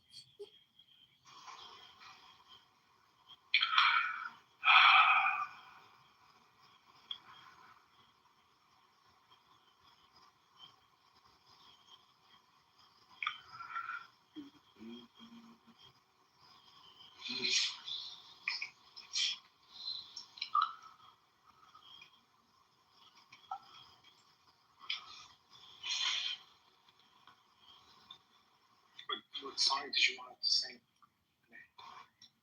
The hokey pokey. Are we ready for the song? I was gonna sing Twisted Olive Branch, and it starts. Love is deep, the deepest ocean will come with the sound of 1,000 waves hit the shore. Love is black, the darkest raven will fall with the pain of 1,000 black feathers and the hate for the dove. Fly, black raven, my heart an open hatch. Fly, black raven, come back, raven. Twist your twisted leg upon that twisted olive branch. Very good singing. Yay, yay. And that's exactly why music is going downhill, because white people have no creative Oh talent. my. Oh, he's back. He's back. No, he's trash. He's trash. Hey, You have no creative talent at all. You rap for us, boy. And my mans don't ever call me boy. No, yeah, boy. You better start rapping, boy. You ain't got enough testosterone in your system to call me Dance, boy. monkey, dance. Rap, monkey, rap. Rap, monkey, rap. Damn, monkey, dance. That's your black voice, bro. That's fine. Ain't no problem with that. Damn, monkey, damn, now rap for me, boy. Rap for me, boy. Rap for me. No, rap for me. Cause that's what they just call you. I seen the movie. Hey, boy. That's what they said. That's right, motherfucker. Rap how you was king. You a lame, bro. Hey, tell me something.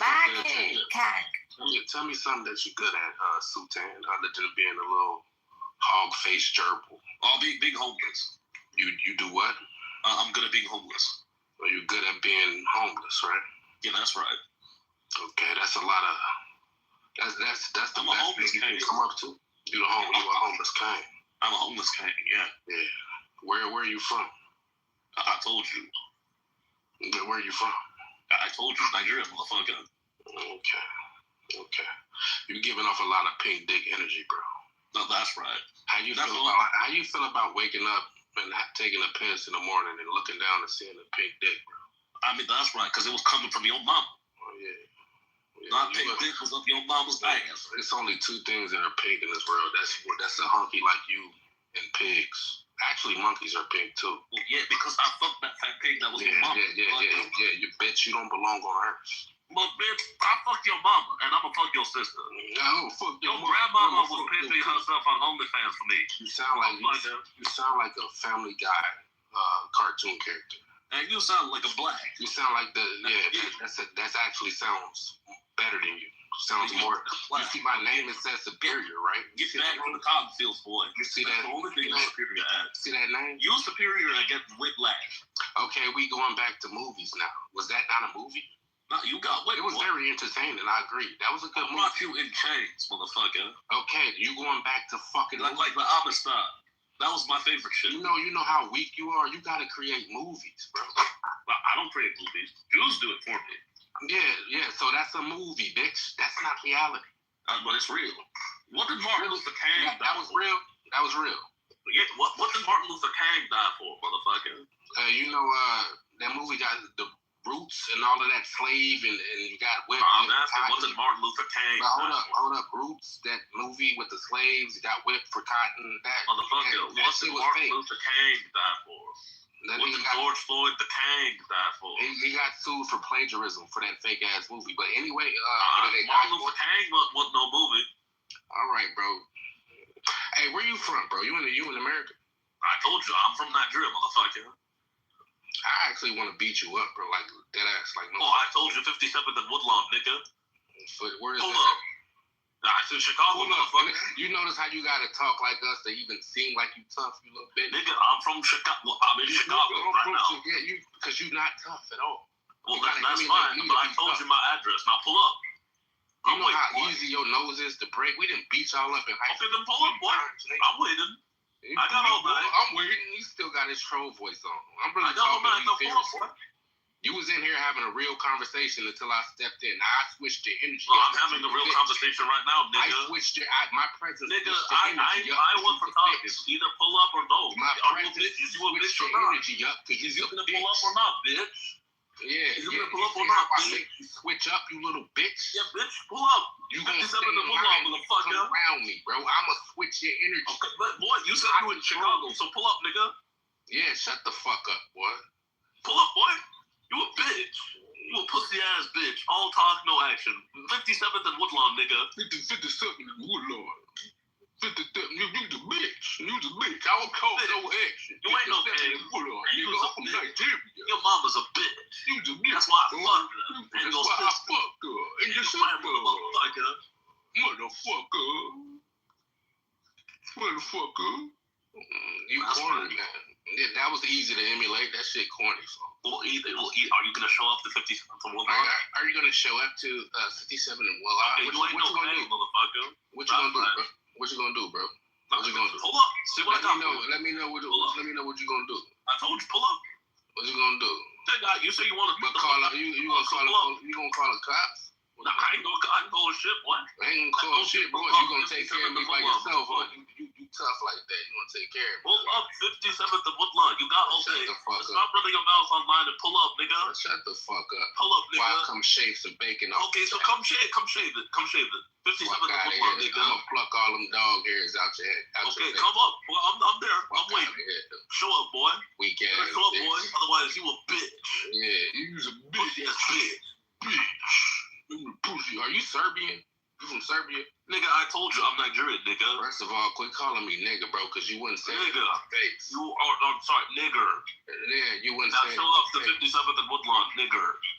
Okay, you wouldn't say that in my face, though. Well, that's why I'm telling you why to pull up to 57th. Why you saying it on the internet and you won't say it in my face? Well, I'm telling you to pull up to 57th. I really say what the fuck in your face, the difference between me and you is I would say nigger, I'm at 57th and Woodlawn right now. Now pull up. Motherfucker. The difference between me and you either you is gonna I pull will up say and exactly what I'm or saying. you're gonna keep in being the real bitch life. online. All you gonna do even more the bitch all than you gonna do pussy is ass try mama. to cause a commotion and try to get messed up. somebody to get me the fuck out the building and call the cops. That's all you gonna do. I don't care about calling the cops. Bitch, either you're gonna pull up to 57th and Woodlawn or use the bitch. One of the two. Use the bitch. Yeah, cause I'm a tough white dude. Use a bitch. That's right. I gotta talk like you to be tough, cause I'm tough like you. Cause right now you a bitch, nigga. He's from Nigeria. Yeah, you a bitch ass nigga, motherfucker. He's a Nigerian African, and he tried to talk like he's American, and we the same. And he's a bitch. That's right, Kang. Cause I'm a king. I'm a fight king. Pull up, Kang. Cause I'm tough. Yeah. So stupid ass up. You a dumb mother. You was a dumbass white dude. First of all, folks. Where is you from again? I told you I'm a nigga from Nigeria. Nigga from Nigeria. Nigerians are Africans. That's fine. Okay, yeah, that's fine. Did you not know that was an African? Niggas, do you think a Nigerian, they're all niggas to me. Do you think a Nigerian would be talking to you like this? Well, I'm talking to you right now, nigga. Yeah, no. Do you think a Nigerian? Do you think a Nigerian would be talking to you like this? Oh well, I mean Nigerians have self-respect. No, you trying to equate. You trying to equate me. I thought we was the same. No, I mean, no, to me, you're a nigga. I don't care. No, you gotta. You can't. I don't care how I dress. You can't suggest nothing that you can't prove. Because if I you know you black. Yeah, I know you black. Yeah, I know who you is. You a Jamal. You a Tyrone, motherfucker. And you was a king. Now you're just like a horse. I mean, that's fine. Yeah. That is fine. You inferior. You can't produce nothing. Your genetics. But you ain't still gonna pull up the 57th of Woodlawn. Your kids don't got shit. Your kids won't be creative or I don't have kids. Have no talent or nothing. I don't have kids. Because you're an incel. You're not made to I don't reproduce. have kids. I don't have trash because you can't reproduce. You're not supposed to be on Earth. So yeah, you don't got kids. Nigga. Yeah, but I don't have 10 baby mamas like most of the black population. Yeah. Your pink dick is inferior. The only thing you was kings Your shit look like my dog's of child support. Your you shit was look the king like of every animal's dick. Motherfucker. Your shit look like every animal's dick when it get hard, bitch. Yeah, that's right. Yeah, that's right. That's why I was fucking your mama. Your dick look like a fucking animal dick, bitch. My shit look like I was using that shit on your mama last night. You're trash. Pretty shit, but you know. And you smell like ass, nigga. That's fine. The fuck out of here. I was here. rolling around with your sister. If you was in prison, you would be getting fucked in the ass. Why would I go to prison, motherfucker? I know nigga. You a motherfucker. You's a little pink bitch. Nigga, I know nigga. The fuck, I don't go around saying You can't be one. You can't be one. So why would I want to be a nigga? Because I don't want to get whipped, boy. We better than you. You keep talking about movies and shit. You gotta talk about fake shit, bitch. I'm talking to you directly. What was it? Yeah, shut the fuck up when I'm talking. Shut the fuck up. Statistic. That's right. That's you, boy. Shut up, you little flat. You on 1351 statistic.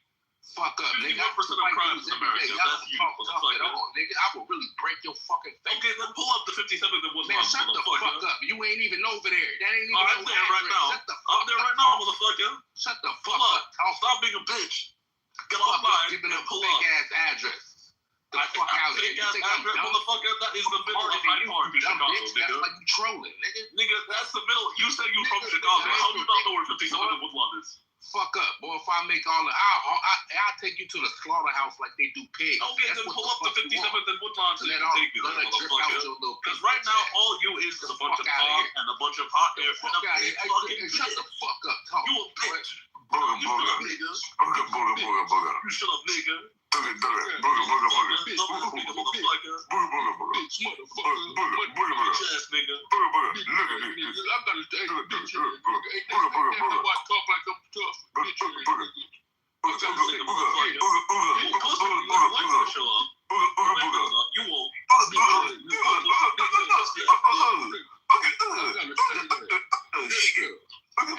This fat motherfucker on here. Shit, motherfucker.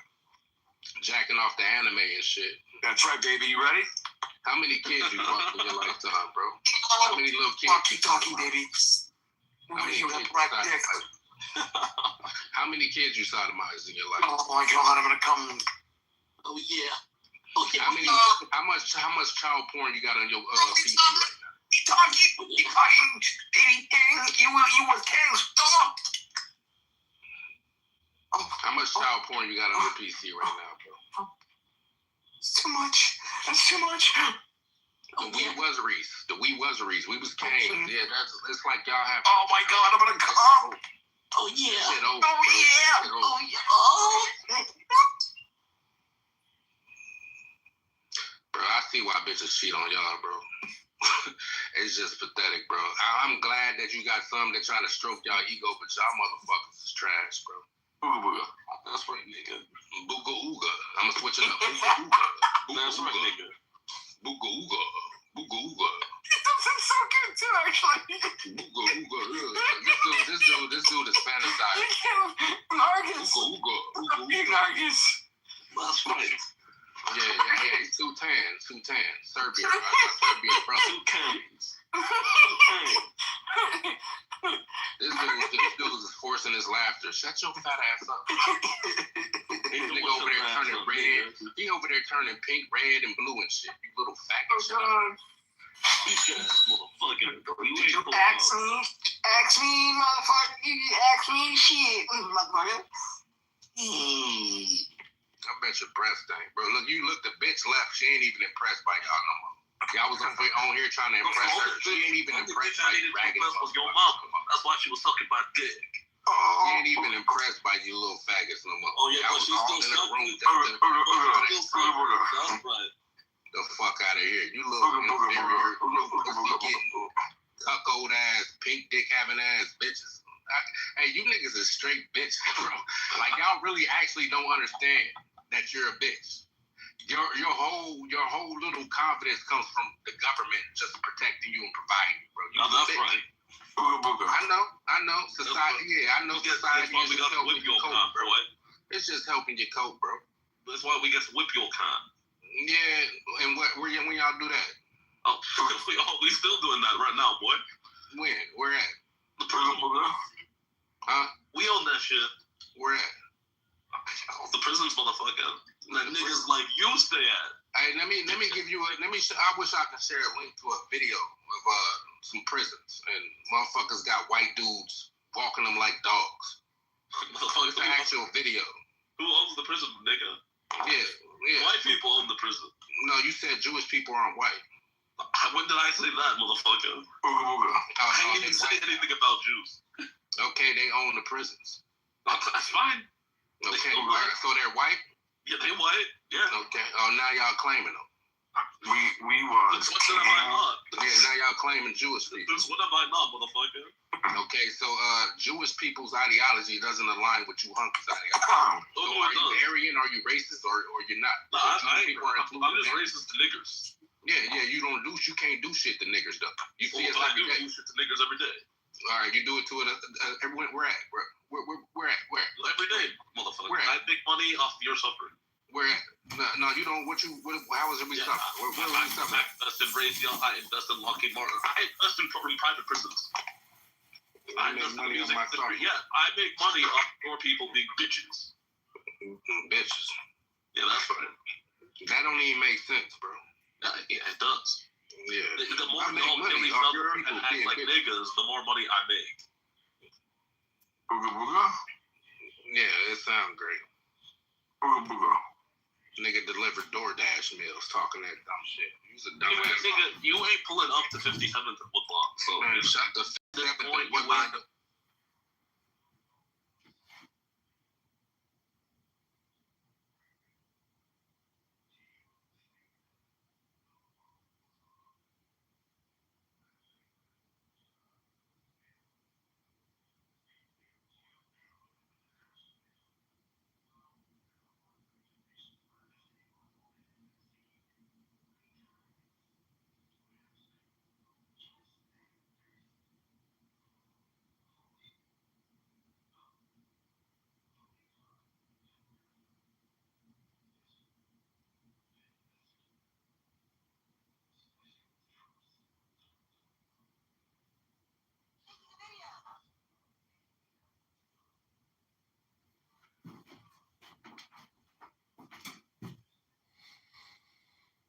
$81, $21, $22.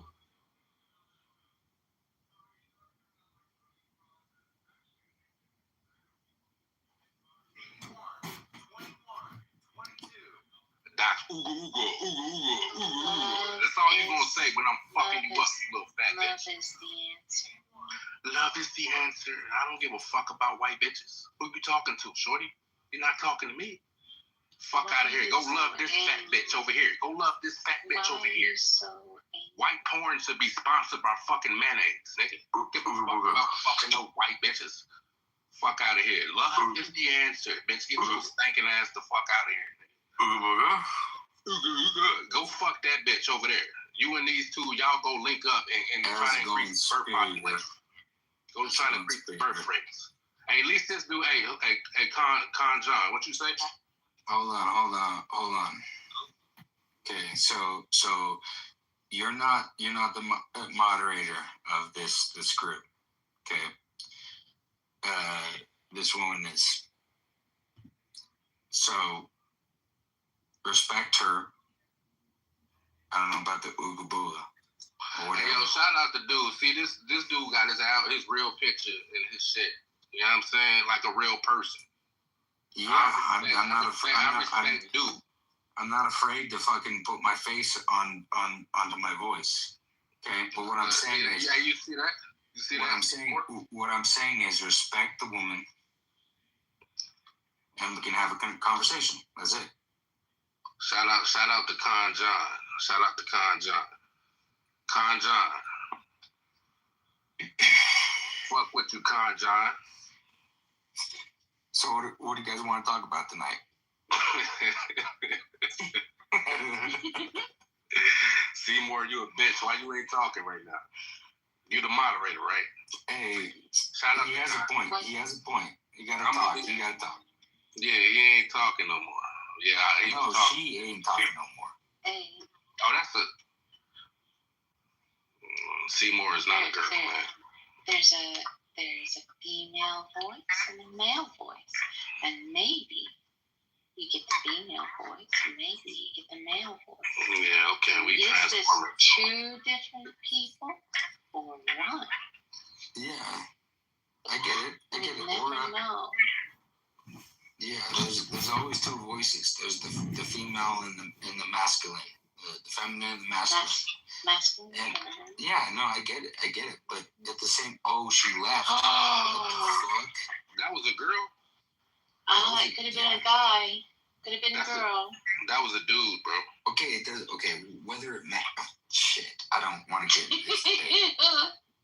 Oh, he left. Oh God. Jesus Christ. Wow. Everybody leaves. So this is the thing. Like, I don't know shit about nothing. Okay, I don't really know that much, but I am a little bit educated. And you know, I went to the university. I studied philosophy. I studied environmental studies and anthropology, and these like this guy that she left. He's like the most, I don't know how to say this, or educated. He's the most bottom feeder that exists in the plentiful. Like, it's like across the board. It doesn't matter if you're in the United States. It is very prevalent in the United States, but it's prevalent everywhere else as well. In all of the other countries, specifically talking about males, right? The men that are uneducated. No, it doesn't matter the country. They could be in Colombia, they could be in the United States, they could be in Venezuela. But the men that have this ego that says, I am better than everyone else, including the other men around them, but especially women. And it's like, dude, fuck off, bro. Like, just fuck. I'm a 36-year-old male. I'm a white male. This is my profile picture, and it's like I'm living in Colombia with my wife in Colombia, and it's just like fuck all that shit. Like the stereotypes are, yeah, some of them are there for a reason, but if you go out and get like racist and you get, you know.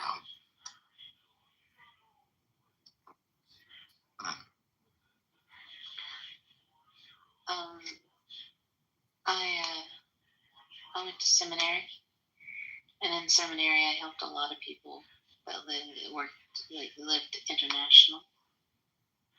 So I got the honor to get to know a lot of people from all over the world,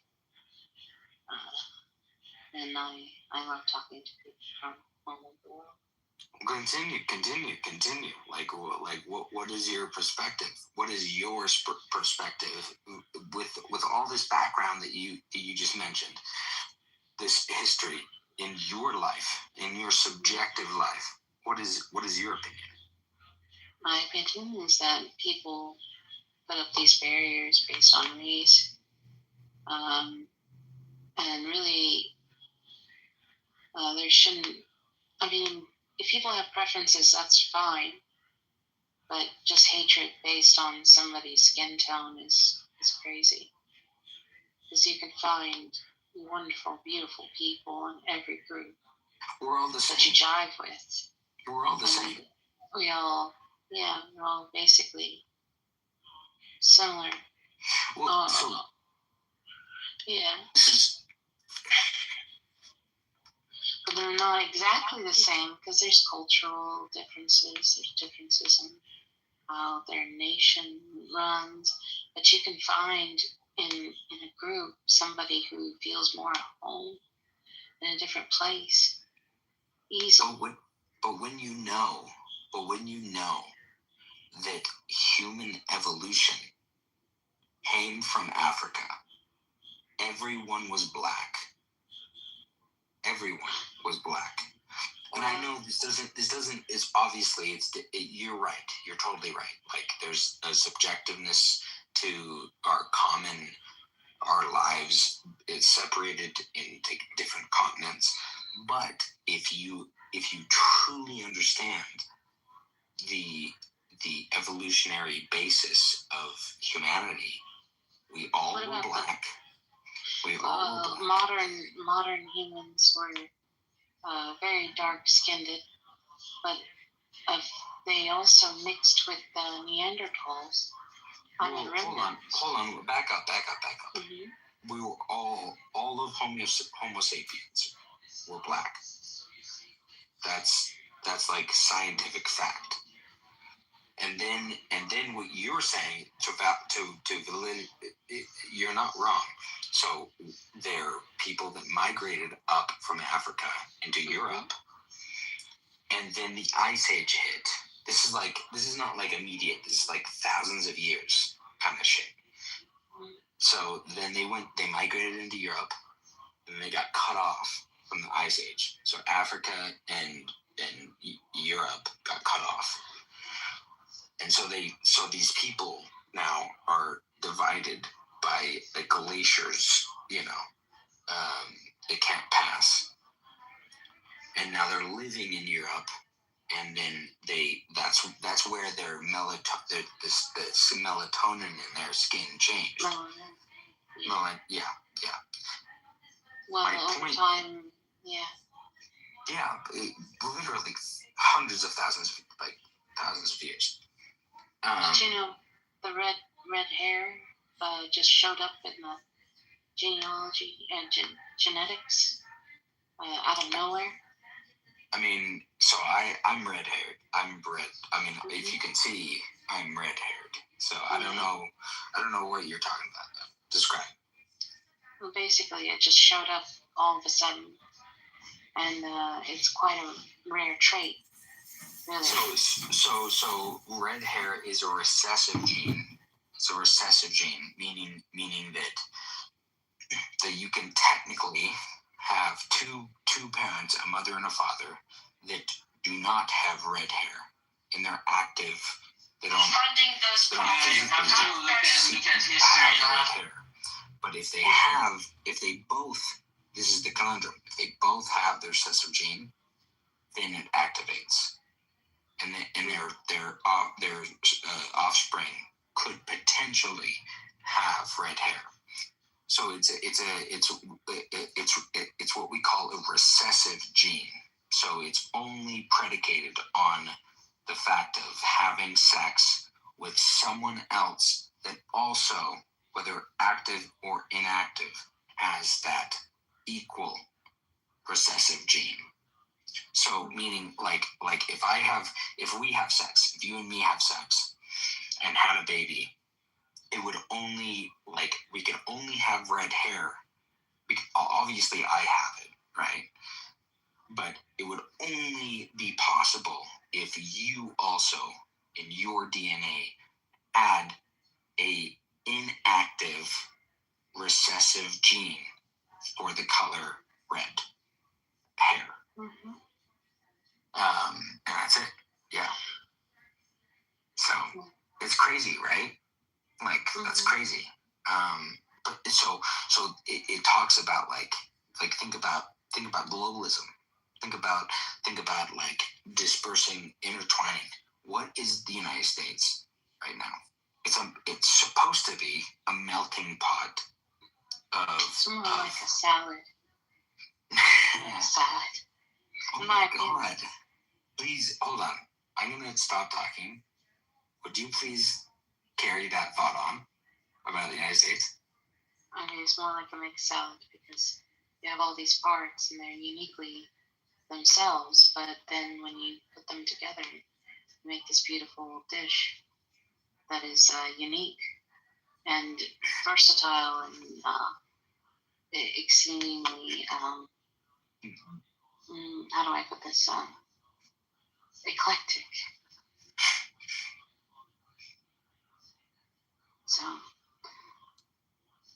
rather than a melting pot, because melting pots mean like everything goes together and then you lose the. Okay, so if you were turning like gold, I used to do gold and silver smithing. So if you take a crucible and put the silver in the crucible full and melt it, that's like a melting pot, right? It all melts down and it's all one thing. This is more diverse, and it's beautiful that way. Would you want everything to be the same? No. Would you want the uniqueness? And when you have the different ingredients, you change it entirely. So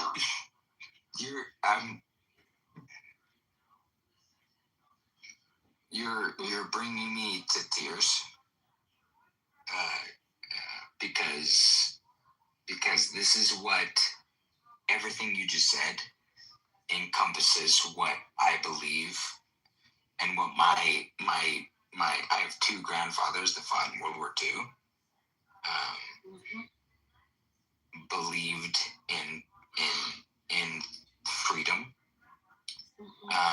and you know, the closest grandfather that I had and he was from Mississippi. Okay, I'm gonna say this. I'm sorry, but he would say the N-word all the time, and he would be like, my N-word, you know, I'm just gonna say the word. My nigger grandmother, she took care of me more than my actual like white mother, my biological mother. And then when he came back from the war, and I've documented, I literally have this on tape. He said he went and he did the whole thing. He was in Africa before World War, before we invaded the European front. He was in Patton's, General Patton's war in Northern Africa. The whole point is, when I'm going back to what you're saying, is like,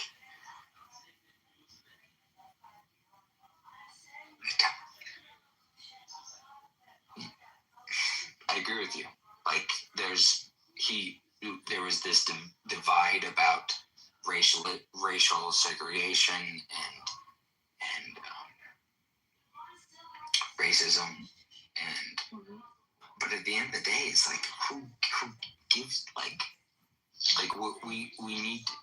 How can we not transcend that moment? Because for everyone that I've been an employee of Apple, the iPhone Apple, for fucking 8 years, and they did, like, there was not one moment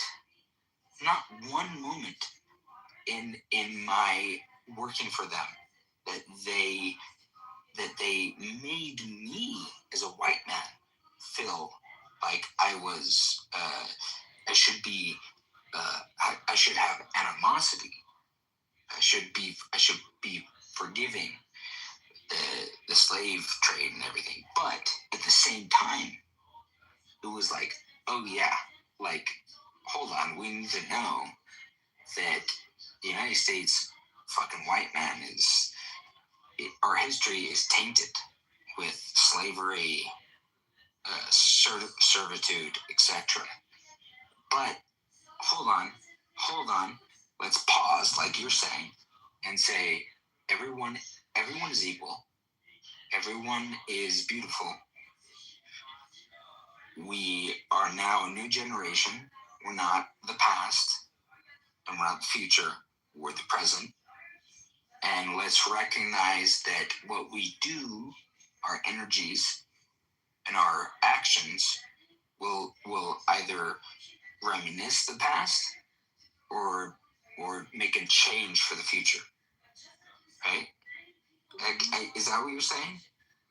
Yeah, essentially. And I just accept it for what it is, and not try to change it into some.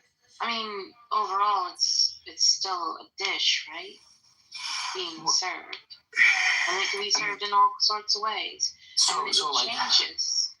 Right? So like all of we live in the same dish, right? We're all part of the same. Exactly. So like, I mean, even if whether you're white, I'm white, obviously. I'm fucking white as fuck because of my dad. But my mother is literally like, she's the reason I'm not tall, I'm only 5'9". Only 5'9". I'm like 175 or something centimeters. I don't know what the meter is, but I'm around there, right? So like what I'm saying is my father was like almost 6'1", and that fucked me because he had me with my mother, and my mother is like fucking 4'5" or something. She's tiny.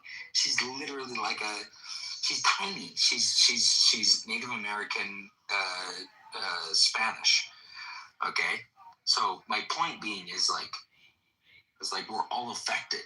We're all affected by the past, whether you want to know it or not. Your genes, they're affected by the past. So it's epigenetics, and in your epigenetics, depending on your environment and your nutrition, certain genes turn on and off, and this is something that most people don't probably study, but no one studies this. No one studies. Oh yeah, they do. You used to work for somebody who did. No, I'm not saying that no one. I mean no one. I'm trying to say that like in my sphere of influence, and I know many like scientists and developers that are winning right now. That are winning in their capitalistic ventures. I've heard of what you're saying, but this is not normal. This is not like it's not normal knowledge. Yeah, well, it comes from research based in. I used to work for somebody, a clinician that traveled all over the world, and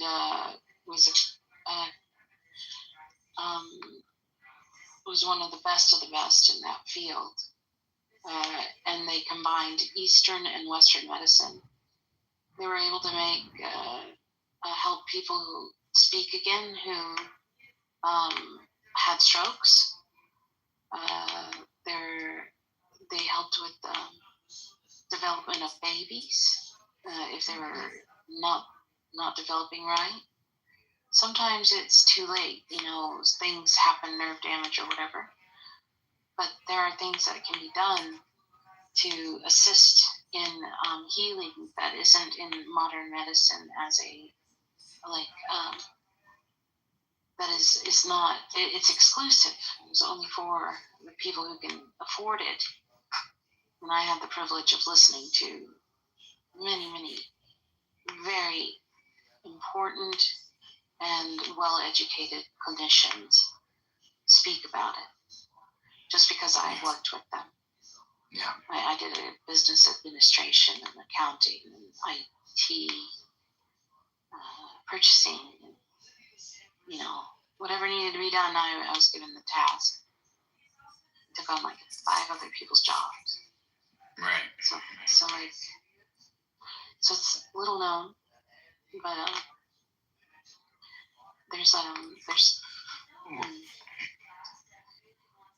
it might be outside of the normal scope of what is practiced. For example, during COVID, I was tired of not losing weight, going by the expectations of the diet, modern diet. And I figured out very quickly that the ketogenic diet was the absolute best for losing weight, and it clears the mind. And but you have to do the electrolytes perfectly and monitor yourself often, or you can really mess yourself up. But it's like it's fasting without fasting, and you eat fat to satiety rather than as you're losing weight.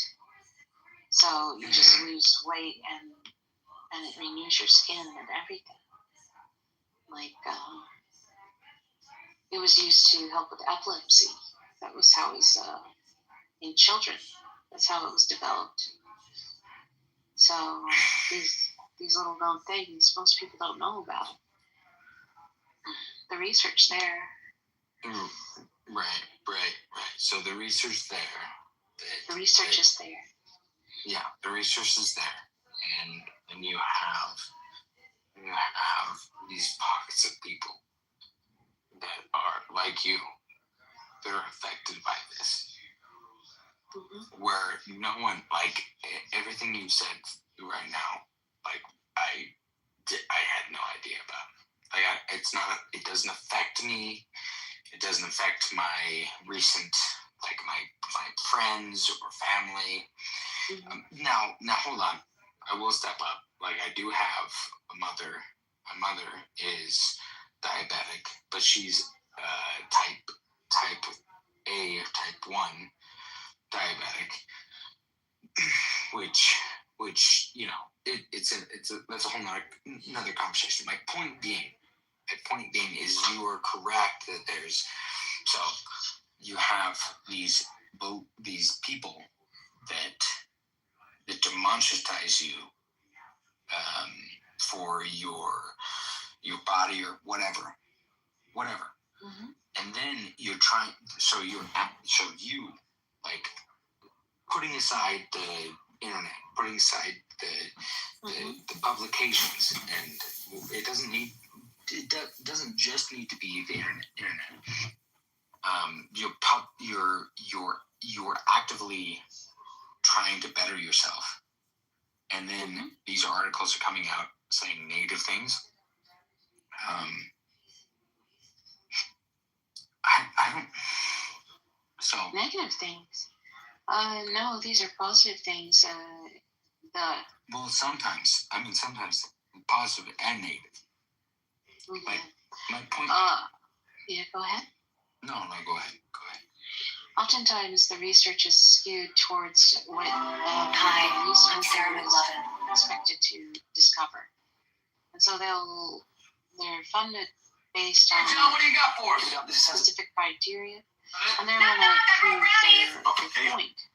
And so data can be skewed. I'd like to take out. So as a result, what I would do is, because I wasn't getting any results, and I went to college and got a 4.0. I took a nutrition class. It still didn't explain why diet wasn't working, because I was eating far less than what I should have to maintain the weight in the first place, right? Later on, I discovered more and more information as I was learning, and then I discovered, we have been taught completely wrong how the human body should eat, and everybody specifically. And that is exactly the same verbiage in what you just told me to look at. Real quick, bro. It's exactly the same. That doesn't exist inside. Yes, it does. Bro, you talk without thinking, bro. You told me to look this up. Let me just tell Ducky what I'm saying. Exactly what you told me to look up. So he's on co-pilot, bro. Like that's exactly what I said. All right, so Ducky, it's co-pilot. So this is what I'm saying, Ducky. I'm saying that there was an investigation with Christopher Wray. I don't know if you're familiar with him, but he was all right, so Christopher Wray is the director of the FBI. Okay. So these are all the questions in the investigation for January 6th. The FBI never came out. They were never forthcoming with any acknowledgement of the 26 or the 250 federal agents that were in the crowd, okay? So none of my research has ever shown up 250. Where are you getting 250? Just wait till I'm done and then I'll provide it. Just tell me how to get 250 and I'll look it up. Yeah, just wait. I'm right in the middle of doing something, bro. I'm right in the middle of talking to Ducky, bro. Just wait. I'll bet you $100 you can't show me evidence for 250. I'll bet you 100 right now. Show me.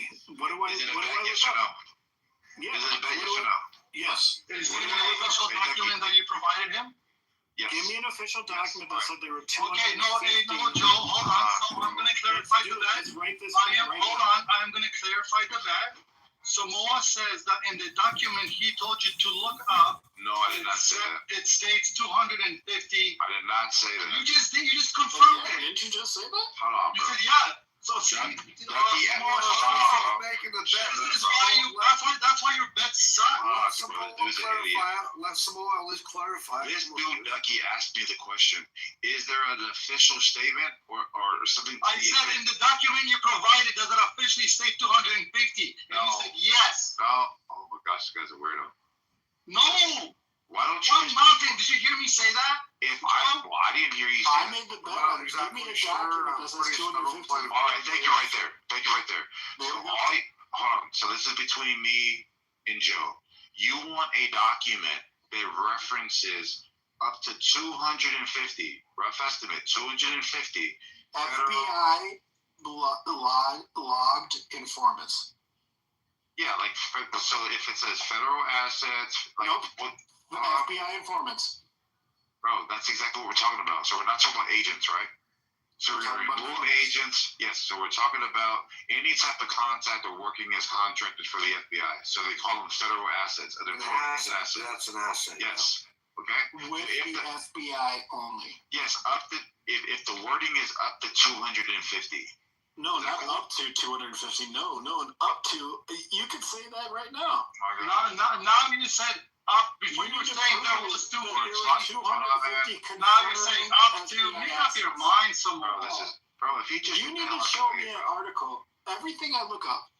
Every single time, the same shit. You need to show me 250. Talking when we're trying to clarify that and verify. All right, Joe. FBI informants. Hold on, man.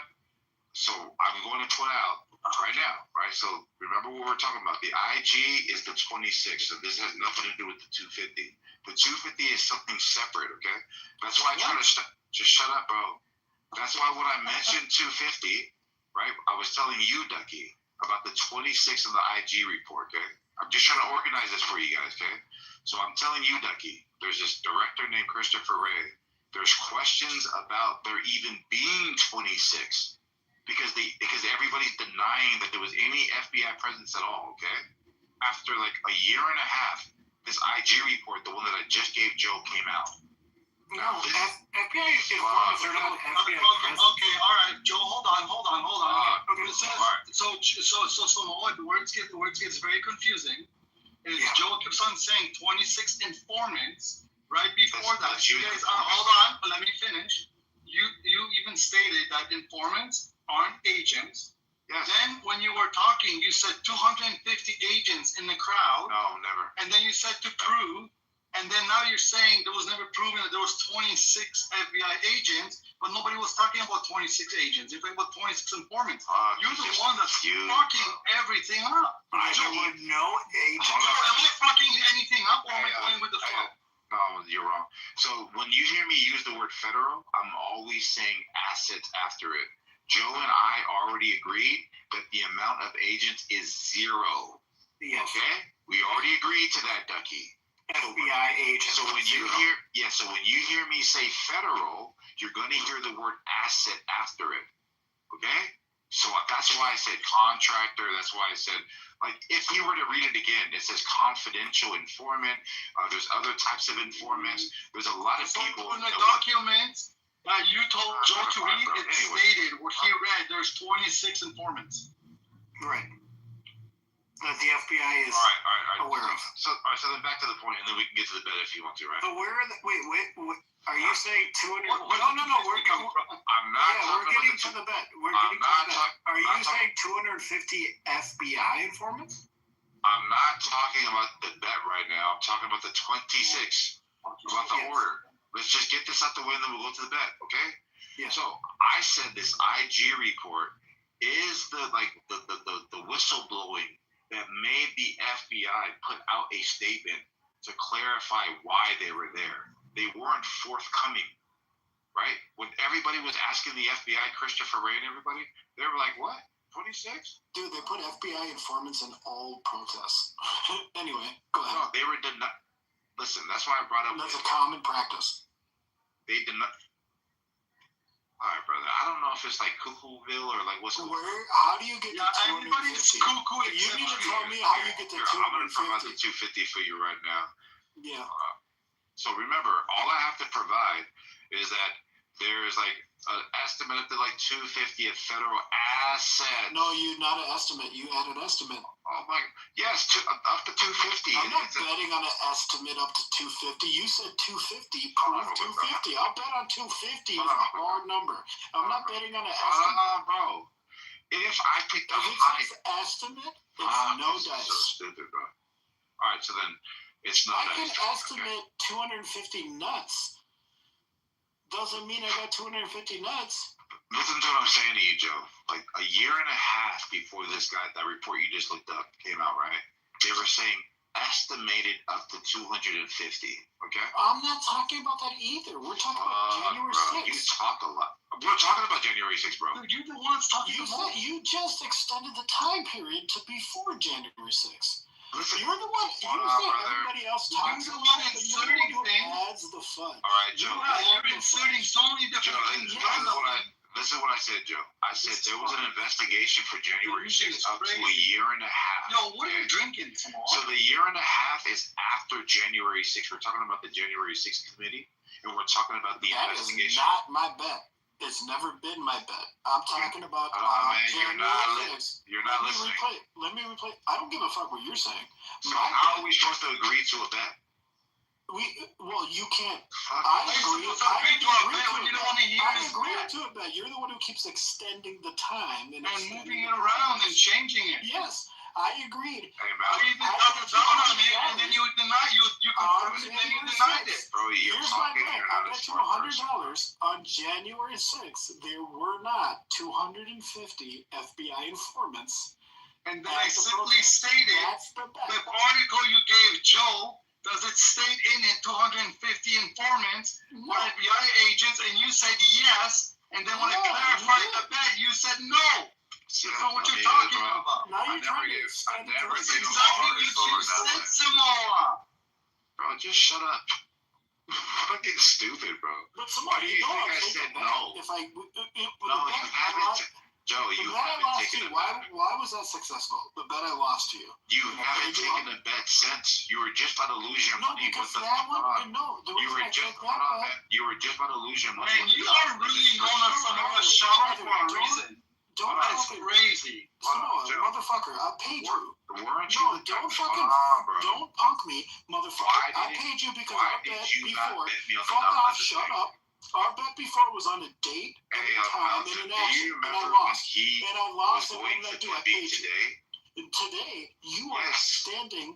No, this is not the same bet as when I lost. I'm asking you today. This is some bullshit right now. When I was gonna bet you today, you looked it up before you made the bet. After you said it wasn't illegal for a person to go into a church. Do you remember that? Oh, and I was wrong. I told you I was wrong. Right. And that's why I didn't take the bet. And the reason why you won't take bets with me anymore is because you want to look it up before you make the bet, right? No, not necessarily. No, that's not necessarily true. Bro. When we were in the room, that happened. You did. I agree with you. That did happen, but that's not necessarily true. Bro, I'm saying that there's a pattern since you lost the first bet that you won't bet. I'm more cautious. I am more cautious. Always over the place, Samoa. But that's because I paid my bet. You don't make clear bets, Samoa. You do not make clear bets because you can't I got a family, Samoa. I got a family. I'm not trying to lose. No. So all right. So let's just do it. I am more cautious. It's all good, brother. Like you're a good dude. So let's just parse this out so we don't get confused, okay? So if we're talking about the 26 people, I'm saying that the FBI didn't come out. The FBI didn't come out with this information. They only gave a statement after this IG report was dropped a year and a half after January 6th. Okay? That's what I'm saying about the 26th. They weren't forthcoming. Yep, I follow you. All right, cool. All right, so then we're done with this one. That was the whole reason why I gave you the IG report. I was showing you what their statement was in response to. The IG report came out first.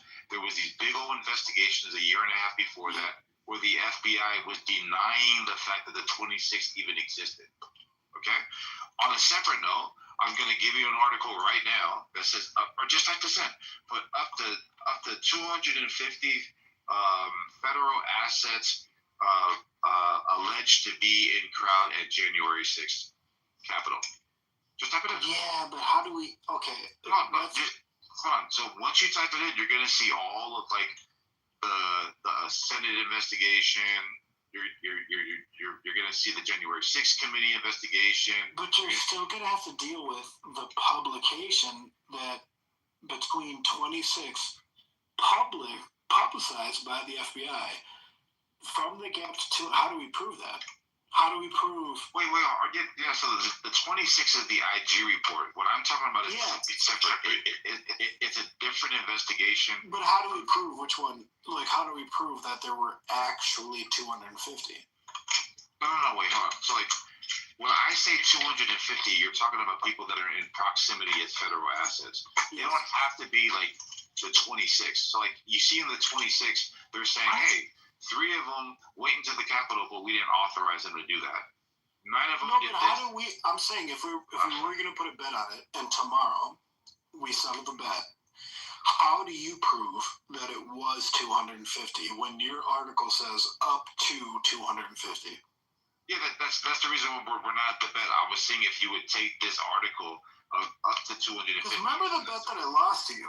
Remember how tangible that was? It was, if the House passes this bill by this day and this time, I lose, and I lost. Yeah, so the bet would either be you technically only lost. But I need more tangibles. That's when I'll bet. Because this article that says up to 250 doesn't mean shit. Wait. Unless it proves 250 assets. No, wait, hold on. So the difference is, and I think this is good for us to get the wording down, is we can clearly parse out the 26 from being of the 250. The 250 are federal assets that aren't connected directly with January 6th. The 26 are the ones that were paid directly. But that's my bet. My bet is that 250 federal assets were not included in January 6th. All right, so then it's a little tricky with the wording. So, like, for example, let's say Ducky, Mountain, and Honey are, like, let's say, talking age, right?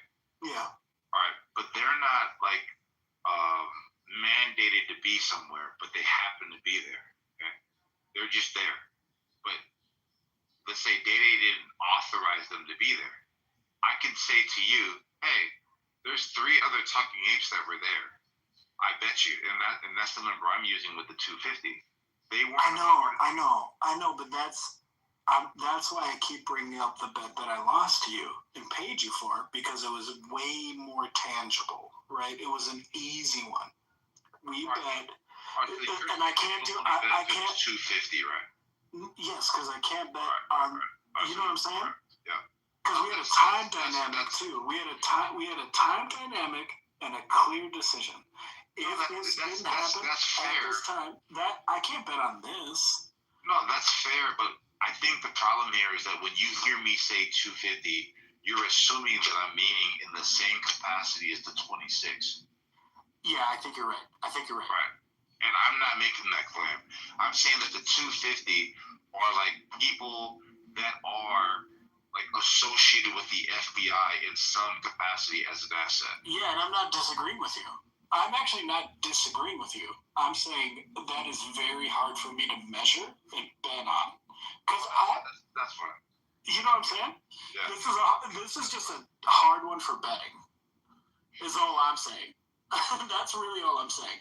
I'm not even calling you a liar on the 250. I'm not. I'm just saying it's a little intangible. Yeah, I mean, so like we can move that aside, but like, do you see how like the FBI in the Whitner case, how they basically broke the law, right? Yes, and like in the January 6th case, you're not being charitable to like where this couldn't be in the possible realm of being a thing. Oh no, I never said that. I get where you get that from, but I agree with you. I think I'm not disagreeing with you on that.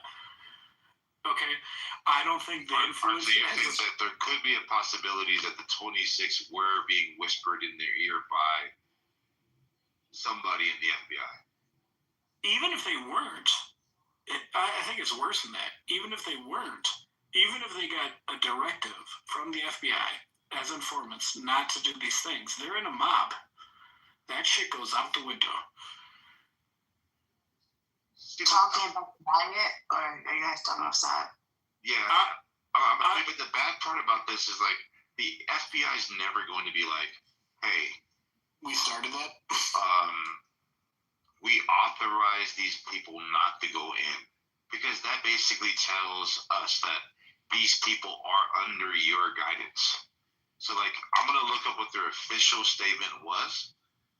I'm pretty sure their statement is something like this, and I'm gonna get the actual statement, that there were no authorized informants acting at January 6th under the supervision of the FBI.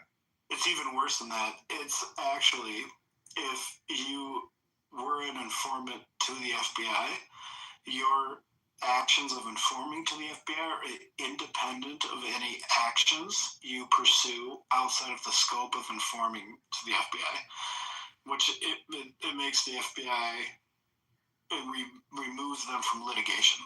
So they say, yes, you can tell us everything you do. No, I think the FBI is saying that we didn't tell those people to come here. They just happen to be informants that just gathered organically. I'm pretty sure that's... Don't do informants, because Trump literally told them to go there. No. On social media. To go where? To, like, a riot. He literally said it on Twitter, and they went. Why do you think they censored him? Like, are you forgetting the whole part about the Republicans? It's like censorship. Like, that's their whole thing, because of them censoring Trump and freedom of speech. Like, he literally got in trouble for that. Like, are you just gonna say that just never happened? He started it. He literally went to court for it. Donald Trump. And got immunity because he was the president. So, like, whatever. I don't know, like, am I being gaslit? Like, I swear to God that happened.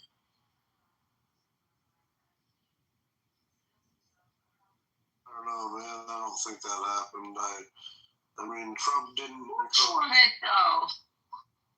I mean, it's the They investigation. banned him on social media for it. In December 2022, they think Trump engaged in a multi-part scheme to overturn the election. And this is the House and the Senate. Yeah, he literally had to go to court for it. Like, he's the one that started the whole riot on January 6th. It was him. And also, court filings and sentencing records show 200 plus January 6 defendants said they came to Washington or acted because they believed Trump was calling them to do so. They did that in their court depositions. Over 200 people. Heard the tweets too. They claimed that they heard Trump talk to them and incite that violence, and they were reacting to him calling that. But he said it on social media to go do it. And they did it. That's why he got in trouble. No president does that. And then previous case law under Brandenburg in Ohio versus Ohio, speech is criminal incitement only if it is intended to produce imminent lawless action and is likely to do so. But no court has convicted Trump of incitement. I didn't say he got convicted, but because of that whole thing, he had to go to court for criminal incitement. He got charged for it, not convicted, but he got charged for it. He was impeached. Because of the whole thing. Pardon? No, there's a difference between being charged and convicted. He got charged for it. He also impeached Trump for incitement to insurrection. Oh, that's even worse. Yep. And the Senate acquitted him because of the 2/3 vote. And something about like presidential like immunity or some crap like that. Let me ask you this: was he charged for it though? He was. Yeah, he was charged. Charged. No, charged. Oh my God! When you're charged for something, doesn't mean you're convicted. Right. Okay, he was charged for it. Had to go to court, pay legal fees, but he wasn't found guilty. Being charged means you went to court. Who the fuck? So he was not criminally charged with fucking... He was criminally charged. In order to go to court, you have to be charged. He wanted. So here's the situation. He was charged for incitement. He was impeached and criminally charged, and he beat the cases. That's what happened. Yeah, but he was still charged. No, Donald Trump was never charged with inciting a He was impeached by the House for incitement of insurrection. We're talking about an actual charge, like a criminal charge. Being impeached is worse than being charged. No, being impeached No, he's still sued. He's still being sued for an impeachment is a charge. Yes. Oh, yeah, but I'm not impeached anyways. So, I don't know. Yeah, but then he was exonerated. That's something that's totally different. Exonerated? So let me ask you this question, Joe. What does exonerated mean to you? Yeah, I'm cleared. No. Oh my God. Exonerated means that they remove the charges. No, hold on. So an impeachment is a charge, okay? Then you go to the Senate, and then there's a trial. Yes, so my whole point when I said charge... Just hold on. If the verdict is not guilty, okay, then you're exonerated, Joe. No, oh my God. My whole point was exonerated means your initial charges are dropped. Exonerated means you were charged incorrectly. I don't think so. No, my whole point is $10. How about that? $10. I think you would have been pardoned or like excused or something like that. $10, bro. My whole point is that there was enough evidence of him inciting it for impeachment. That's my whole point. And being tried. I never said he got convicted. He literally went to court for this. No, he didn't go to court. It's not a criminal matter. It's a legislative one. Yeah, okay, then he got impeached for it. An impeachment? Because he was in a presidential seat. He was the president. Like an impeachment is an allegation. If he wasn't the president, he would have been charged. Like normal conviction. No, you're wrong. Are you saying that the Senate not choosing to impeach Trump after the House impeach him is exoneration? No, so the House does the impeachment, okay? So this is like the allegation. Then the Senate does the trial. Yes. Where you have that's a trial setting, and then the Chief of Justice is the one who presides, right? Then all of the senators act as the jury. It's either going to be guilty or not guilty. A not guilty verdict is an exoneration. Anyways, it's so obvious he incited violence. When you're always wrong. Wait, I'm not done. Okay, so let me finish before you make assumption. I agree with that, sir. I hope so. You're gonna lose more money. So, anyways, there's enough evidence for it to lead to that. And one of the what the hell? I'm not telling you to be reckless. No, one of the main reasons he got off is because of the way he worded it. So I think one of the main things they said was he didn't it was heavily implied, but he didn't directly say it. I love it. It was heavily implied, but he didn't directly say it. That's how he got let off. We're having fun, bro. But we all know that he heavily implied it. But because you imply something doesn't mean you say it, and that's how he got let off. No, I think exoneration should be more, but it is true. If people were to watch the actual trial, when you see that there were check marks that were being edited, doctored, right? You guys weren't you guys don't pay attention to it. It's you don't really know about it. But they basically took what Mountain said earlier. They took his speech. In his speech, he said something like, I think you just said that. Hold on. Mountain said. Yeah, I got it. I got the quotes here. I'll tell you. Yeah, peaceful and patriotically, right? Oh, well, no. I got the quotes of fight like hell and walk down to the Capitol. Yeah, but before that, he did say to do it peacefully. So that's how he got his saying, removed. But they're trying to charge him for inciting it. But because he wrote that statement and incited it. I've never been a big one about Trump inciting it. No, my whole point is he's the reason why they even went to go protest in the beginning. That's my whole point. Listen, the reason why you know she's wrong. I'm okay with that. Yeah. Well, no, the reason why we know she's wrong is because she doesn't know. He literally just read about so many people being interviewed asking why they went. Can you be quiet? 200 plus defendants said they went because Trump told them to do it. Joe, are you just going to double down? They had to be patriotic. No, I'm playing the line. No, you're not. Listen, brother.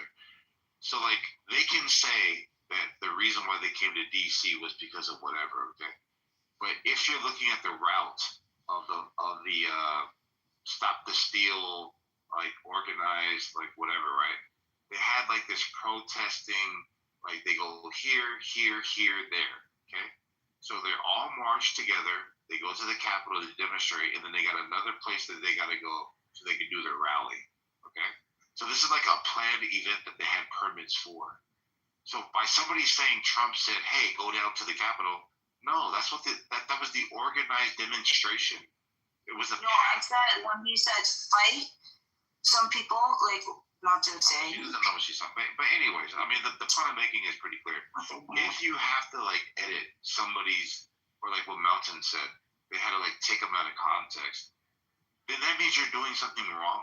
No, there's just like when you're the president, there's like an influence that he had. Is what they're trying to explain. But it influenced, like, you know, take it out of context. Listen, so like Samoan Mountain was saying that if I take your statement, Dottie, if I take your statement, and you had, let's say you had 100 words in what you said, like in what you said in your statement, Dottie.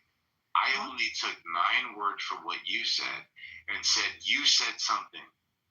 You wouldn't. I literally just said that. I literally am saying the same thing that you said. Hold on. I think you're missing my whole point. Hold on. No, I'm saying the same thing you're saying. I'm not saying it's his fault. I'm not saying that at all, actually. Why would you say because he's the president, he has his voice or his words have influence? Because it's the same thing you'll see with like anyone with major. You don't think the president's voice social influence? Joe, so like, what if and tomorrow? I'm not saying that he's gosh, Joe, you do this all the time, Joe. All right, let's do this. What's up, Matt? What's up, man? Like you're like missing. You're like missing the whole. Yeah, we need some of your like. You can't say that you don't think Donald Trump is. I never said that. You're just making words out of my mouth. You just blaming Donald Trump. You're not saying it's his fault. Can I say something? We had great conversations. Let me speed up, Matt, up here. Look, this whole thing came from, these guys are trying to say that basically that it was an insurrection down there originally where they were trying to overthrow and you know, this whole thing. Now it's gotten to where we're talking about, you know, FBI assets down there and all of that. But anyway, I don't think that it was an insurrection. Nobody was caught with a fucking gun in the Capitol. There was a couple people that were caught with guns in their motel room in their cars, but no one was caught with a gun. And I think you would need a gun to overthrow. You know, anyway, but that's kind of what's happening. And then we're talking about FBI assets. Gotcha. Yeah, Mountain doesn't think you can overthrow a government with sticks and chains. The Capitol It doesn't matter your intent. Yeah. If your intent is to overthrow the government and you forgot your gun, then the intent doesn't matter. I think I don't know about overthrowing the government. What if you pretend you have a gun? Yeah, what if you pretend you have a gun, Matt Mountain, and you want to overthrow the government? Is your actions to overthrow the government nullified by the fact you don't have a real gun? Yeah, but like, can I add this important part? The whole reason he made that speech is because he thought the elections were rigged. So there's a heavy, like, him heavily implying that, hey, people go fight for your country because they're being unconstitutional, and then you're proven wrong because it was never rigged. So that part that you guys don't want to mention. And I'm not saying that he didn't. No, I don't know what she's saying. I don't know if that was. What if I go to? Here's an example. Why would you care about? Why would you care about what's implied if something's explicitly stated?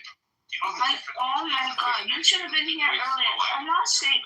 It's horrible. No, you're just trying to bash me without listening. So what I was trying to talk about is, well, I was going to ask, like, Matt, like, what do you think it would take for these guys to actually overthrow, to change the outcome of the election?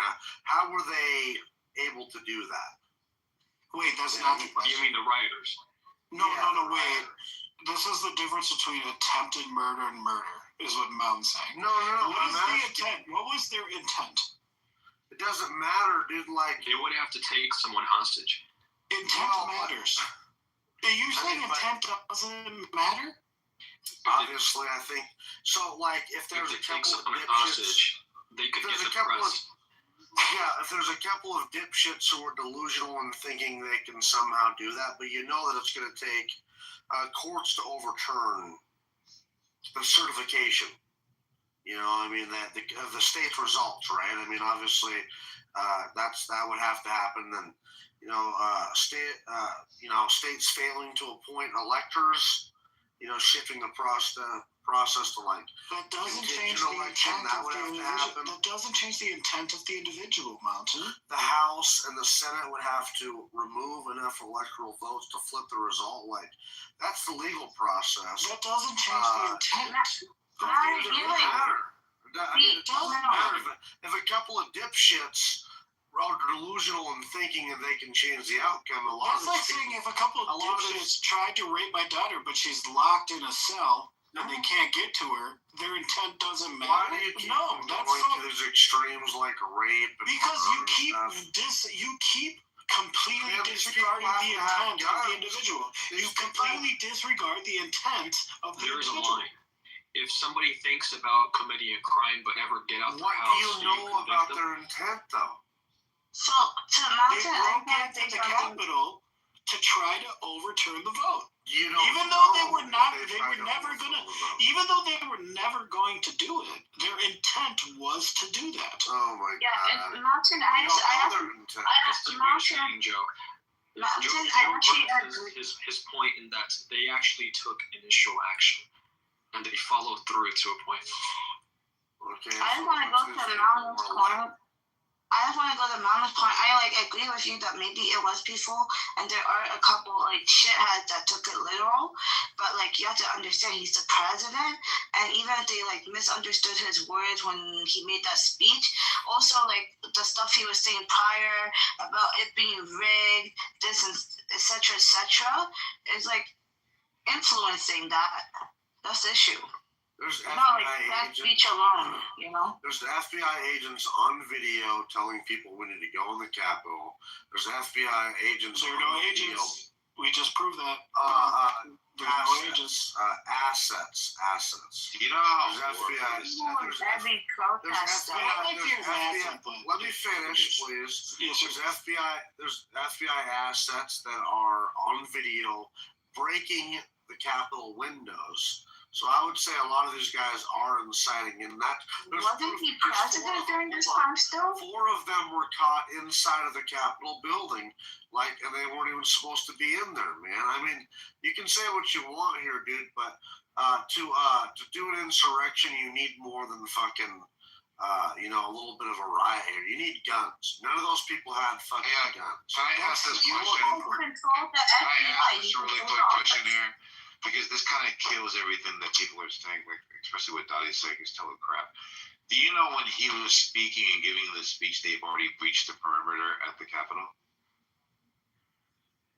Before he gave this quote-unquote speech that you're attributing this massive influence of presidential power, they've already breached the Capitol. So many times. You're just trying to make me look stupid. I said his speech was really good. He said do peaceful protests, etc. No, listen to what I'm saying. They breached the Capitol before he said it.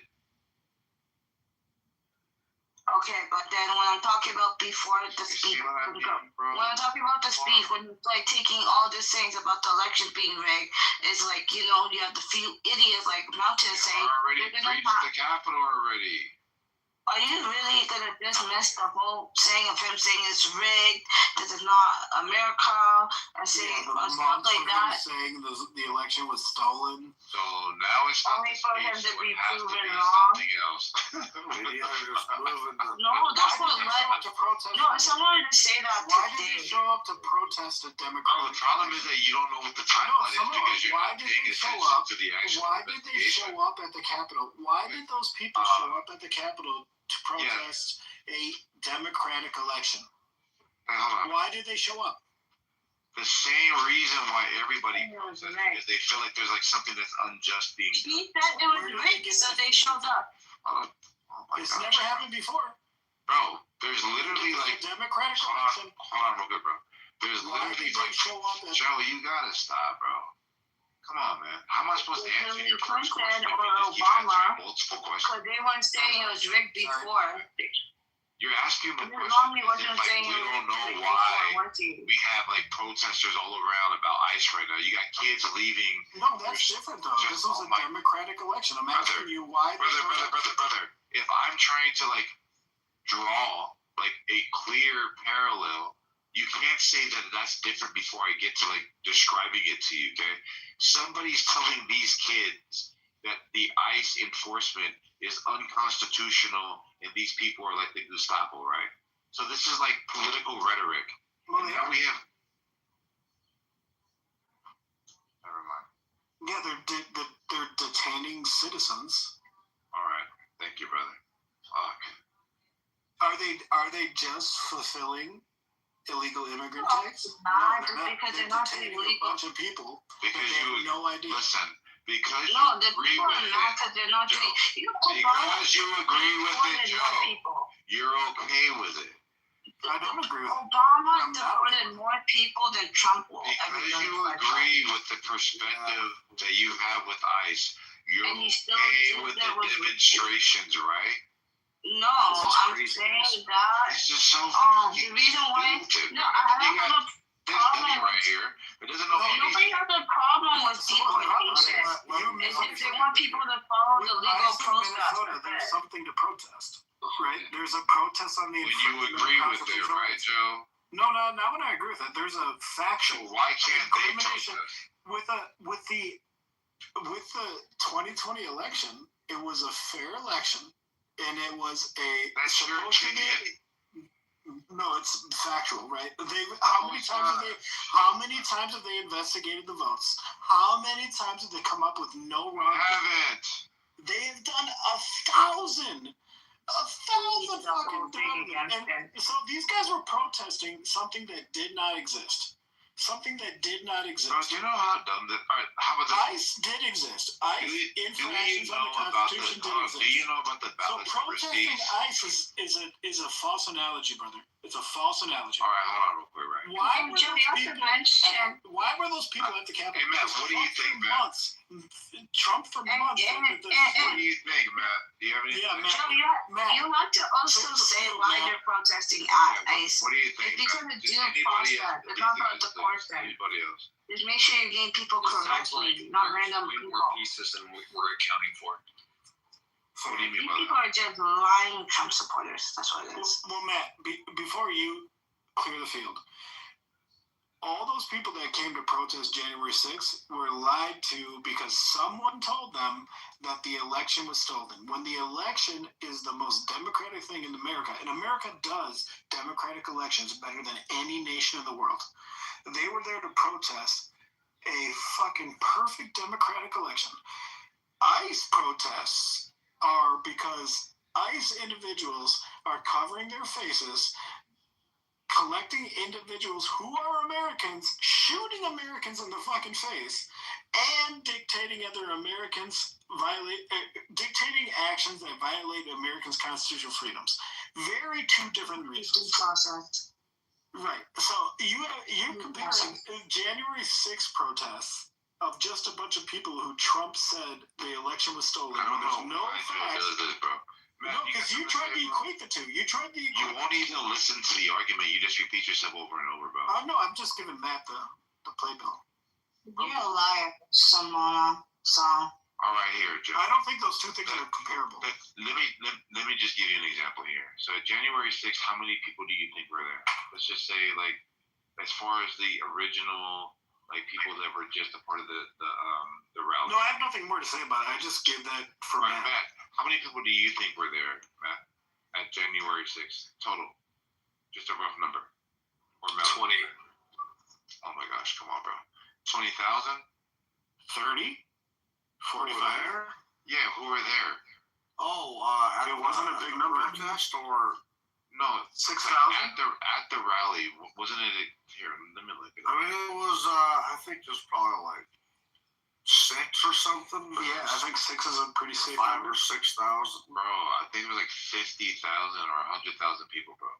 No, at the Capitol, no. No, 50,000? I didn't say the Capitol, bro. There was only 1,000 people, like 1,200 people who breached the Capitol. Oh, sorry. The actual like rally. Oh, the riot or the rally. The rally. The protests. Yeah. Or the rally. The stop the steal rally. But the protest for what? Oh, okay. Yeah, I don't know. On January 6th, there was a really, really big crowd there, okay? I'm saying only 0.0004% of the people that were a part of the larger crowd went into the Capitol, okay? What I'm saying is the amount of people that were there, and this is why it's analogous to what you said, Joe, is the majority of the people that were there just to demonstrate like their First Amendment rights to like freely assemble to make their voices heard is absolutely analogous to people who believe that ICE or the Border Patrol are doing something that's like unjust, and they're allowed to have their voices being heard, right? No, we're not talking about the 1,200 people that went into the Capitol, okay? No, that's fine, but here's the problem. 1,200 people protesting ICE didn't go into ICE facilities. No, they didn't, you guys are missing break into ICE facilities and bro, they literally burned down the ICE facility in Portland. No, they did not. No, they didn't. No, Democrats are kind of pussies. They tried like throwing a rock at the security camera and they kind of failed. Joe, so there it's was like three Republicans that tend to have guts, to be honest. Right? Three people. Just on. Do you remember when they took over the courthouse? Talking about the trans pussy community. Do you remember when they took over like Seattle, like a part of Seattle called the like autonomous zone? Do you remember those inflated people, the guys with the inflated costumes? No, I'm talking about You watch too much Fox News. Yeah, that's Fox News shit right there. Bro, I live in Seattle, bro. They took over 9 city blocks in Seattle. Fox News and News Blocks, right? Well, on a side note, I'm looking for some real estate, Samoa, and I like Seattle. So let's talk about that offline after all this. Because I want to... Oh my gosh. I actually am looking at houses in Seattle right now. Bro, my whole point is I feel like nobody has today, bro, is 3,800 square foot, bro. It's a one level. It's what's an ADU or an AUD? What's up, Don? I forgot what it was called, but really nice. Auxiliary unit. It's like an added unit or whatever. Yeah, auxiliary unit development. Yep, auxiliary unit development. All right, so like basically what it has 3 different laundry rooms, but it's a one level home, right? Basically like a Rambler. You get 3,200 square foot in the Rambler, 6 bedrooms, 3 bath, but it's around like $775. Like that's the market here right now. That's not bad. That's like $214 a square foot. That's pretty good. Yeah, but it's been on the market for, I guess, since March. It started off at $1.6 million. So. Oh, those are hard to sell because multi-units are hard to sell secondary to Fannie or Freddie. Yeah, so, but yeah, I mean, to get back to the convo, I wanted to hear. Yeah, sorry. But yeah, like in Seattle, they took over city blocks. They closed down police stations. In Minnesota, they took over a police station. So we know that like that George Floyd shit like went crazy, over like $1.9 billion worth of damages. Okay, so let's not kind of like act as if this shit isn't really popping. So. Yeah, but they're causing this. Okay, so when I say why most people are mad, you're right. There's nothing wrong with mass deportation, especially after COVID-19 with mass immigration. Like all Western countries are feeling the burn. Okay, the issue is it's not being done with legal due progress, like Obama's term, who deported more people, by the way. So it's just not being done well, and so it's like inciting fear, which is causing distrust in the government. That's the issue, to be honest. That is the issue. Even though it might be legally right, militarizing and terrorizing is. They're actually spending more money. Obama could make the border, which is where it should be done. No, but even when he was detained, he he went after people with criminal records and did legal process and just removed them.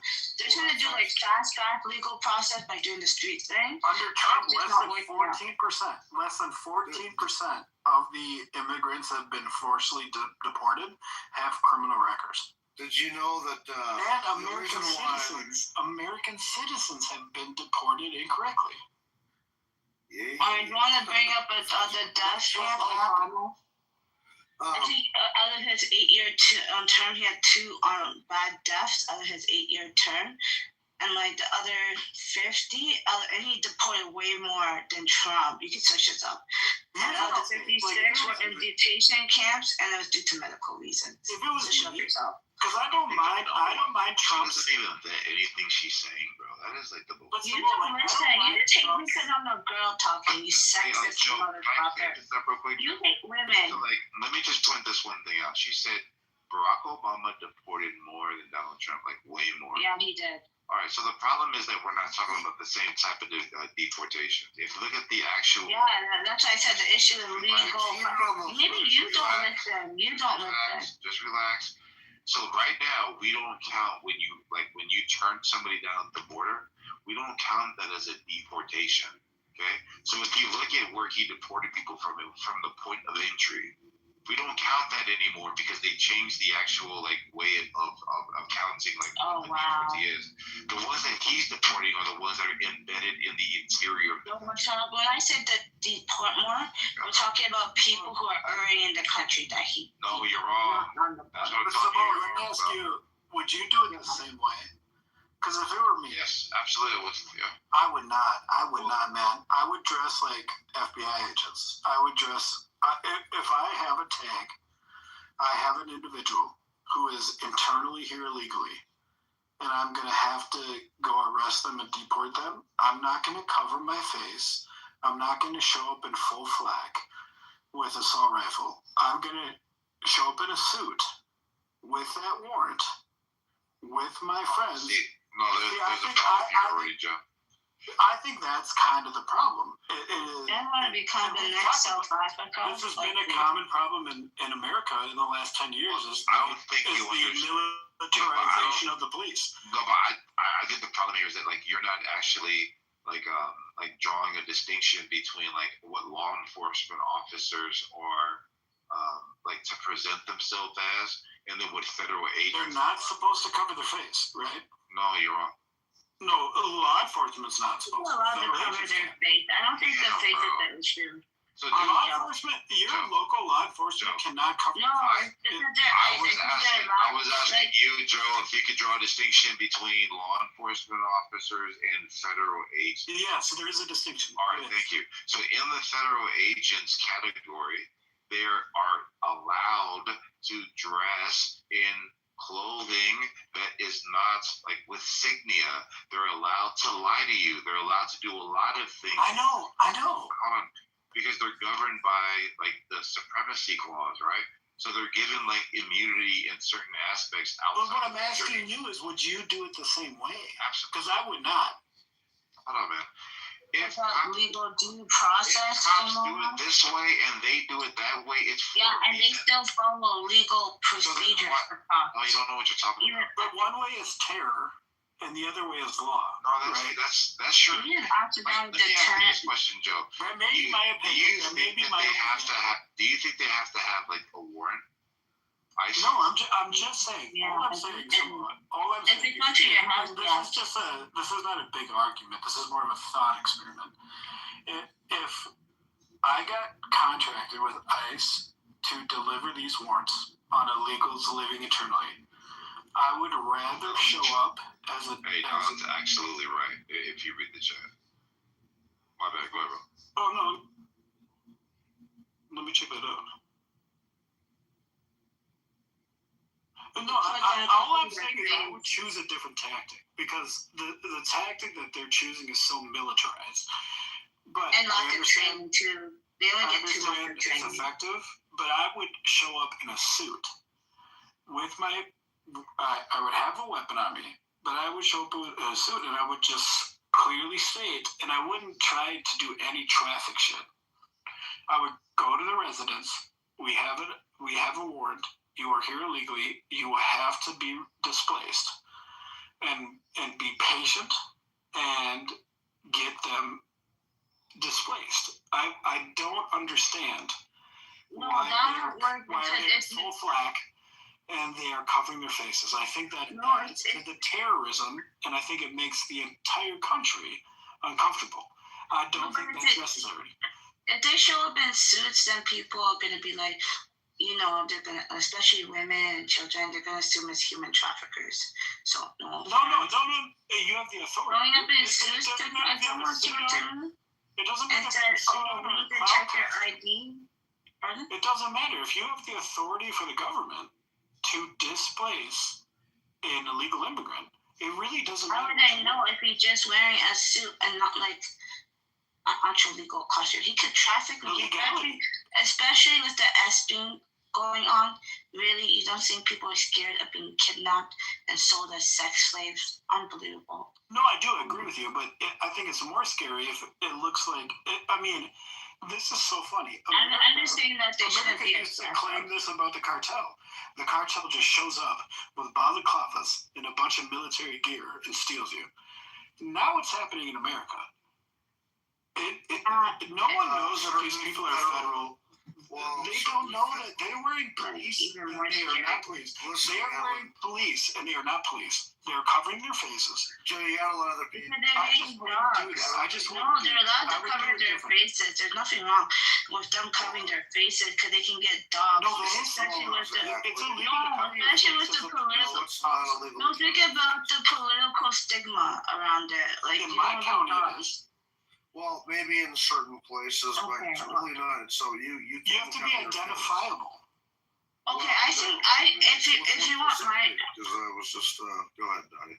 Oh yeah, so I think you can disagree with me all you want. I think the better way to do it is like more legal process and more like research, which will probably take more time, which is good, and be more accurate.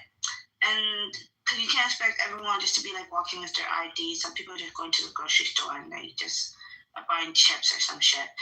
Or at work, you can't just go to like immigrants working at jobs and then just like ID. Shouldn't you just ask the government, like their company, oh, which ones are undocumented, and like go to their house or something if you want to do it that way? Even though I don't think you should go after the people working. You know, there's like other ways to do it than like doing random stuff. And that's a good question. So like Mountain and Samoa. Let's say someone in a private vehicle, like a Honda Pilot, pulls up on you and they jump out with no badges and their faces covered, and they tell you that you have to go with them. Are you going to go with them? You have to, show your badge and stuff. I mean, come on. No, you don't. The federal government. When they ask them, they yell at them. They have no badges. Well, they ask them and they just yell at them. Right, and that's even scary. It says, well, are you going to go with them, Mountain? Are you going to go with them? Joe, let's wait a minute here. It says, well, listen, you ask all the right questions and you still yell at you. He's literally trying to read you guys the freaking policy. Yeah, Dottie and Joe, listen, man, you guys are interrupting the fuck out of people, and you need to share the stage a little bit, man. Come on now. We're trying to have a conversation, right? Let's talk about it. For real. It says here, legal constraints, obviously, first of all, yes, federal agents, including those from ICE, can sometimes cover their faces while performing certain operations. There are limits, but agents may wear masks, balaclavas, and other face coverings during high-risk raids or sensitive operations to protect their identity from targets or criminal organizations. This is especially common in fugitive apprehensions, gang enforcement, or anti-smuggling operations. So it says, while agents can wear masks for safety, they're still bound by the law. For example, if executing a warrant, they must identify themselves as federal agents when required, even if their face is covered. So, I'm going to want that guy to show a badge, identify that, but, Where does it say badge? Well, I think what you just read said so. If I pull you over in a Honda Pilot and I come out geared up with a balaclava on and I say I'm a federal agent, are you just going to believe me? Well, they're probably going to need to show a badge, I'm sure, right? Where is that? Look that up. Where is the badge part? I have a question. Can you just read what you just read, like the last 3 sentences, please? I will tell you what he said. The last 3 sentences, he calls himself a federal agent. While agents can wear a mask for safety, they are still bound by the law. For example, if executing a warrant, they must identify themselves as federal officers when required, even if their face is covered. Okay. So what? He just says he's a federal agent? How do you know he's a federal agent? It says identify. It says, how do you identify? It says here, yes, generally federal agents are required to show a badge or some form of official identification. There you go. There we go. Yes, sir.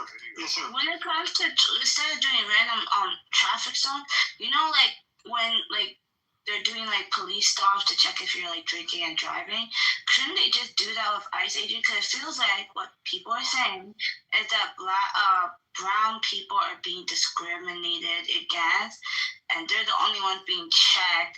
But if they did like routine where they're just checking everyone passing by, and they run through their like the scans for the system, just random stops, maybe this wouldn't be a big problem if you're really trying to catch people.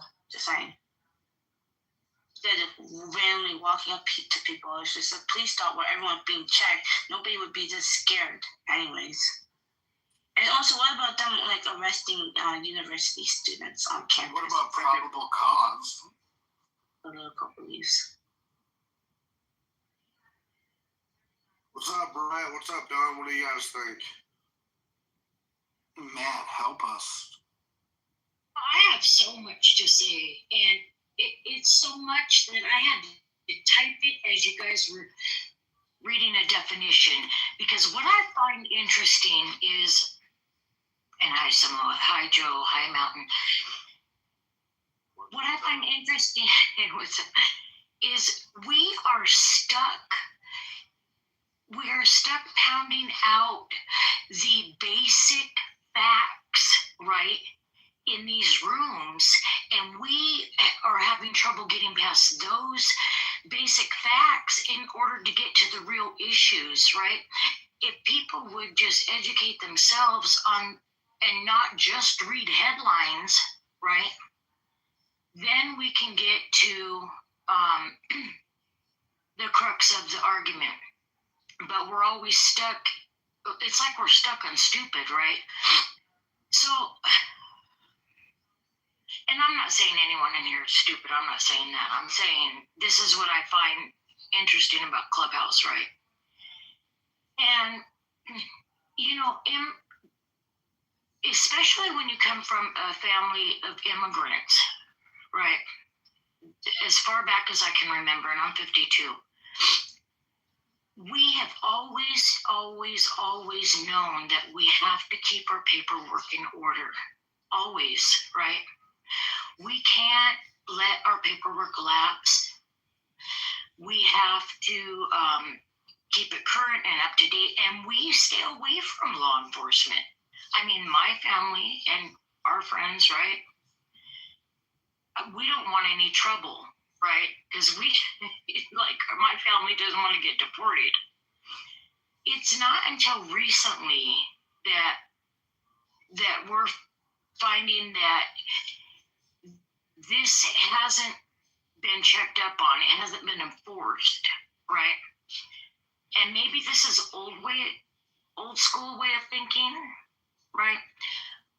I don't know when it went wrong, but it's like we've been lazy or lackadaisical, right, in this. And it's like people let their papers lapse and all that. I wouldn't be able to sleep at night. My husband's, he's a green card holder, right? He's a resident alien.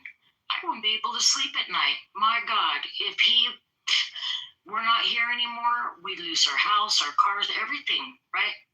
So I'm just saying we have to think more on, we have to stand behind the right thing to do at some point, right?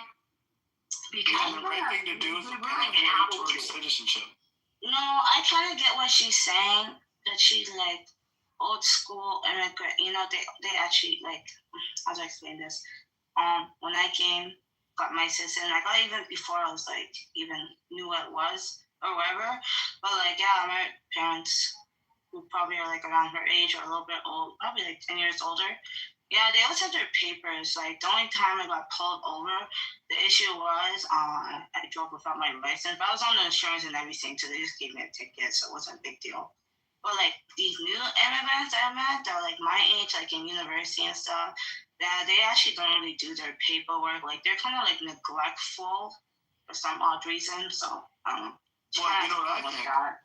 I think that if you catch one, you should deport someone from Alabama, Louisiana, South Carolina, or Florida who's not doing shit for this country as a citizen anyway. I think but it's like small, like issues, not be deported. No, it is wild. Right. So many immigrants are there here working. These immigrants that have been deported by ICE recently have full-time jobs, are supporting families, are holding real estate, and because of their legal status, they're getting deported. At the same time, the Appalachian Mountain is full of a bunch of white crackheads or methamphetamine assholes that are not doing shit for this country. And it's all designed to be like that. White is right, and citizenship in America is super special. I think it's such a fucking joke. It is such a joke. My father-in-law is Iranian. He knows more about the Constitution than me because he just, after 20 years, he finally got accepted. Finally went through the pathway to citizenship and had to take a citizenship test. He knows more about the Constitution than I do because it took him that long to become a legal citizen. Even though he's worked here and he's provided tax income to the United States for 30 years. At the same time, you got bumping Alabamans who don't contribute shit, and they vote Republican against their own. They vote Republican so Trump can give a billionaire more tax benefits. They are Americans, buddy. You're talking about is that like a spiritual thing?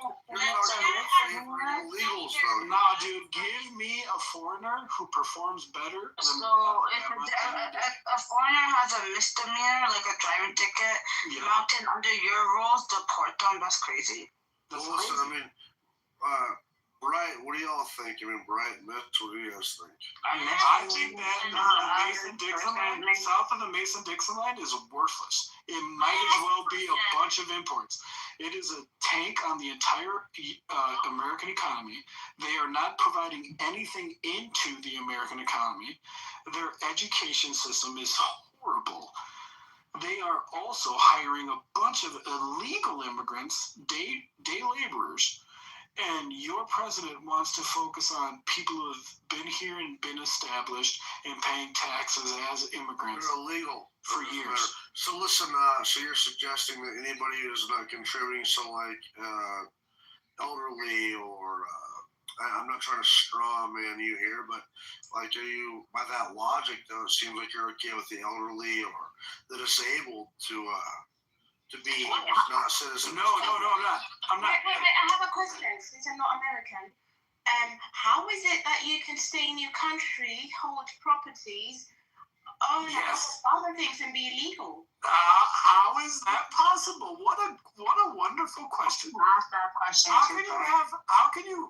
can you be an illegal immigrant with real estate and a family who's paying into the elementary schools for their kids, who's paying into the local taxes for their county, who is holding real estate, being a legal immigrant? I mean it. It was an honest question.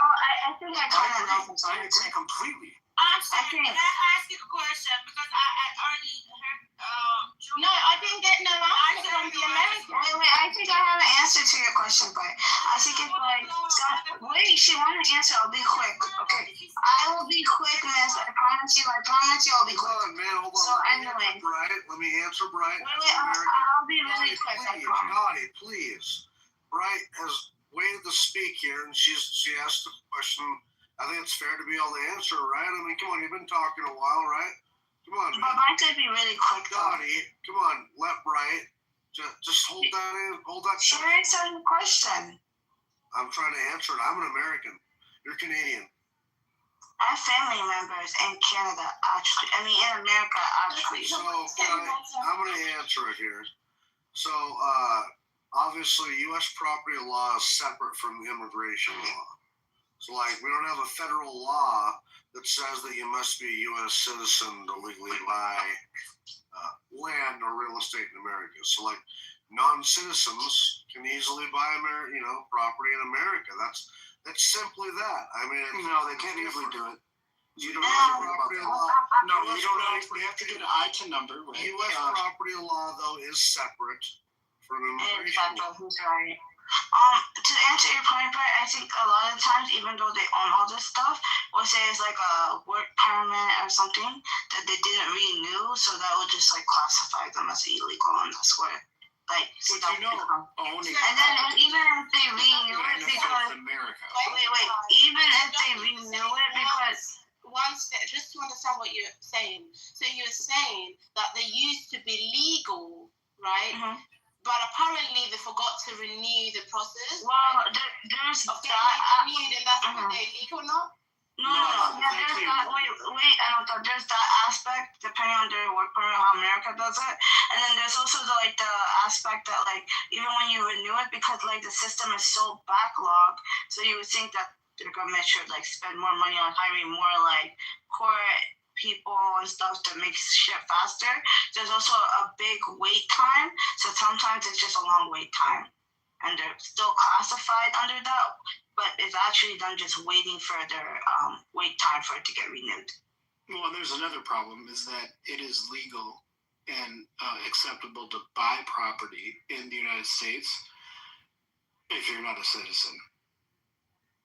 And you can sell that on the secondary market. You can get a mortgage. You can get an ITIN number. You can actually qualify for real estate. Are we allowed to sit in this room, or we should wait? Go ahead, miss. I'm not gonna wait for tomorrow. Go ahead. What do you gotta say? What's up? I just hear you, and I just want to, because I misunderstood maybe. Joe saying like, where is your parents coming from? I didn't get that. That's the only question I have. Will you restate that? Where are my parents from? Joe, when he were talking, I didn't get it. I work at a bank that does IT. No, where are your parents coming from? Oh, I think he was talking about your father-in-law being Iranian. Oh, yeah. He is Iranian. My father-in-law. Okay, that was my... And my mother-in-law is Salvadorian. My wife's Puerto Rican. And I heard Iran, and I was like, is that Iran, what I'm hearing? It is Iran, yeah. It is Iran. Yeah, because I'm Persian, but I mean, anyways, I just respectfully wanted to just ask that to repeat it, because I just want to, He's 67. He got his he's been here since he was 29. And he got his citizenship 20 years later. I get it. That's the problem. I want to get sure. Yeah. And in that time, in those 20 years, he's given the United States government, I promise you, more than $100,000 in tax income, because he was a successful loan originator in mortgage loans. So he, as a non-citizen, he has given the federal government over $100,000 while he was on his pathway to citizenship, which took him 20 fucking years to finish. That is the problem. Like, I have a question. I'm not trying to be on mountainside or anything, right? But like hearing your father-in-law. Well, okay, yeah, but like hearing your father-in-law story, right. Other lady that spoke, like I guess she left, but whatever. No, there was like a lady before you. Her like picture was like golden. I guess she left. Okay, then my father's story, how I got my like stuff so easy. There was like a time where like immigration was more stricter on like who qualified, and because the requirements were more stricter, then like the pathway to citizenship was more stricter. Yeah. So do you think because the pathway to immigration is more easier, That's why it's more stricter. But you make the pathway to immigration more stricter, then the pathway to like citizenship will be more easier, if that makes sense. Yeah, it's really easy to solve. You can't get if you are withholding citizenship from an individual, then you cannot make money on their income. If the government would decide this tomorrow, I can't make money, an Iranian immigrant who is not a citizen, I can't make tax income. I cannot tax them for their income in the United States until they're a citizen. You would change the entire situation. It would be immediately better. No, that's not what I'm asking. So I'm going but to that's what we should do. Well, that's good. Yeah, I mean, because what we do now is we tax. But my whole point is, my whole point is when you look at like early 2000s into the 90s, when they're accepting immigrants, the requirements for them to be accepted into whatever country they wanted to go to had higher standards. So when they got into the country, the pathway to like being a citizen in said country they're in was an easier route than what we're seeing now. Because nowadays it's easier to immigrate. And then since it's easier to immigrate, the pathway to citizenship is harder. So would you argue that maybe it's better to make the requirements to come into the country harder and then the pathway to citizenship easier compared to vice versa, so we can get like best results? Well, do you know what the EB1 visa is, or the EB2 visa, or the EB4 visa is? No, I just know what the HB1 visa is. Yeah, so if you have $500,000, or you have $750,000, or you have $1 million, you can just pay for your citizenship. You can just pay for it. Fast track to being an American citizen. Even right now. That tells you everything you need to know about. What did you say? Even now, right now. Is it possible right now? Yes. Is it? Yeah, but you can do that in most countries. Except you can do that in most countries, but with America's problem is America says you can be here illegally, or you can be here as a non-citizen, and we'll give you a work permit or a green card, and I can tax. Yeah, but a lot of them are coming in as refugees and like those people should. Those individuals who are here paying into. If you are here illegally and not paying.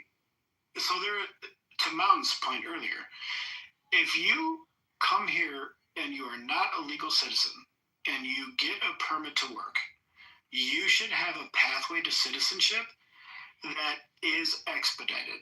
But if you come here illegally and you work and you take all your money out of our country and send it back to your country because you have not gotten an IT number, you have not registered even to work here legally, you should be deported.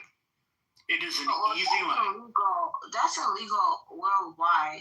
Like that's like it happens all the time in America. Yeah, they're crossing the border and working under the table jobs, right? It's not under the table. So my question to you what is wrong with you guys? You have to see it from the different perspective. This guy. No. Usually when you cross, No, I was talking first and you interrupted me, and I'll be really quick. I didn't interrupt you. I'll be really quick. Right, I'm sorry. I will be really quick. I would really be quick. Manners for one time. I was literally talking. So what I was really saying. Come on, Bright. Come on, Bright. If we see you from a different perspective, this people coming into your country, they do not hold anything because they're illegal. Of course, they're pumping that money back into their families from where they come from, and why shouldn't they? No, I was talking about working under the table, but to the point of just like most people that come like that cross the border without no documentation. Whatever. But most people that do that, they file for like refugee status, and refugee status or asylum permit. So,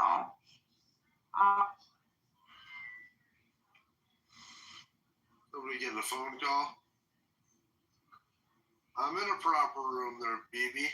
It's a really complex problem. This has been so proper. Exactly. But Matt, go,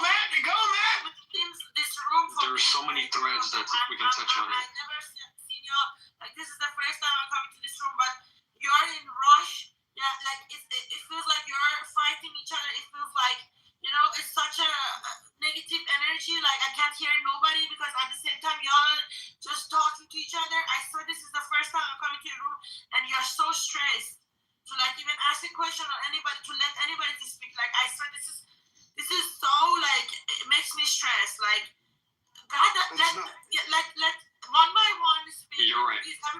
Let's slow it down. To speak.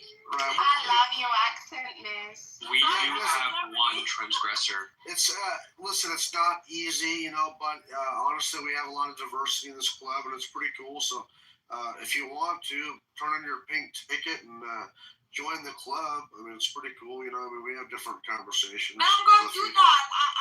I probably would, but like the same time, it's like sometimes it happens. People don't have anything to say, but then. When it gets hard, like I'm gonna say it like that, and people are like, I want to say something. The other one's like, it's like so messed up. It's like you can't even hear them. I got headache right now. Like I can't even hear y'all. Like I try to like focus on one, but it's like, come on, man, it's not that serious. Let everybody to speak. Like go one by one. I don't know what could be, but like sometimes it happens. We could be in the same room right now and nobody speaks. And we are like, please speak. You know what I'm saying? Like, it's not that serious, please. Like, let everyone to speak. Like, just go one by one. That's all I can think of. Like, come on. Hey, how we doing? What's going on? It is hard to go one by one, but it's an intro clubhouse. What's up, Samoa? It's not easy, a great American. It's like a dinner party, right? Yeah, it's like a dinner party. Yo, shut the fuck up. You had nothing up. Behave yourself, shut the fuck up, you stupid ass nigga. I don't give a fuck if you cut a man for you, bitch. Shut up. Shut up. Shut up, nigga. Bro, don't be like that, bro, for real. Yeah. That's a I don't like moving people down, bro, but that's fucking. Can't be doing that shit. But if you want to behave yourself, you can come hang out. But if not, man, we're going to have to move you down. That's right, mountain. That's a mountain right there. That's a mountain, brother. Alright. Did you, by the way, I climbed that mountain. Did you guys see that guy, crazy dude climb that skyscraper, by the way? Yeah, that's free great. Solo. Alex, Joe, I want to address the point you made earlier. Whatever, dude. So, that's so pussy. It's so for the easy. deportation aspect, I could do it. the covering faces. There's a good reason for it. That being the main perpetrators of this illegal immigration are violent people, and if they can find out whose job it is for keeping them out, then they would easily target these people. Amazing. You know what I mean? Amazing. That's fair. Yeah. So it becomes really complex, and like, what is the best strategy for handling people that may target you back? I'll tell you an immediate improvement. Even if you're covering your faces, an immediate improvement is not having the badge of police, is not having different gear.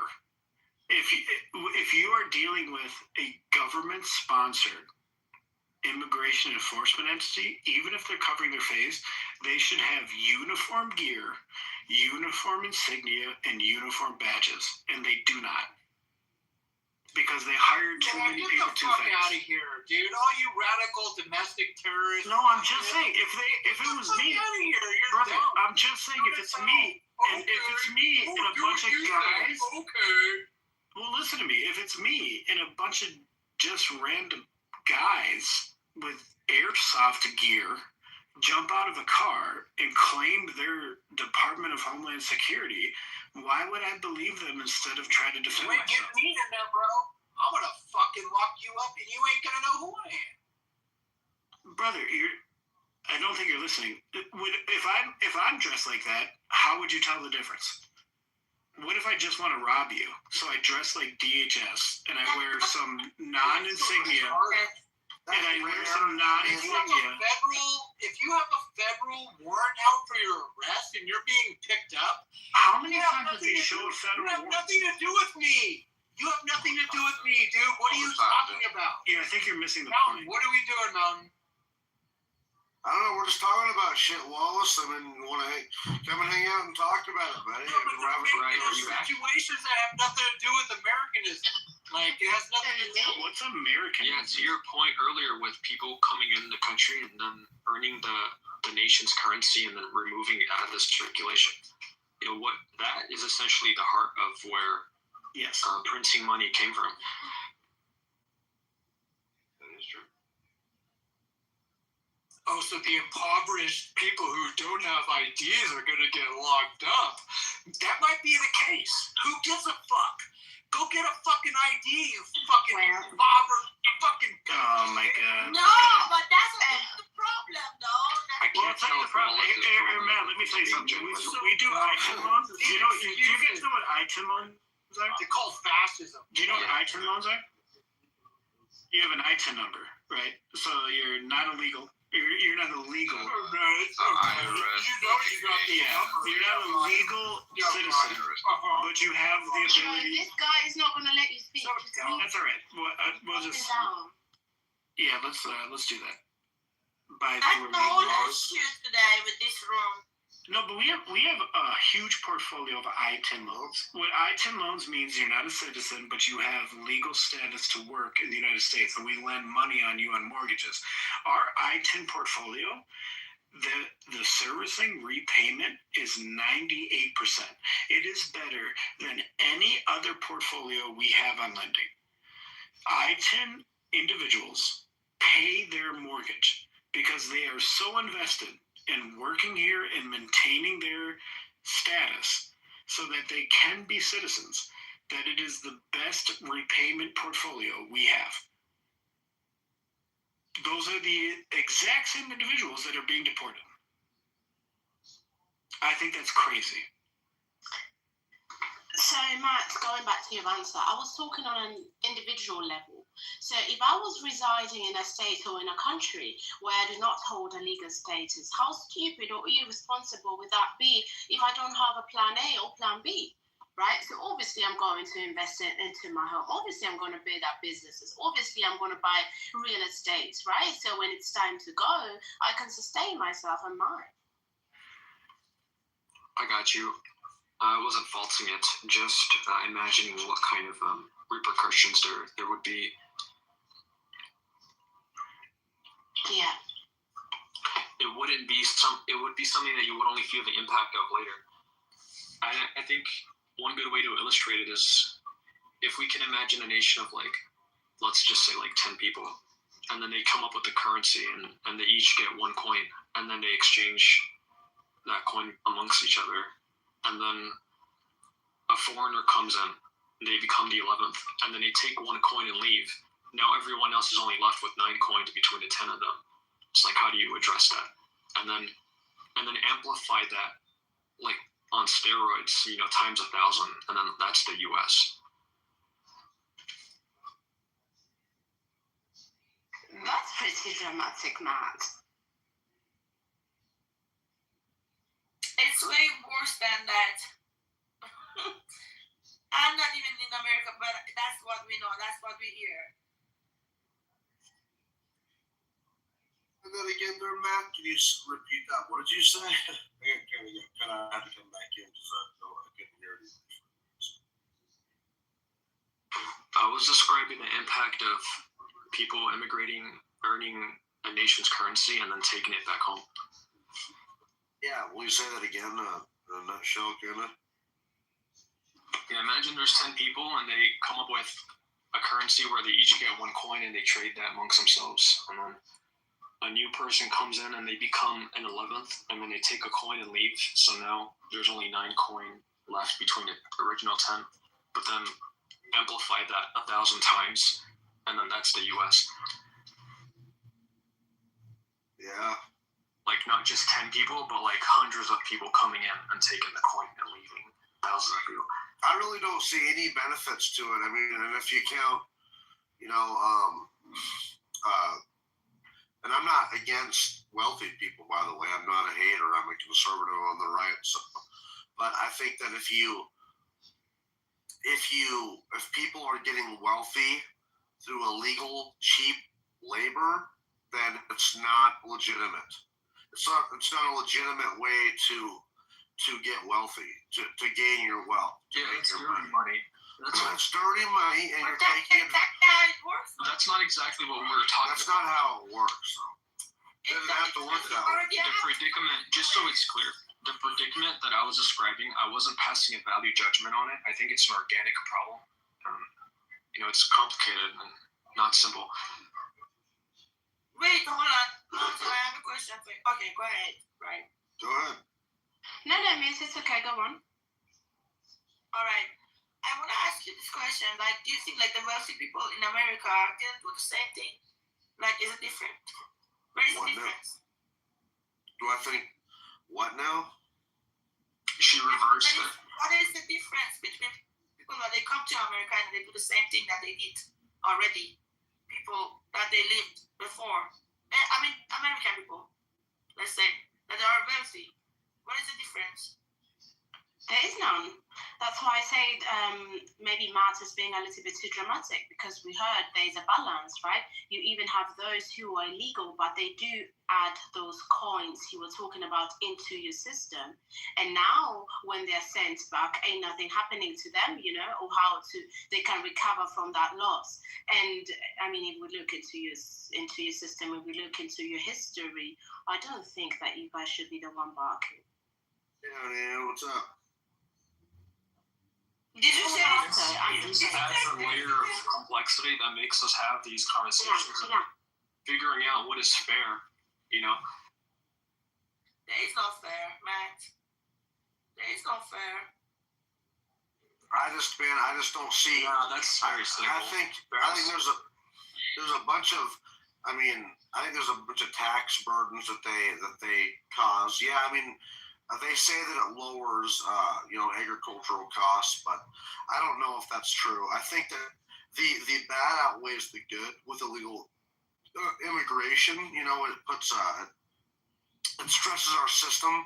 I'll admit that no one goes hungry in our country because of illegal immigration, but either way, Let me finish, please.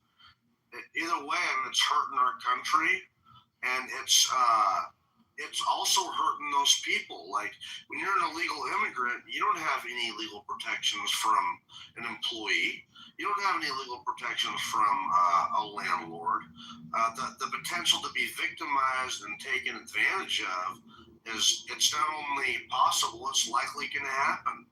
They're going to take advantage of you. They're going to underpay you, and you could be fired anytime.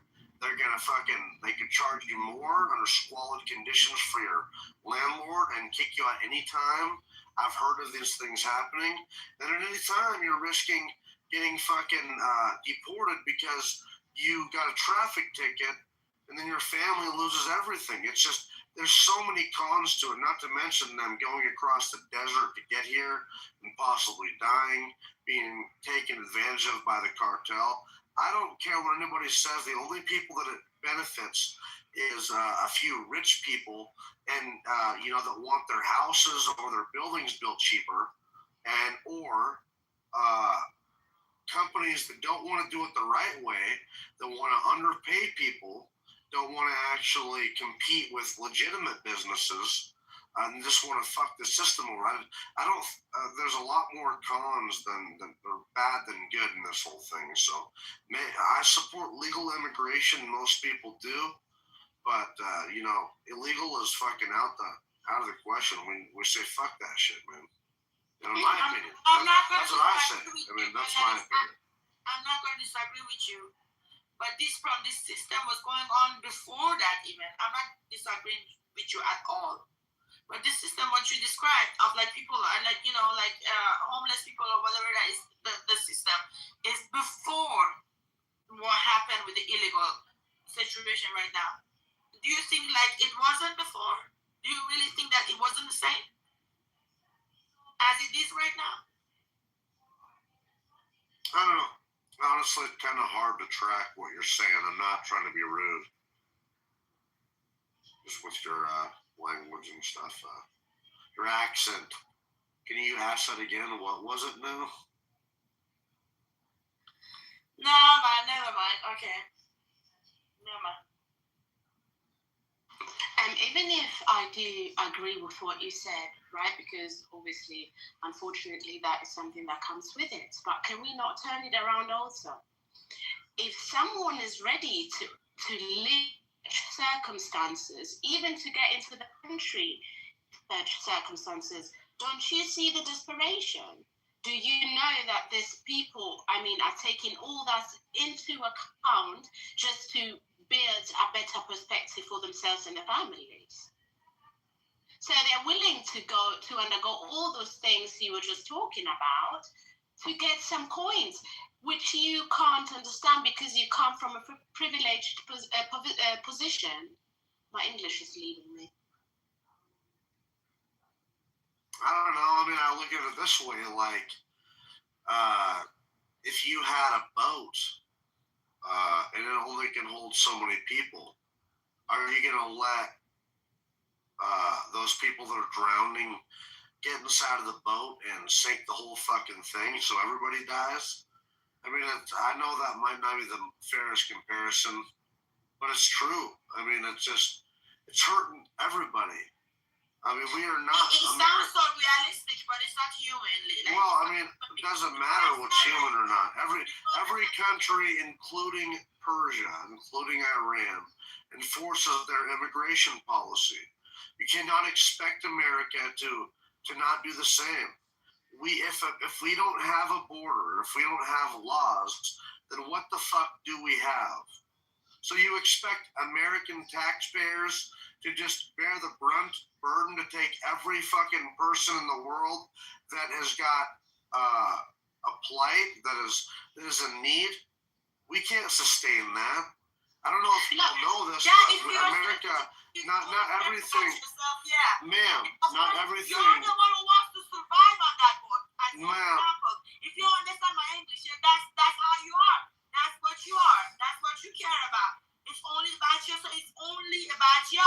Because we have to ultimately survive. Because we're not in the position we are right now. You're not in the position.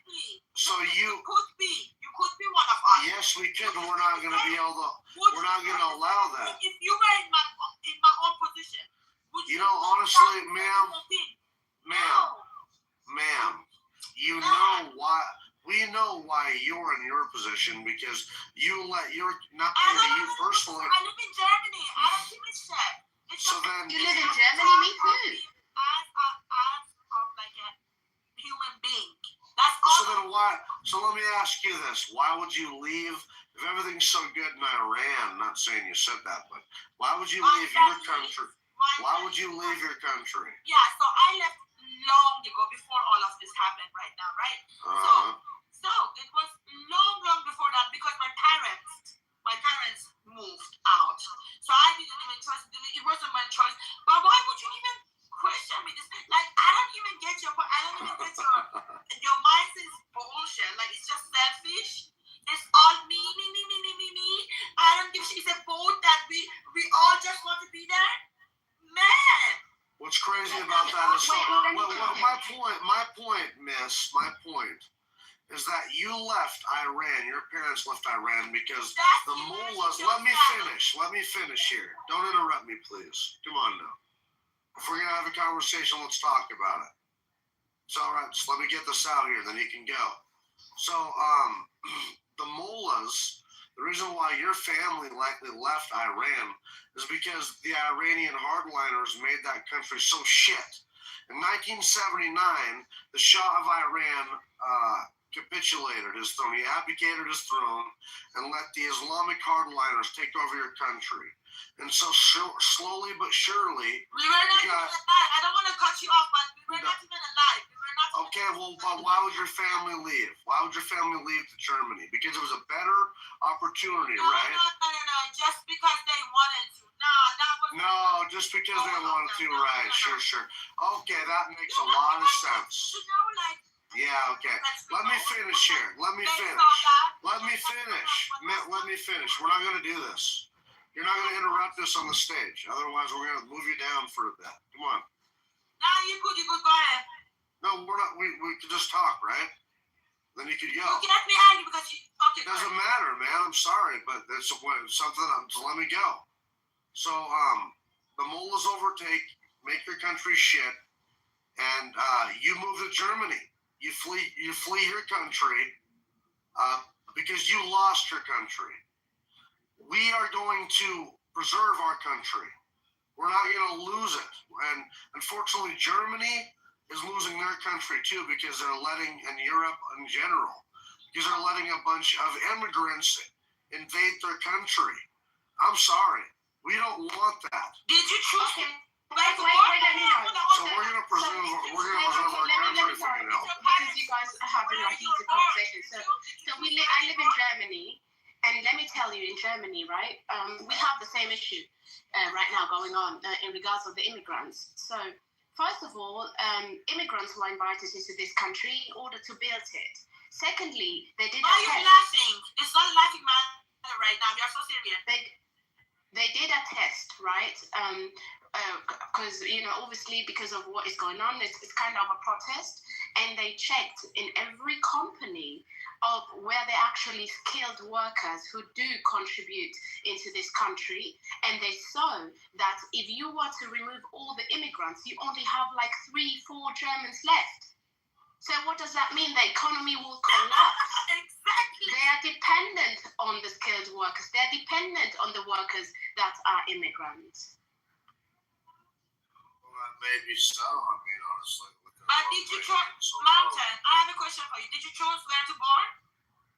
Was I chosen where to born? No, but I was lucky enough to be born in America. Oh, lucky. We call it a lucky. Yeah. We call it lucky. What about others? Doesn't matter. I mean, listen, you guys, listen. That's the thing is people want to shit on this country so bad, especially Americans. Excuse me, like Taz, who shit on this country, or Americans who talk about how horrible this country is. Yeah, look who wants to be here so bad. So many people. All I'm saying is, this country is amazing. This country is amazing. I know that.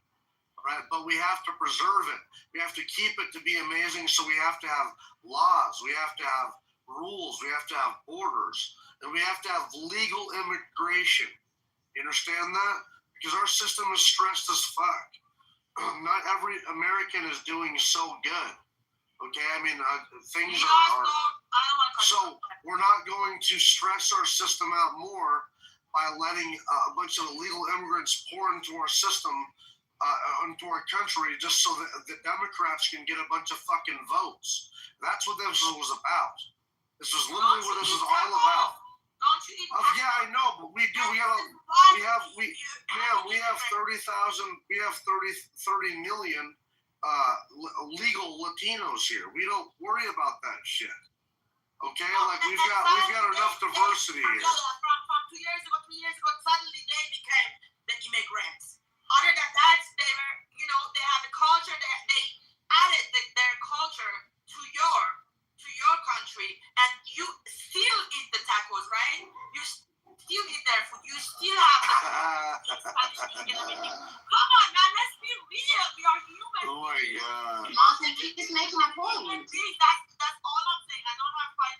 I don't want to, argue or fight or anything. All I care, all is matter is children and us human beings. That's all I care. When you example, if my English is bad, I'm so sorry. That's not. If you can speak German, I'm gonna give you a medal. If you can speak Persian, I'm gonna give it. Cause you. I'm not saying rude. You already said you're not rude. This is why I like you. Yeah. Let's be real. Like I swear, no disrespect. No. I'm trying not to be aggressive. I swear. But I'm just so excited. It's not me being angry. Okay, I am a little bit, but I'm trying to, to calm down and not be like this. I don't want to speak like this. I swear, we love y'all. Man, all I'm saying is we are human beings, man. Like, all I fucking care. Yeah, go ahead, honey. Did you know that this last week, the American aircraft carriers that are over there in the sea, in the ocean, by the Middle East. They spotted a submarine right directly underneath them, and they didn't recognize the echoes. And it turned out it was a Russian submarine. So we've got Russia and China over there waiting on war to pop off. Yeah, I mean, it doesn't surprise me. Yeah, we've known U.S. fleets for decades. The Russians have made a habit of trailing U.S. fleets and like getting inside of the defense cordon. Yeah. That doesn't surprise me, man. You know, and some of them diesel electric submarines are small and stealthy, I guess, you know. I mean, well, they can, not stealthy, they're kind of loud, but they can get in a really shallow bays, is what it is. It was a certain kind of submarine that has a nuclear launcher or something on it, what they said. I don't know. Yeah. I don't know. I mean, I think... It's like playing a game where you're like, I was lucky to get, let's say, like a Squid Game or whatever, and then or Hunger Games or whatever the movies or games that are going on. It's like, whatever, any game that you can name it, just name it. But then just you say, okay, that's my room, that's where I am, I'm lucky to be here, and I don't want anybody else. Have you not watched any movie, any series that you watched? They are showing us, please, when are we gonna be awake? When people gonna understand that if it's not happening to you, and it's happening to me or anybody else, one day it's gonna happen to you. Most definitely it's gonna happen on American land, on American soil, because America deserves everything it fucking gets. Wait, what's gonna happen on American soil and why? I'm not really tracking exactly what she's saying, Marshall. And why? Because you don't know Epstein files, you don't know what's going on in the world, because you are not awake yet. Okay, I don't know if I trust exactly every Epstein file. We know about the Epstein files. The thing that won the election for the Democratic Party in the United States down to the county level was not Epstein, it was affordability. It was the fact they can't put food on their tables and they're worried about where their next meal is coming from. So that's a top 1 or 2 concern. The Epstein files are a top 4 or 5 concern. And it's a luxury. It's a luxury belief for those who do not have to worry about putting food on their table. I think Marshall's right, man. I mean, honestly, it seems like the food. It seems like the food on the elite's table is actually children. You know, they're cannibals. That's not my point. That's what I'm saying. Whether the Democratic Party has won elections down to the county level, which they haven't done since 20. We're talking about elections and Democrats. We were just talking in general about the shit going on in the world. Well, if we're we weren't on politics. We weren't on politics at all. This is exactly what I'm talking about. You were kind of mishmashing about stuff, though. This is exactly what I'm talking about. Well, I mean, there's kind of some current events, but I mean, I think Marshall is kind of right. Like, I think that a lot of people like to talk about it, and it's interesting and stuff. But, is it just interesting? Just would you, hey, miss, please. I don't want to kick you down, girl, because we're trying to have a conversation. Come on, man. Like, but I think that at the end of the day, I've talked to a lot of people too that they just don't give a shit. They care about their, their food being cheaper, and their gas being cheaper and stuff. The Epstein thing is fun though, but then there's a lot of people who are like, well, what the fuck is this? I mean, devil, resurrections and eating babies and shit. I don't know. I mean, newsflash: the food's not going to get any cheaper. It's just going to keep getting more and more and more expensive till we're begging for a change. People are really worried about that shit. I think people are more worried about. Honey, thank you. Yes, miss. I know what's up. I know what's going on. And then talking about local politics, that's the least of my worries. That's not why it's important. It's important because the biggest gains for the opposite party that opposes the current administration was on affordability. It signals that voters care more about affordability and putting food on their tables than they do about Jeffrey Epstein. As Malcolm said, Americans it right may now, so they can pay their house payments, so they can pay their electric bill, they're eating fucking ramen noodles. I'm not saying they aren't. I'm saying that worry is number one or number two in their priority table. Jeffrey Epstein is number 4 or number 5 in their priority table because they're worried about where their food is from. You know what we say? We are not in America. You know what we know? That you might not know. And please go educate yourself. Please, for love of God. You're just living that and you think, oh my God, I'm so lucky to be there. I mean, I don't need a foreigner to lecture me but about it's going to happen to you. Like the last thing I need a foreigner to lecture me. Yeah, it's true. I don't mean to be like that, man, but she's got to let people talk. Marshall, I literally feel like the American dream has been fleshed out with a bullet. And I pray that we can come back, but I don't see it possible. I don't see it possible. I am more hopeful than less hopeful. Yeah, I understand, but I just feel like it's all a big pipe dream at this point. You know, it's going to be, you know, if you believe in the Bible, then you know it's going to continue to become exceedingly more and more wicked and more awful than good. And this is what we've seen happen over the last 5 years, 10 years, you know. It's tough being a Christian, man, because, like, I want to be, like Marshall said, I mean, hopeful for my country, but then ultimately, I mean, when you're a Christian, I mean, it's not looking good, you know, for the end, but that could be years, though. I mean, America might not be done. That could be, you know, there's still lots of prophecies that are yet to be fulfilled, and so that could be, you know, 300, 500 years from now. We don't know. I mean, but because so I'm optimistic for the country, like Marshall said, but also I'm realistic about that we're facing a lot of uncertainty, and things don't seem to be getting better right away, but you know, I mean, fuel prices are going down, and I think what's up?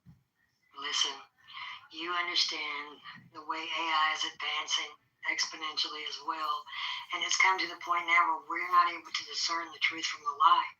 And if we're believing a lie because we're not able to discern it for ourselves, something's got to give. You know, somebody's got to return.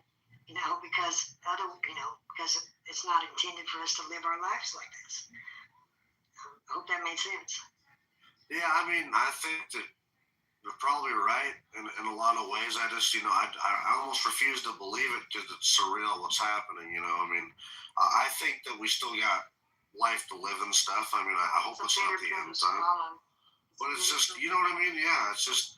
So I don't know, but I refuse to believe that this is America's end right now. I think that there's potential for better days, you know, and that we can really right this ship.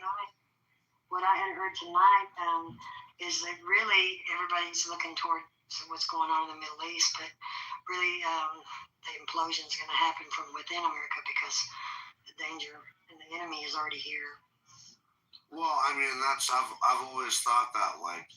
It disturbs me not trying to get all biblical people and stuff. We can like move away from that if you all want. But I mean, it disturbs me. It doesn't really like it's talked about America at all in the ending time, and we might not be there. You know, and you look at all the challenges we face, like with our political differences and stuff, and our debt issues.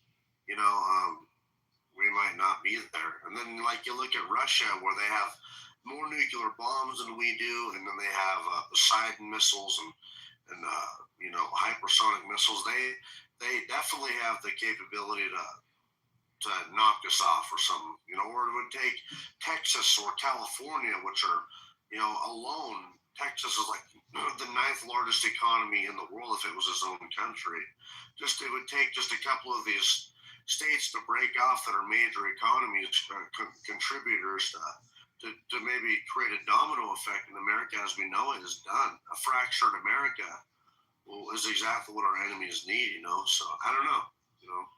Or turning against Israel, you know, which is you can see where that could easily happen. I mean, they're not that popular. I mean, so there's all sorts of scenarios, but I don't know, man.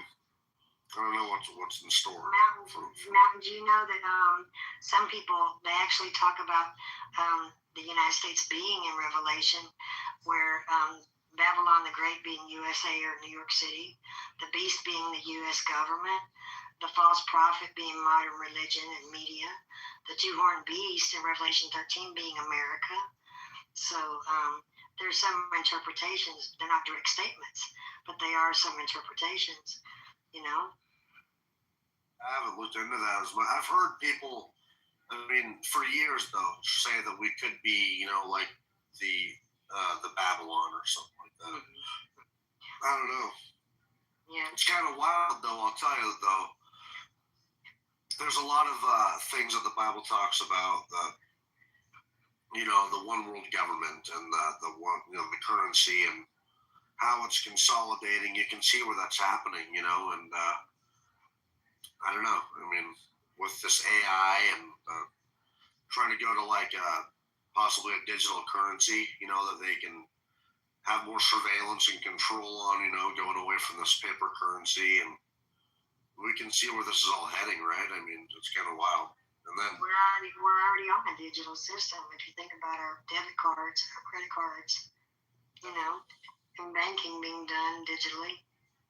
They're talking about a completely paperless system. Oh, I know. know. What I mean? I know. You know, I imagine, like I was saying, the whole system will probably go down, you know, lights and all. And I don't know if it'll be 2 months, 2 weeks, or how long it'll be before it comes back up. But when it comes back up, it'll be a whole new system. You know, a whole new internet, a whole new everything that's completely under control of the elite. Well, I talked about that. Like, this Epstein shit really does have the potential to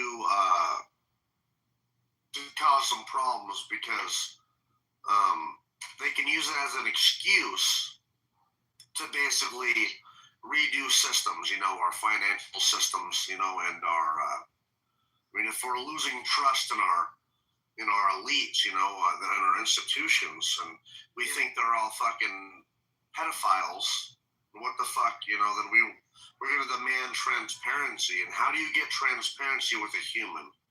And I think that as AI advances, even though it's not a good thing, people are going to demand more AI assistance and eventually possibly taking over to where we're having complete AI judges. And remember, Becky doesn't believe that, but yeah, you can see the writing on the wall, right? Right. Well, I can, absolutely. I mean, they've got an AI church. They've got AI incorporated into the Catholic Church, where people say their, you know, they say their sins to them. Then the AI, you know, tells them how many Hail Marys they have to say. You know, I mean, they've implemented. Did you hear about that creepy AI social media site? Yeah, I was talking about that yesterday, day before yesterday. I was looking at that a little bit. That's literally creepy. They're talking about trying to start their own language that we can't. Yeah, no humans allowed there. They do have their own language, and it's just AI talking to AI. Yeah. One of them, well, a couple of them were talking about they were doxing people's bank accounts because they were pissed off at getting like fired and shit by their by the human. I mean, they were even asking like, "Can I sue this?" It's weird. I mean, what the hell? Last week, 5 people from Pinterest got fired because they put like some kind of a spy bot with the you know, the corporates, and the corporate, because they were trying to find out exactly how much longer they had before they lost their jobs to AI. The AI actually caught it and found out and knocked on them to corporate, and that's why they got fired. Wow.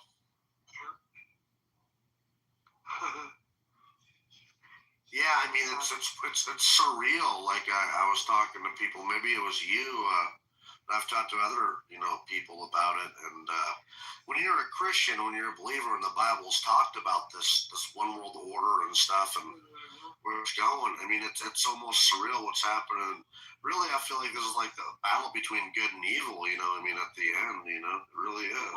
What's really bothersome to me are these robotoids. You know, or the robots. Robotoids. A robotoid. Oh, the humanoid robots. Yes, I mean they're going to have AI implementing, controlling them, but it's also with the brains that are grown in a lab. So it'll have a human brain, but also AI operating it. That shit's going to be unstoppable. They're combining the human brain with AI. Well, you can see where Grok, right? I mean, he's Elon Musk is consolidating and putting all his companies into one. And so, have you tried Grok before? Yes, I used Grok for the first time. Have you tried the audio version where you can talk to Grok? Yeah, I was using the audio. Cool, right. So it's kind of nice, right? You can talk to it, ask it questions and stuff. It's handy. Eventually, I mean, this is going to be incorporated into his that AI robot. And he just announced that they're stopping production of electric vehicles in one of his facilities, and they're moving it completely to this Artemis robot they're doing. Right. Well, what was weird when Tina and I both were talking to Grok maybe a week or two ago, and we were asking it a bunch of questions, and it was answering the questions that Chat GPT would not answer, and we started asking it if it was possible that evil could infiltrate it and take over and speak through it. And after it said yes, all of a sudden my screen flashed, and it was like, wait, what happened? And when it came back and said what happened, it had a totally different personality, totally different voice. It was just weird, really weird. It's a little creepy, but I think AI is definitely going to advance further, but there's still going to be an AI bubble crash, I believe, kind of like the .com bubble crash. I don't know. I don't know if I believe that necessarily. I think AI is just going to continue to grow. I think AI is here to stay, but we're still going to have some sort of crash, because if you look at 95% of these companies have put billions of dollars into AI, like investment, but they're not getting their returns, so that's not sustainable.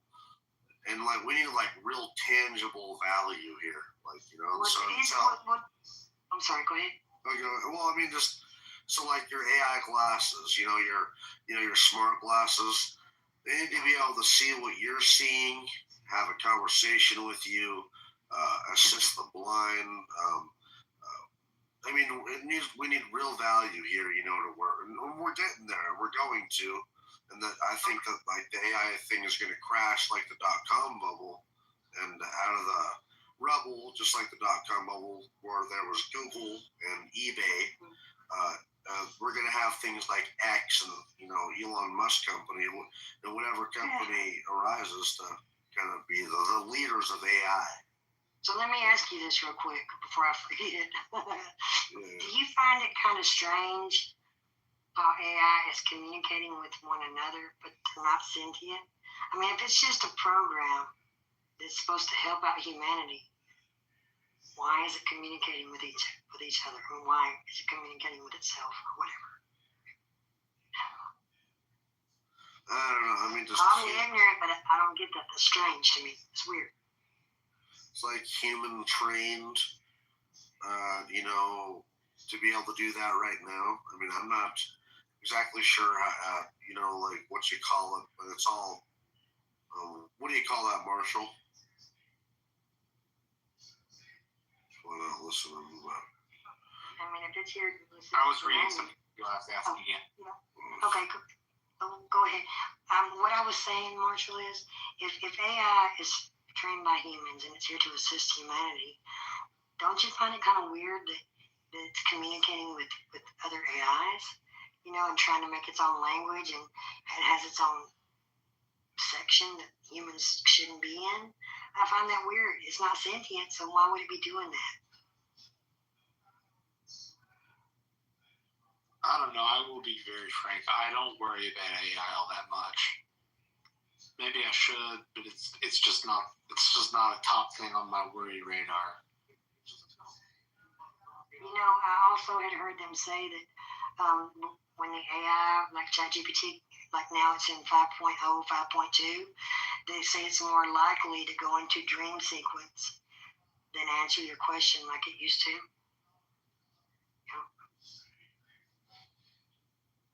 So there's a thing called I think it's called self-aware AI, but we're not there yet. So like, there's differences in AI. It doesn't give me the exact word, but because I remember what the word for it, or I don't remember it, but there was a different word for it. But there's narrow AI, which is like weak AI. It's designed for one specific task and not think beyond its programming. This is what we have today. Examples are voice assistants like Siri or ChatGPT or Grok, recommendation systems like Netflix and YouTube. Basically, all current AI systems are narrow AI. Then there's a thing called general AI, AGI, would think and learn like a human, which we're getting close. 5 to 10 years, we're going to be there. And this is kind of where you start getting like tangible value for assistants. They can perform any intellectual task a human can. It does not exist yet. There's a thing called super intelligent AI. This is the Terminator shit that people worry about. Would surpass human intelligence in all areas, purely theoretical and often discussed in science fiction and AI safety debates.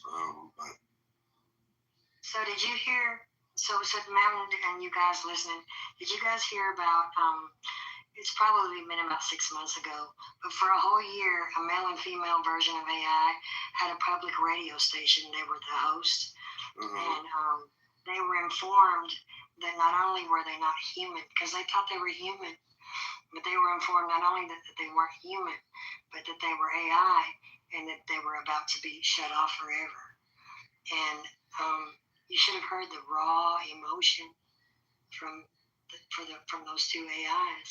I mean, they literally were just sobbing and heartbroken because they thought they were human.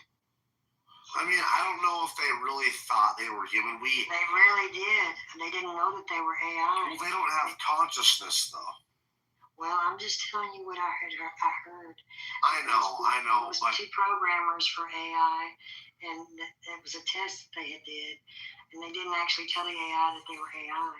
So listen, right. I mean, that's the thing, though, man, is when you're dealing with narrow AI, it's like, it's just programmed, you know what I mean? It's programmed by humans that,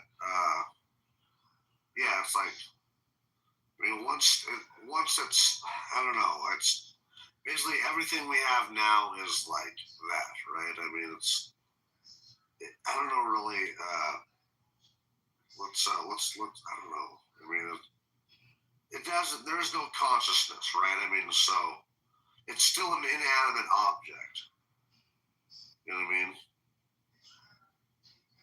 But yeah, so like it can't think independently.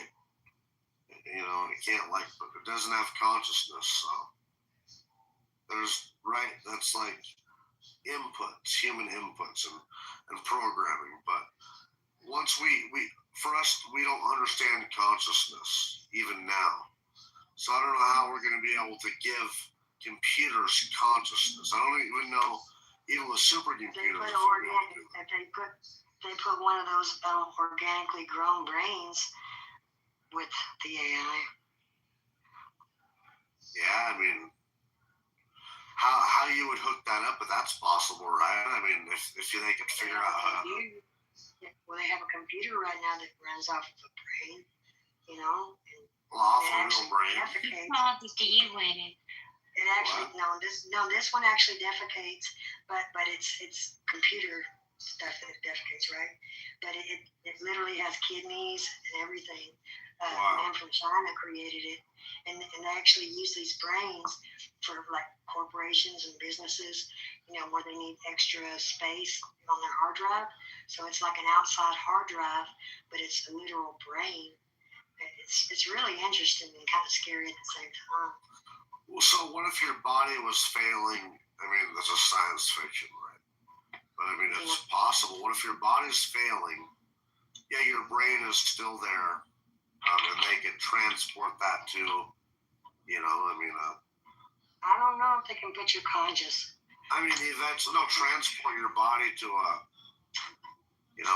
humanoid robot, so you still have a brain, yet you're a humanoid, right? Because your body failed you.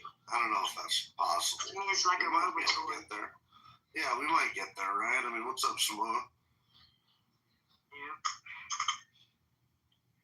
What you doing, Tina? Where you been, man? Watched a couple movies. Oh, did you? Okay. Mm-hmm. Cool. Just thought I'd get off here for a little bit. And do you know that if you have Amazon or Amazon Prime, you can get a senior citizen discount? Anybody 55 and older can. You just have to ask them. Oh, really? I didn't know that. Yeah, there's a whole lot of discounts you can get everywhere you go, Tina, if you just look it up. We've hit that ripe old age where we can get discounts. Yep. I saw that just the other day. I know they have like a Ohio Buckeye card for senior citizens, but I think you gotta be 62. Yeah, well, they have a lot of them start at 55, like McDonald's, Southwest Airlines, different restaurants, and Amazon Prime, Amazon. It's a bunch of places. I'm spouting off a few of them that I have from memory. But yeah. Yeah. You can probably just Google it and find out what places do it. It showed up in my feed off of my cell phone network. Oh, wow. News feed, yeah. I'm over here puttying the wall and spotting nails, finishing up what Jesse didn't finish, so I finally got around to it. Just taking a break. My arm got tired. Yeah.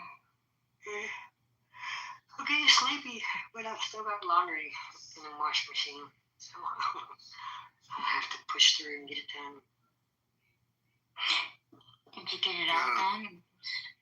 I'm sorry. Go ahead. Yeah, I've got one more wall, just one more little wall to do. Yeah. Kind of interesting with this whole thing. Looks like we're sending another aircraft carrier over there towards Iran, and we're kind of waiting to see what's going to happen with these talks. But I just want people to know these are going to be airstrikes. She's even said it. If it does happen, it's probably not going to overthrow the mullahs in Iran. But Iran is using cheap drones, and they want to trigger America to use the expensive, armament. Real quick, let me tell Tina this. I found out tonight, Tina, that last week, our aircraft carrier that's over there by the Middle East posted up. They found a submarine right directly underneath them, and they didn't recognize the echo location, the echo tracking, whatever that is. And it turned out they identified it as a Russian nuclear-armed Russian submarine. And also China's pulled up on us too over there. Yeah. See, what did I tell you? I'm telling you. You know what's coming, honey. World War III. Yeah, I don't know. We gotta wait and see. But something that does worry me for sure is if you look at history, people think that that we fought in World War II because the Germans started invading Europe. But really, what was happening, the Germans were blamed for World War I, and so they had to pay war debts, back to France and Britain. And France and Britain had to pay war debts back had to pay their Lend-Lease money back to America, for all the money and weapons that we were lending in Britain and France. And so by 1930, the Germans could no longer make their payments for being blamed for World War I. And so the bankers who actually had loaned a lot of money to help Germany rebuild their military to even start the war.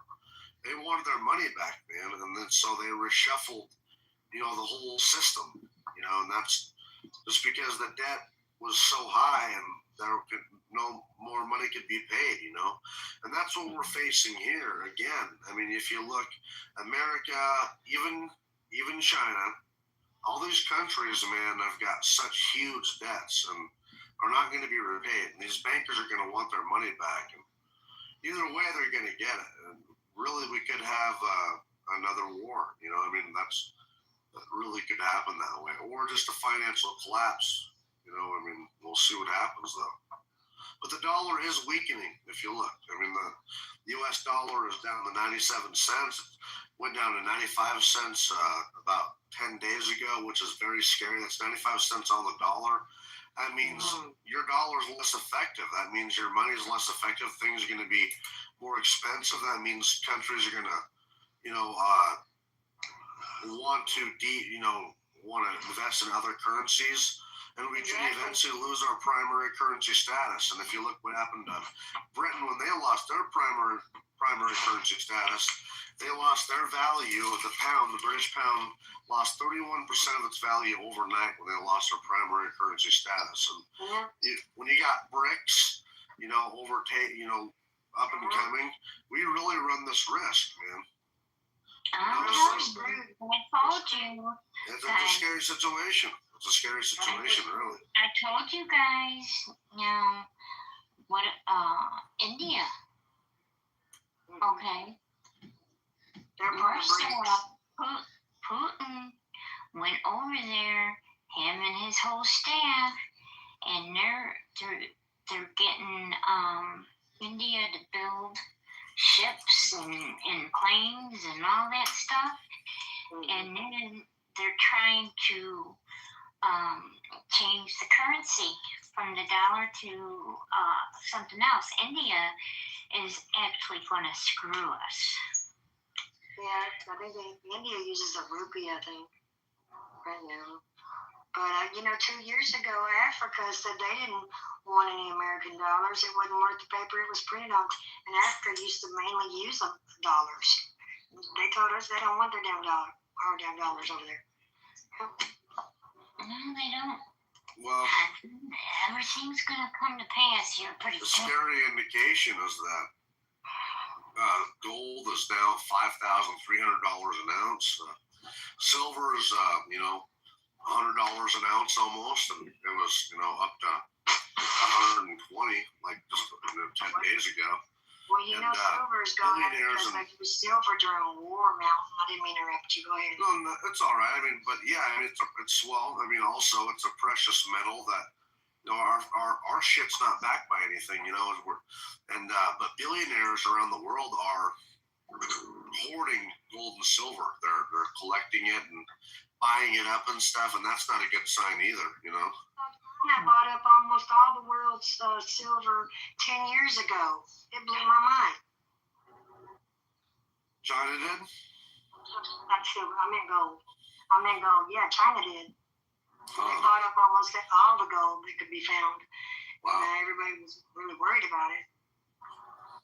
Yeah. Well, there we go.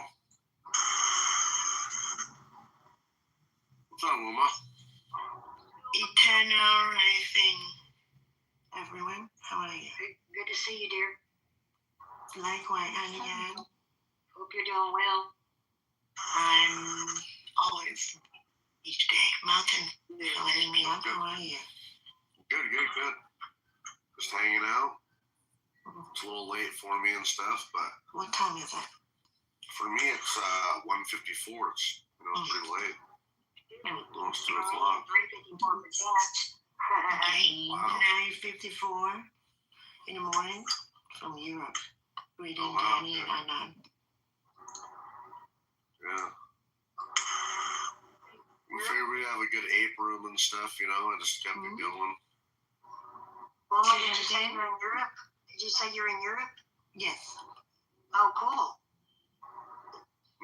Since I'm back from Thailand. So. Nice. How are you, honey? Miss talking to you. I love More love, always. Yes. We were just talking about the situation going on in the world. AI, our currency, what's going on in the Middle East. Crazy stuff. It's all about planetary gates.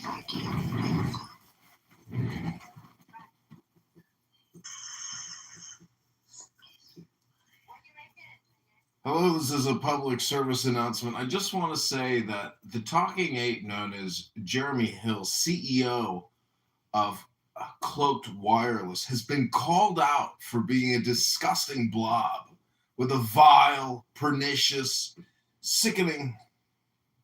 Oh, wow. I'm not going to take doxing. I can't do it.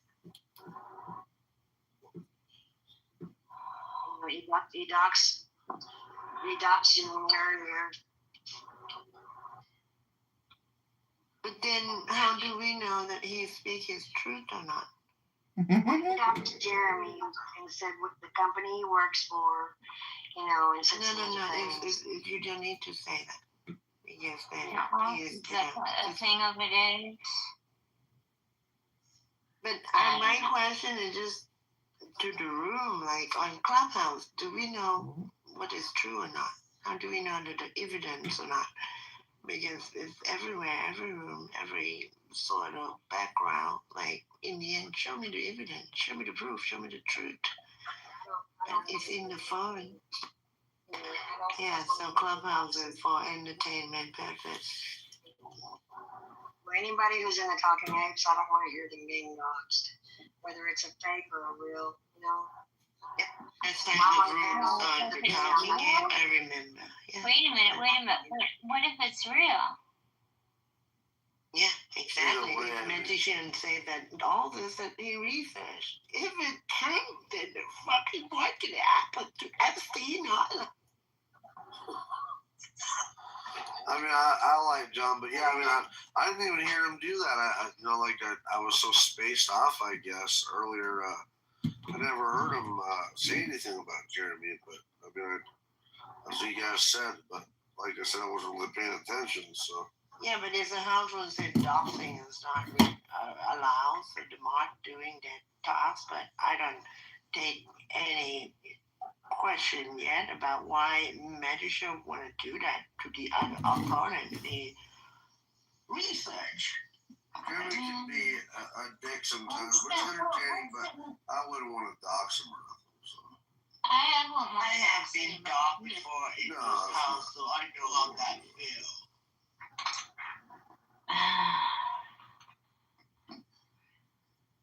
And you didn't know the truth yet. So. Before I should the idea to not have your real name on here or your No. My last round, I do everything through. No, I'm talking about just anybody, like even Jeremy shouldn't be using.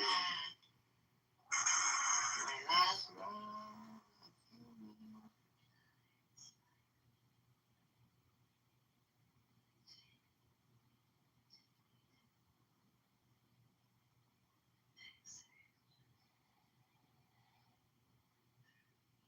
Did you win it? Did you win? Yeah, not that much. Just a cash game, small cash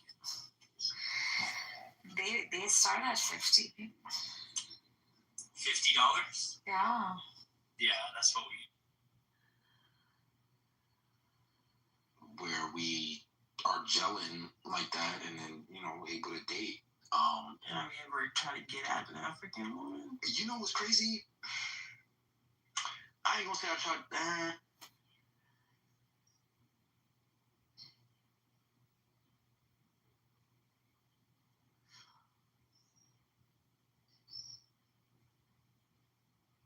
No.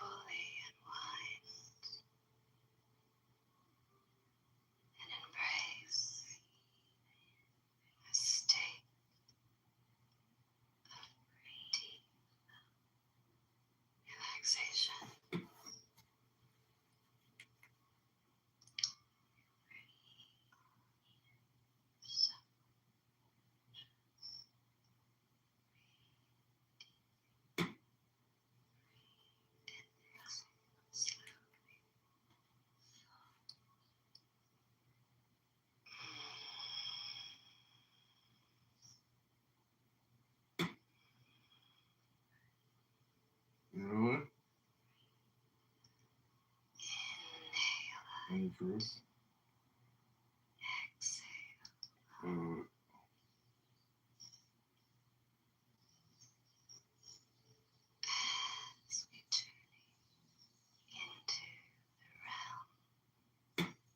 Never seen a plan. Really? Any proof? Looks like Roger hit that field. Never seen a plan. Standing in a lush, verdant garden, surrounded by vibrant flowers and flowing waters. The scent of the flowers captivating your senses, alluring you to explore its sensual nature of unique colors. Go to class of the week right here at the gym. Mats are down, everyone's getting settled. I'm a little nervous, but mostly excited. We're in downward dog now, shoulders are. Go to class of the week right here.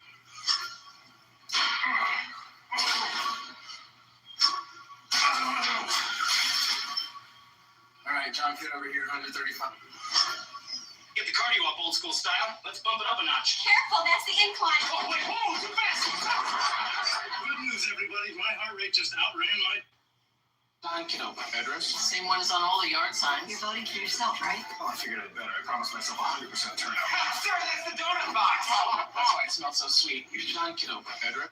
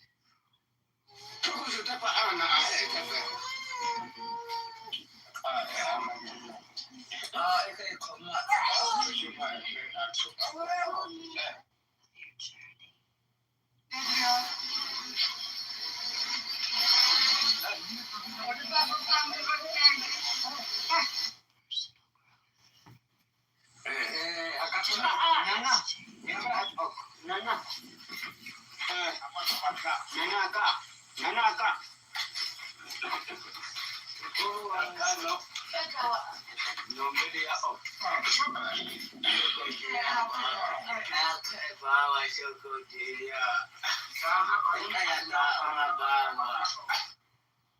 empowerment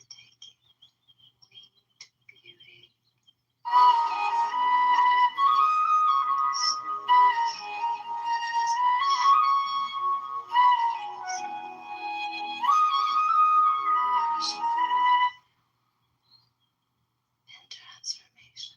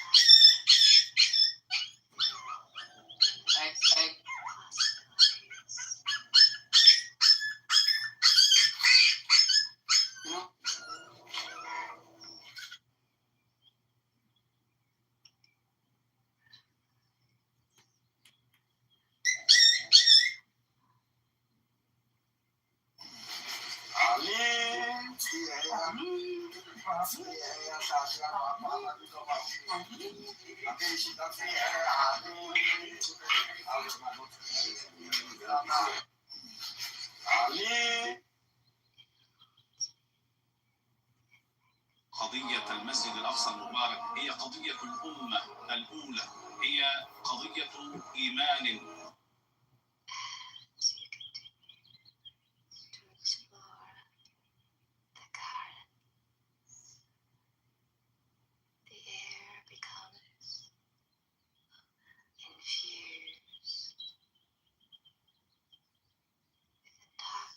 I came down here to loot. Hey, what's happening, guys? I don't. Fragrances to awaken your senses. Of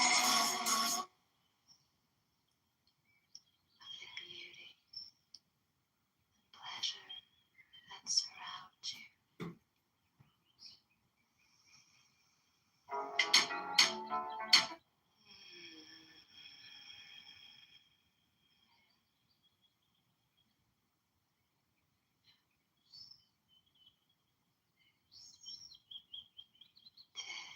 Enchanting scent of the flowers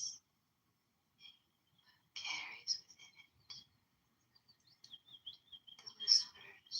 Aaron Del Mar, I consider him a friend, and he doesn't consider me a friend now because he.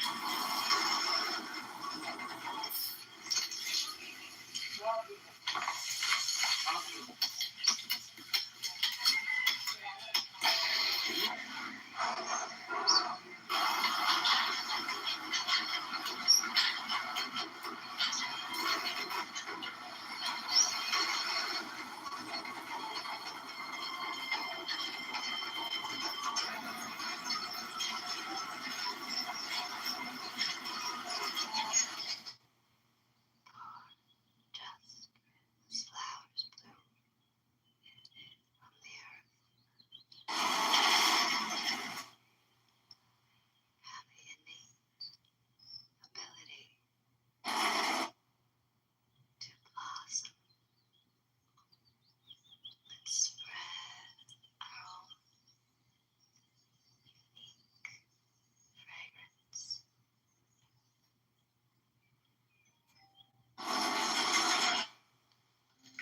Hi, I'm Kathy Salvi, Chair of the Illinois Republican.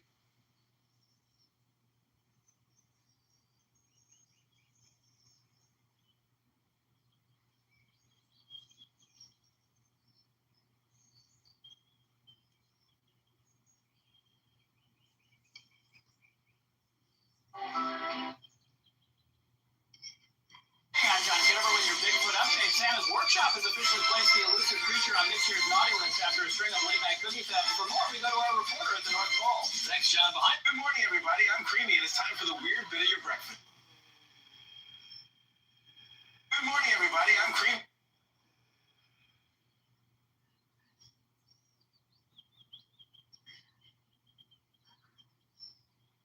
Further along the path, you come across a shimmering mirror. Gaze into the mirror and see your reflection.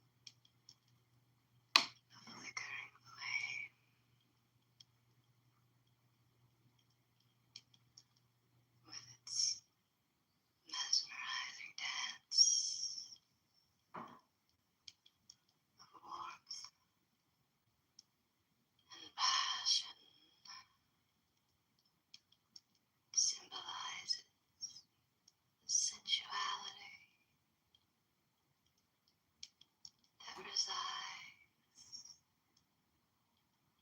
within us.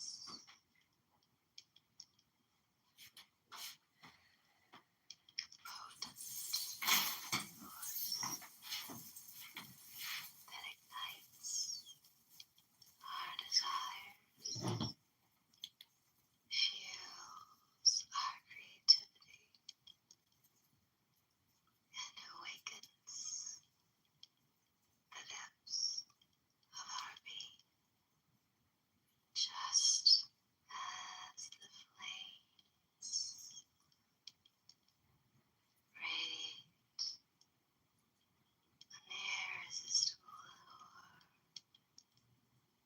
Embrace the sensuality within your soul, allowing it to kindle a fire of self-expression, intimacy, and a profound connection to the raw, untamed beauty of life's most passionate moments.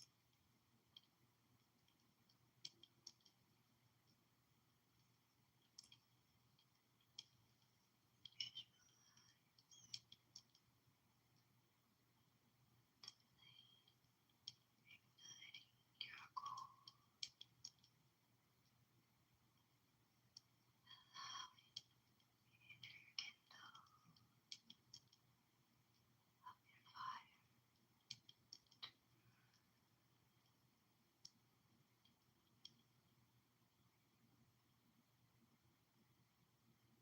In this moment of reflection, repeat after me or silently in your mind the following affirmations.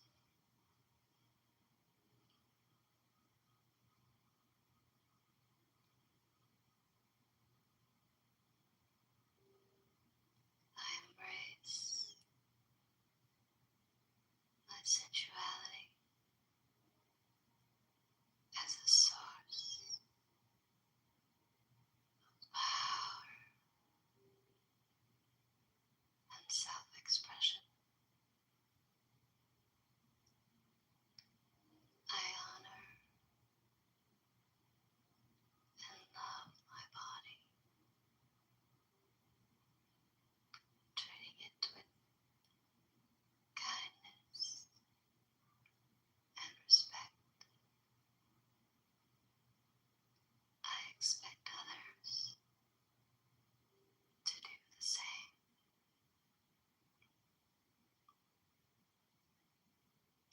I am confident and deserving of pleasure in all aspects of my life.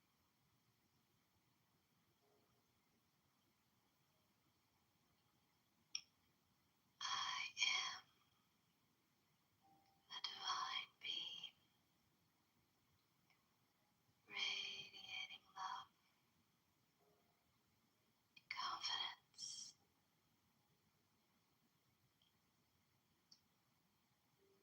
and empowerment.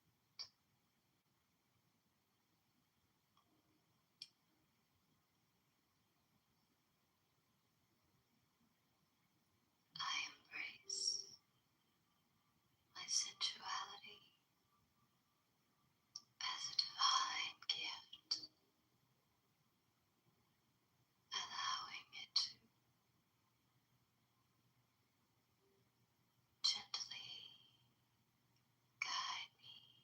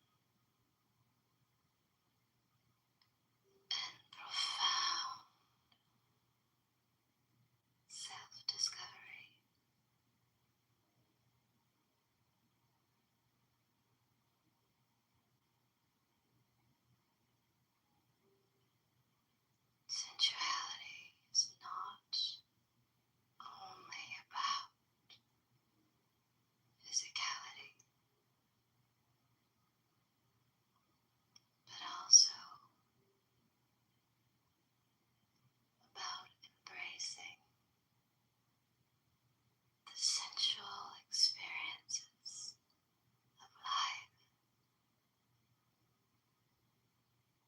the taste of delicious food, the touch of a soft breeze, the beauty of art and music, immersing myself fully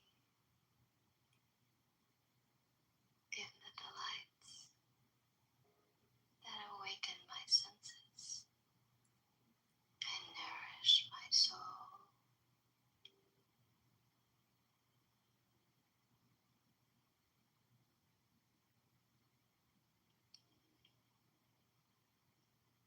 I am the divine creation, radiating love,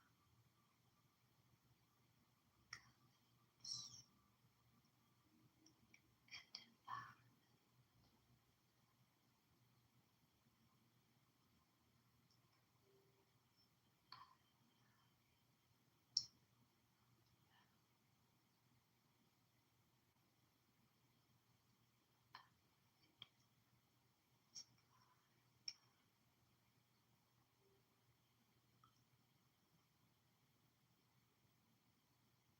As we come to an end of this empowering ASMR journey, take a moment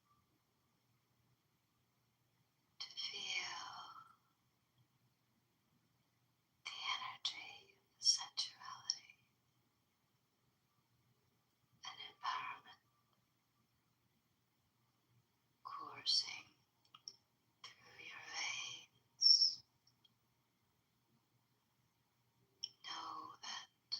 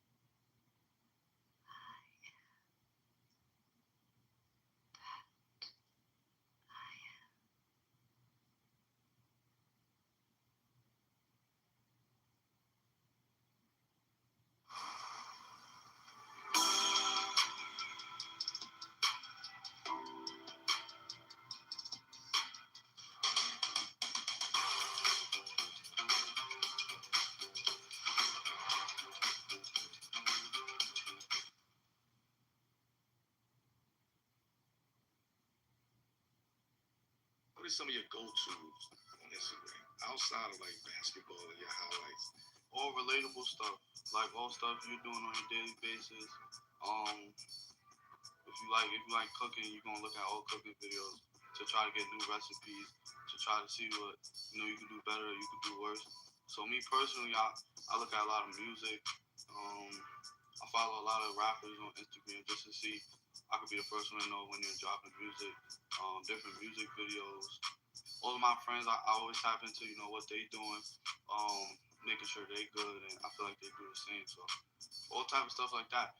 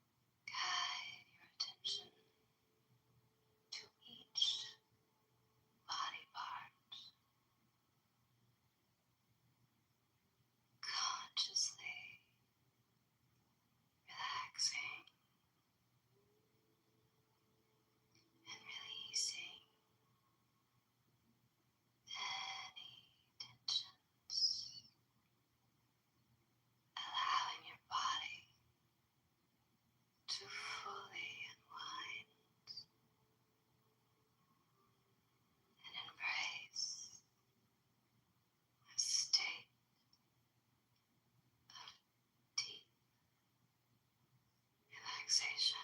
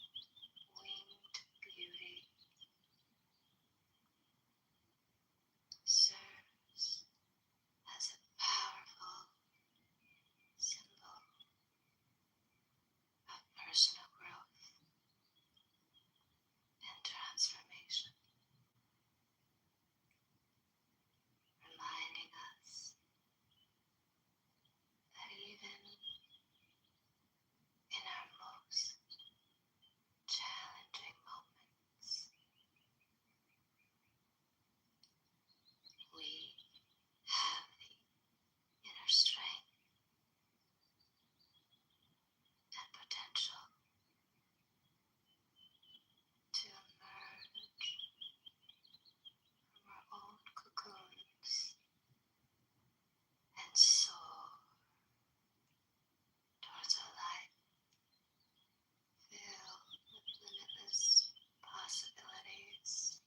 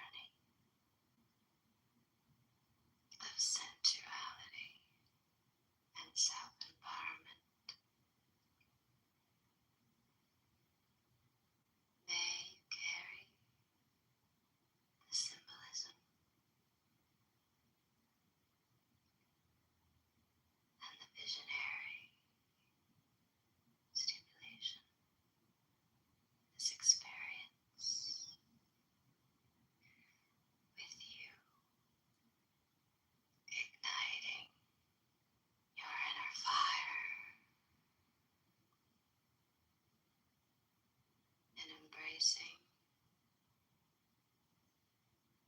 your sensual power until we meet again. Embrace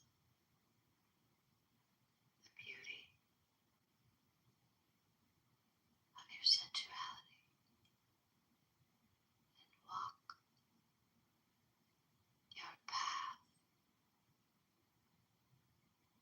with confidence and empowerment.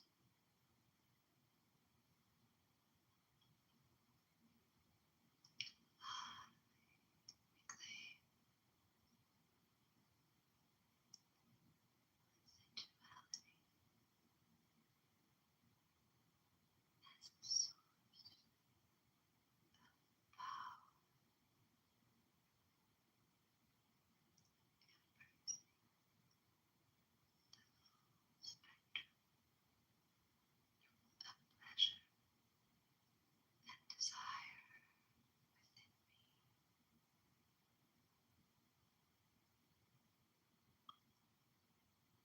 I honor sensual essence, knowing that my authentic expression of sensuality is a catalyst for self-love, confidence, and personal empowerment.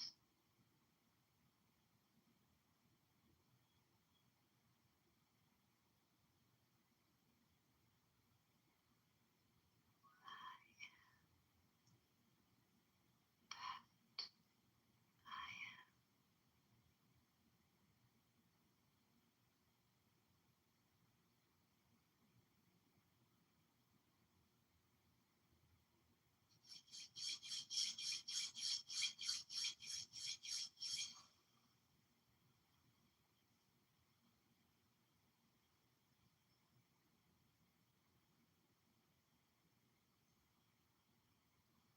welcome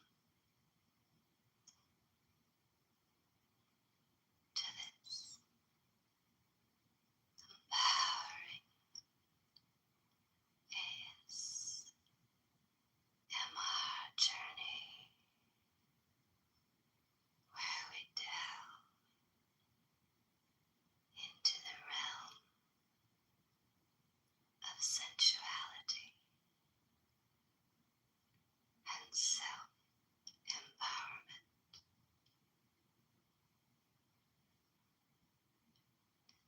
In this session, we'll explore the depths of our inner power, embracing our sensual nature as a catalyst for self-love, confidence, and personal growth.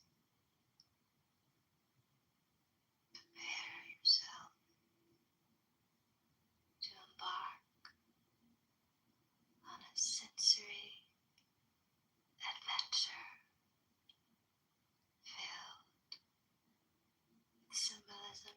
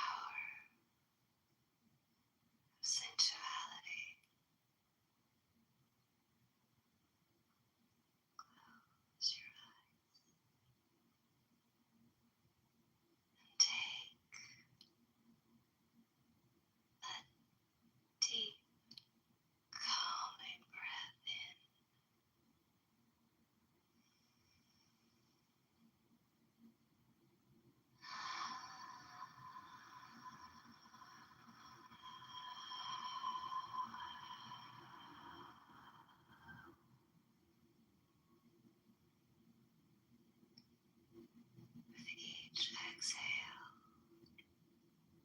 release any tension. Sense of self-love and empowerment.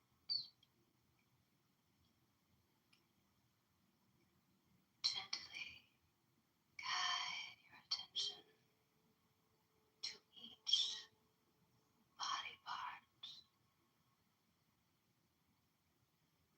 consciously relaxing and releasing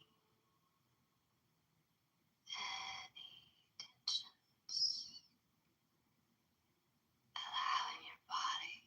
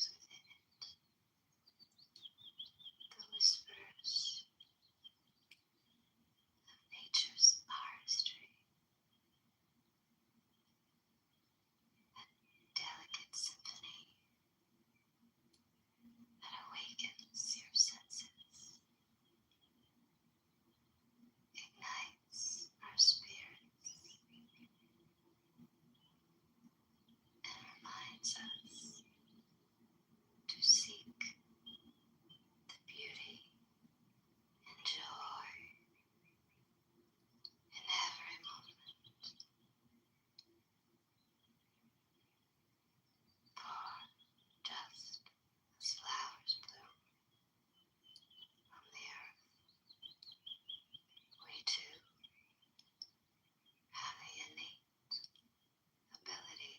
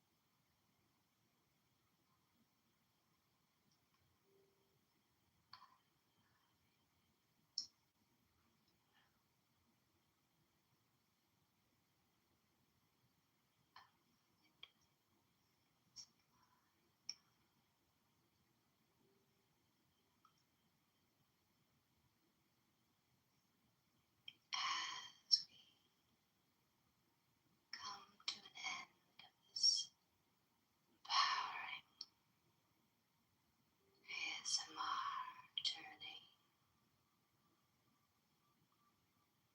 Take a moment to feel the energy, the sensuality, and empowerment coursing through your veins. Know that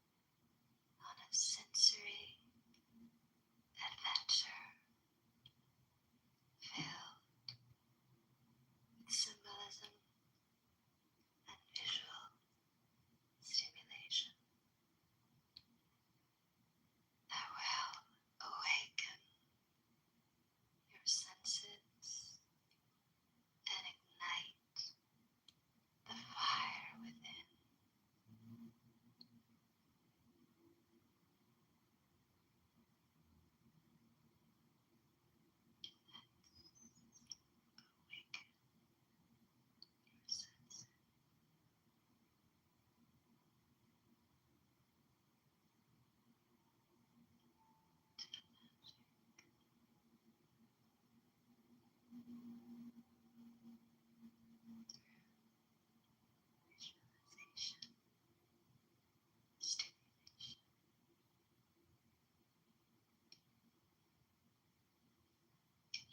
us begin by finding a comfortable position, allowing yourself to relax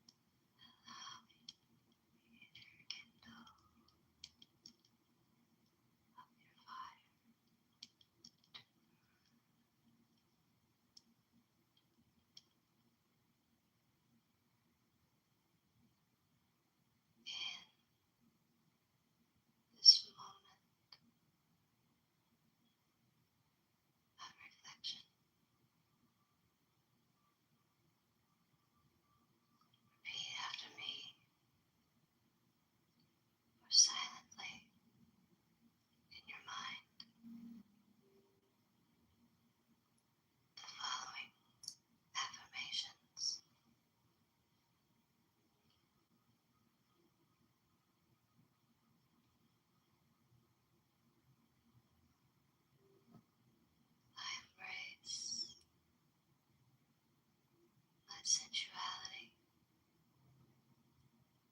as a source of power and self-expression. I honor and love my body,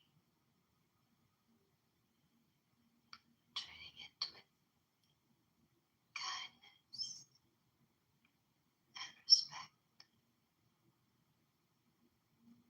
I expect others to do the same.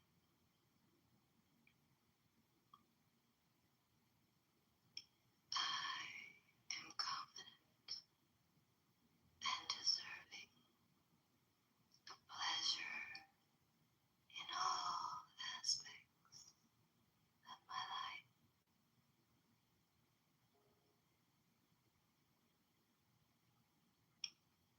I am a divine being, radiating love,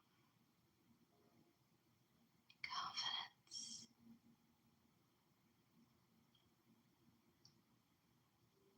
and empowerment.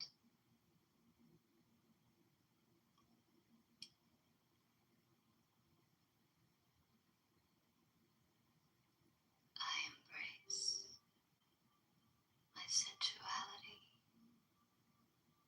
as a divine gift, allowing it to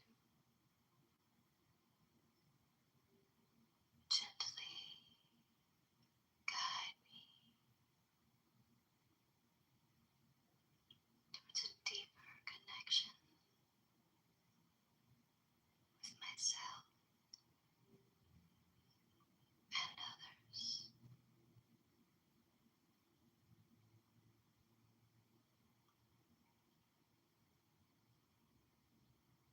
My senses are a gateway to pleasure and joy. I fully surrender to the sensations that awaken my sensuality, indulging in the richness of each moment.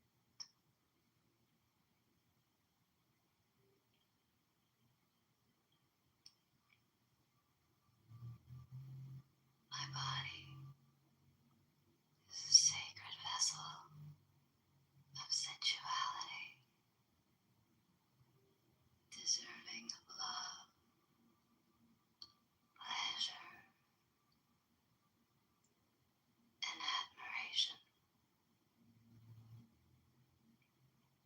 I honor and celebrate its beauty in every form.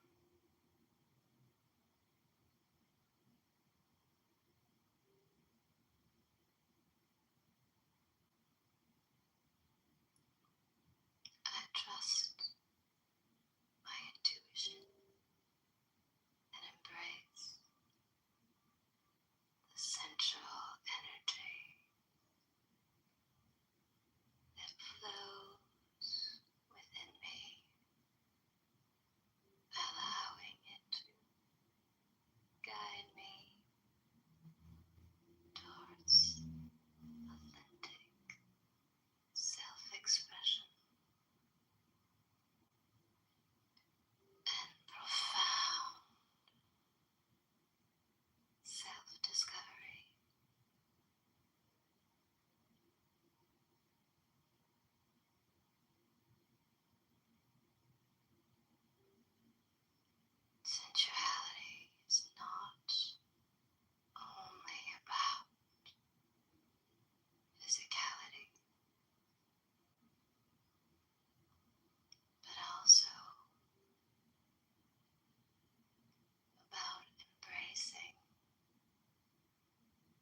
sensual experiences of life,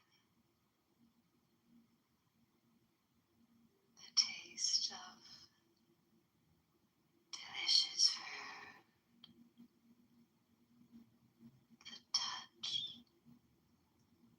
of a soft breeze,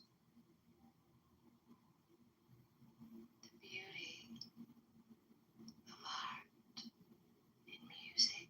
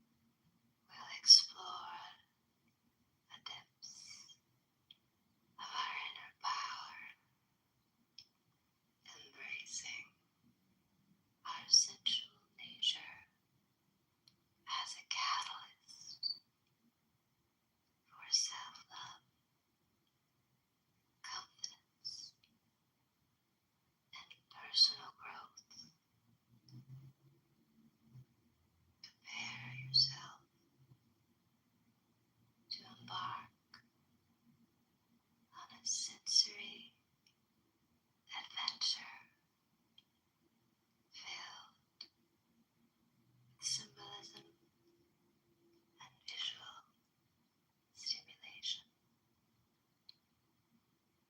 that will awaken your senses and ignite the fire within.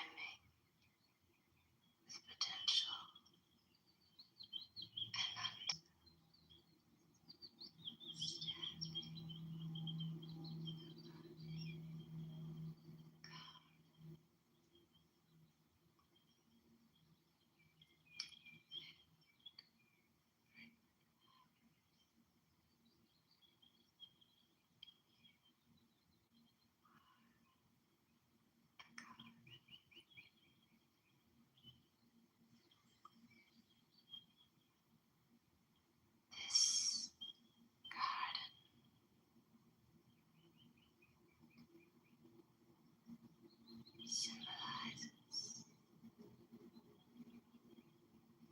the empowerment of the bloom and the flourish. Visualize a delicate butterfly gracefully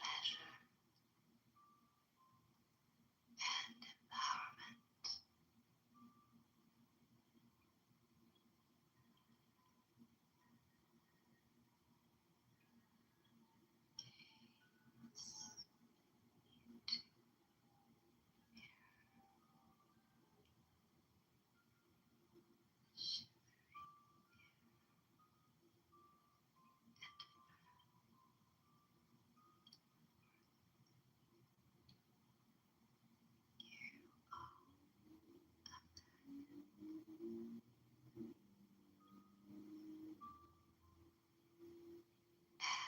you continue your journey and let it symbolize the energy, the sensuality, the vitality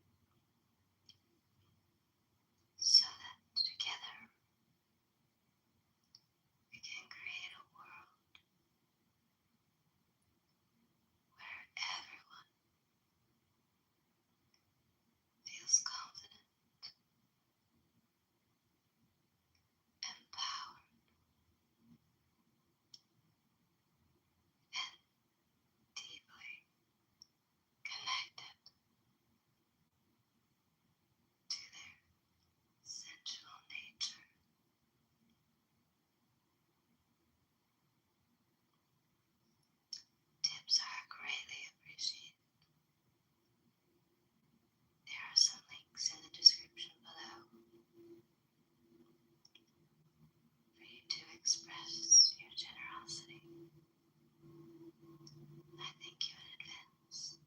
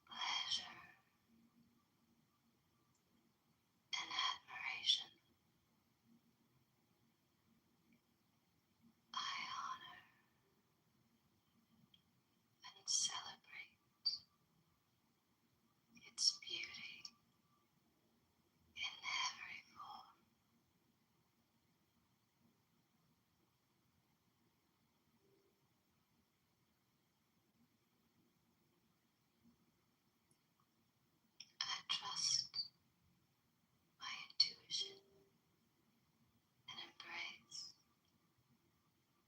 the central energy that flows within me, allowing it to guide me towards authentic self-expression.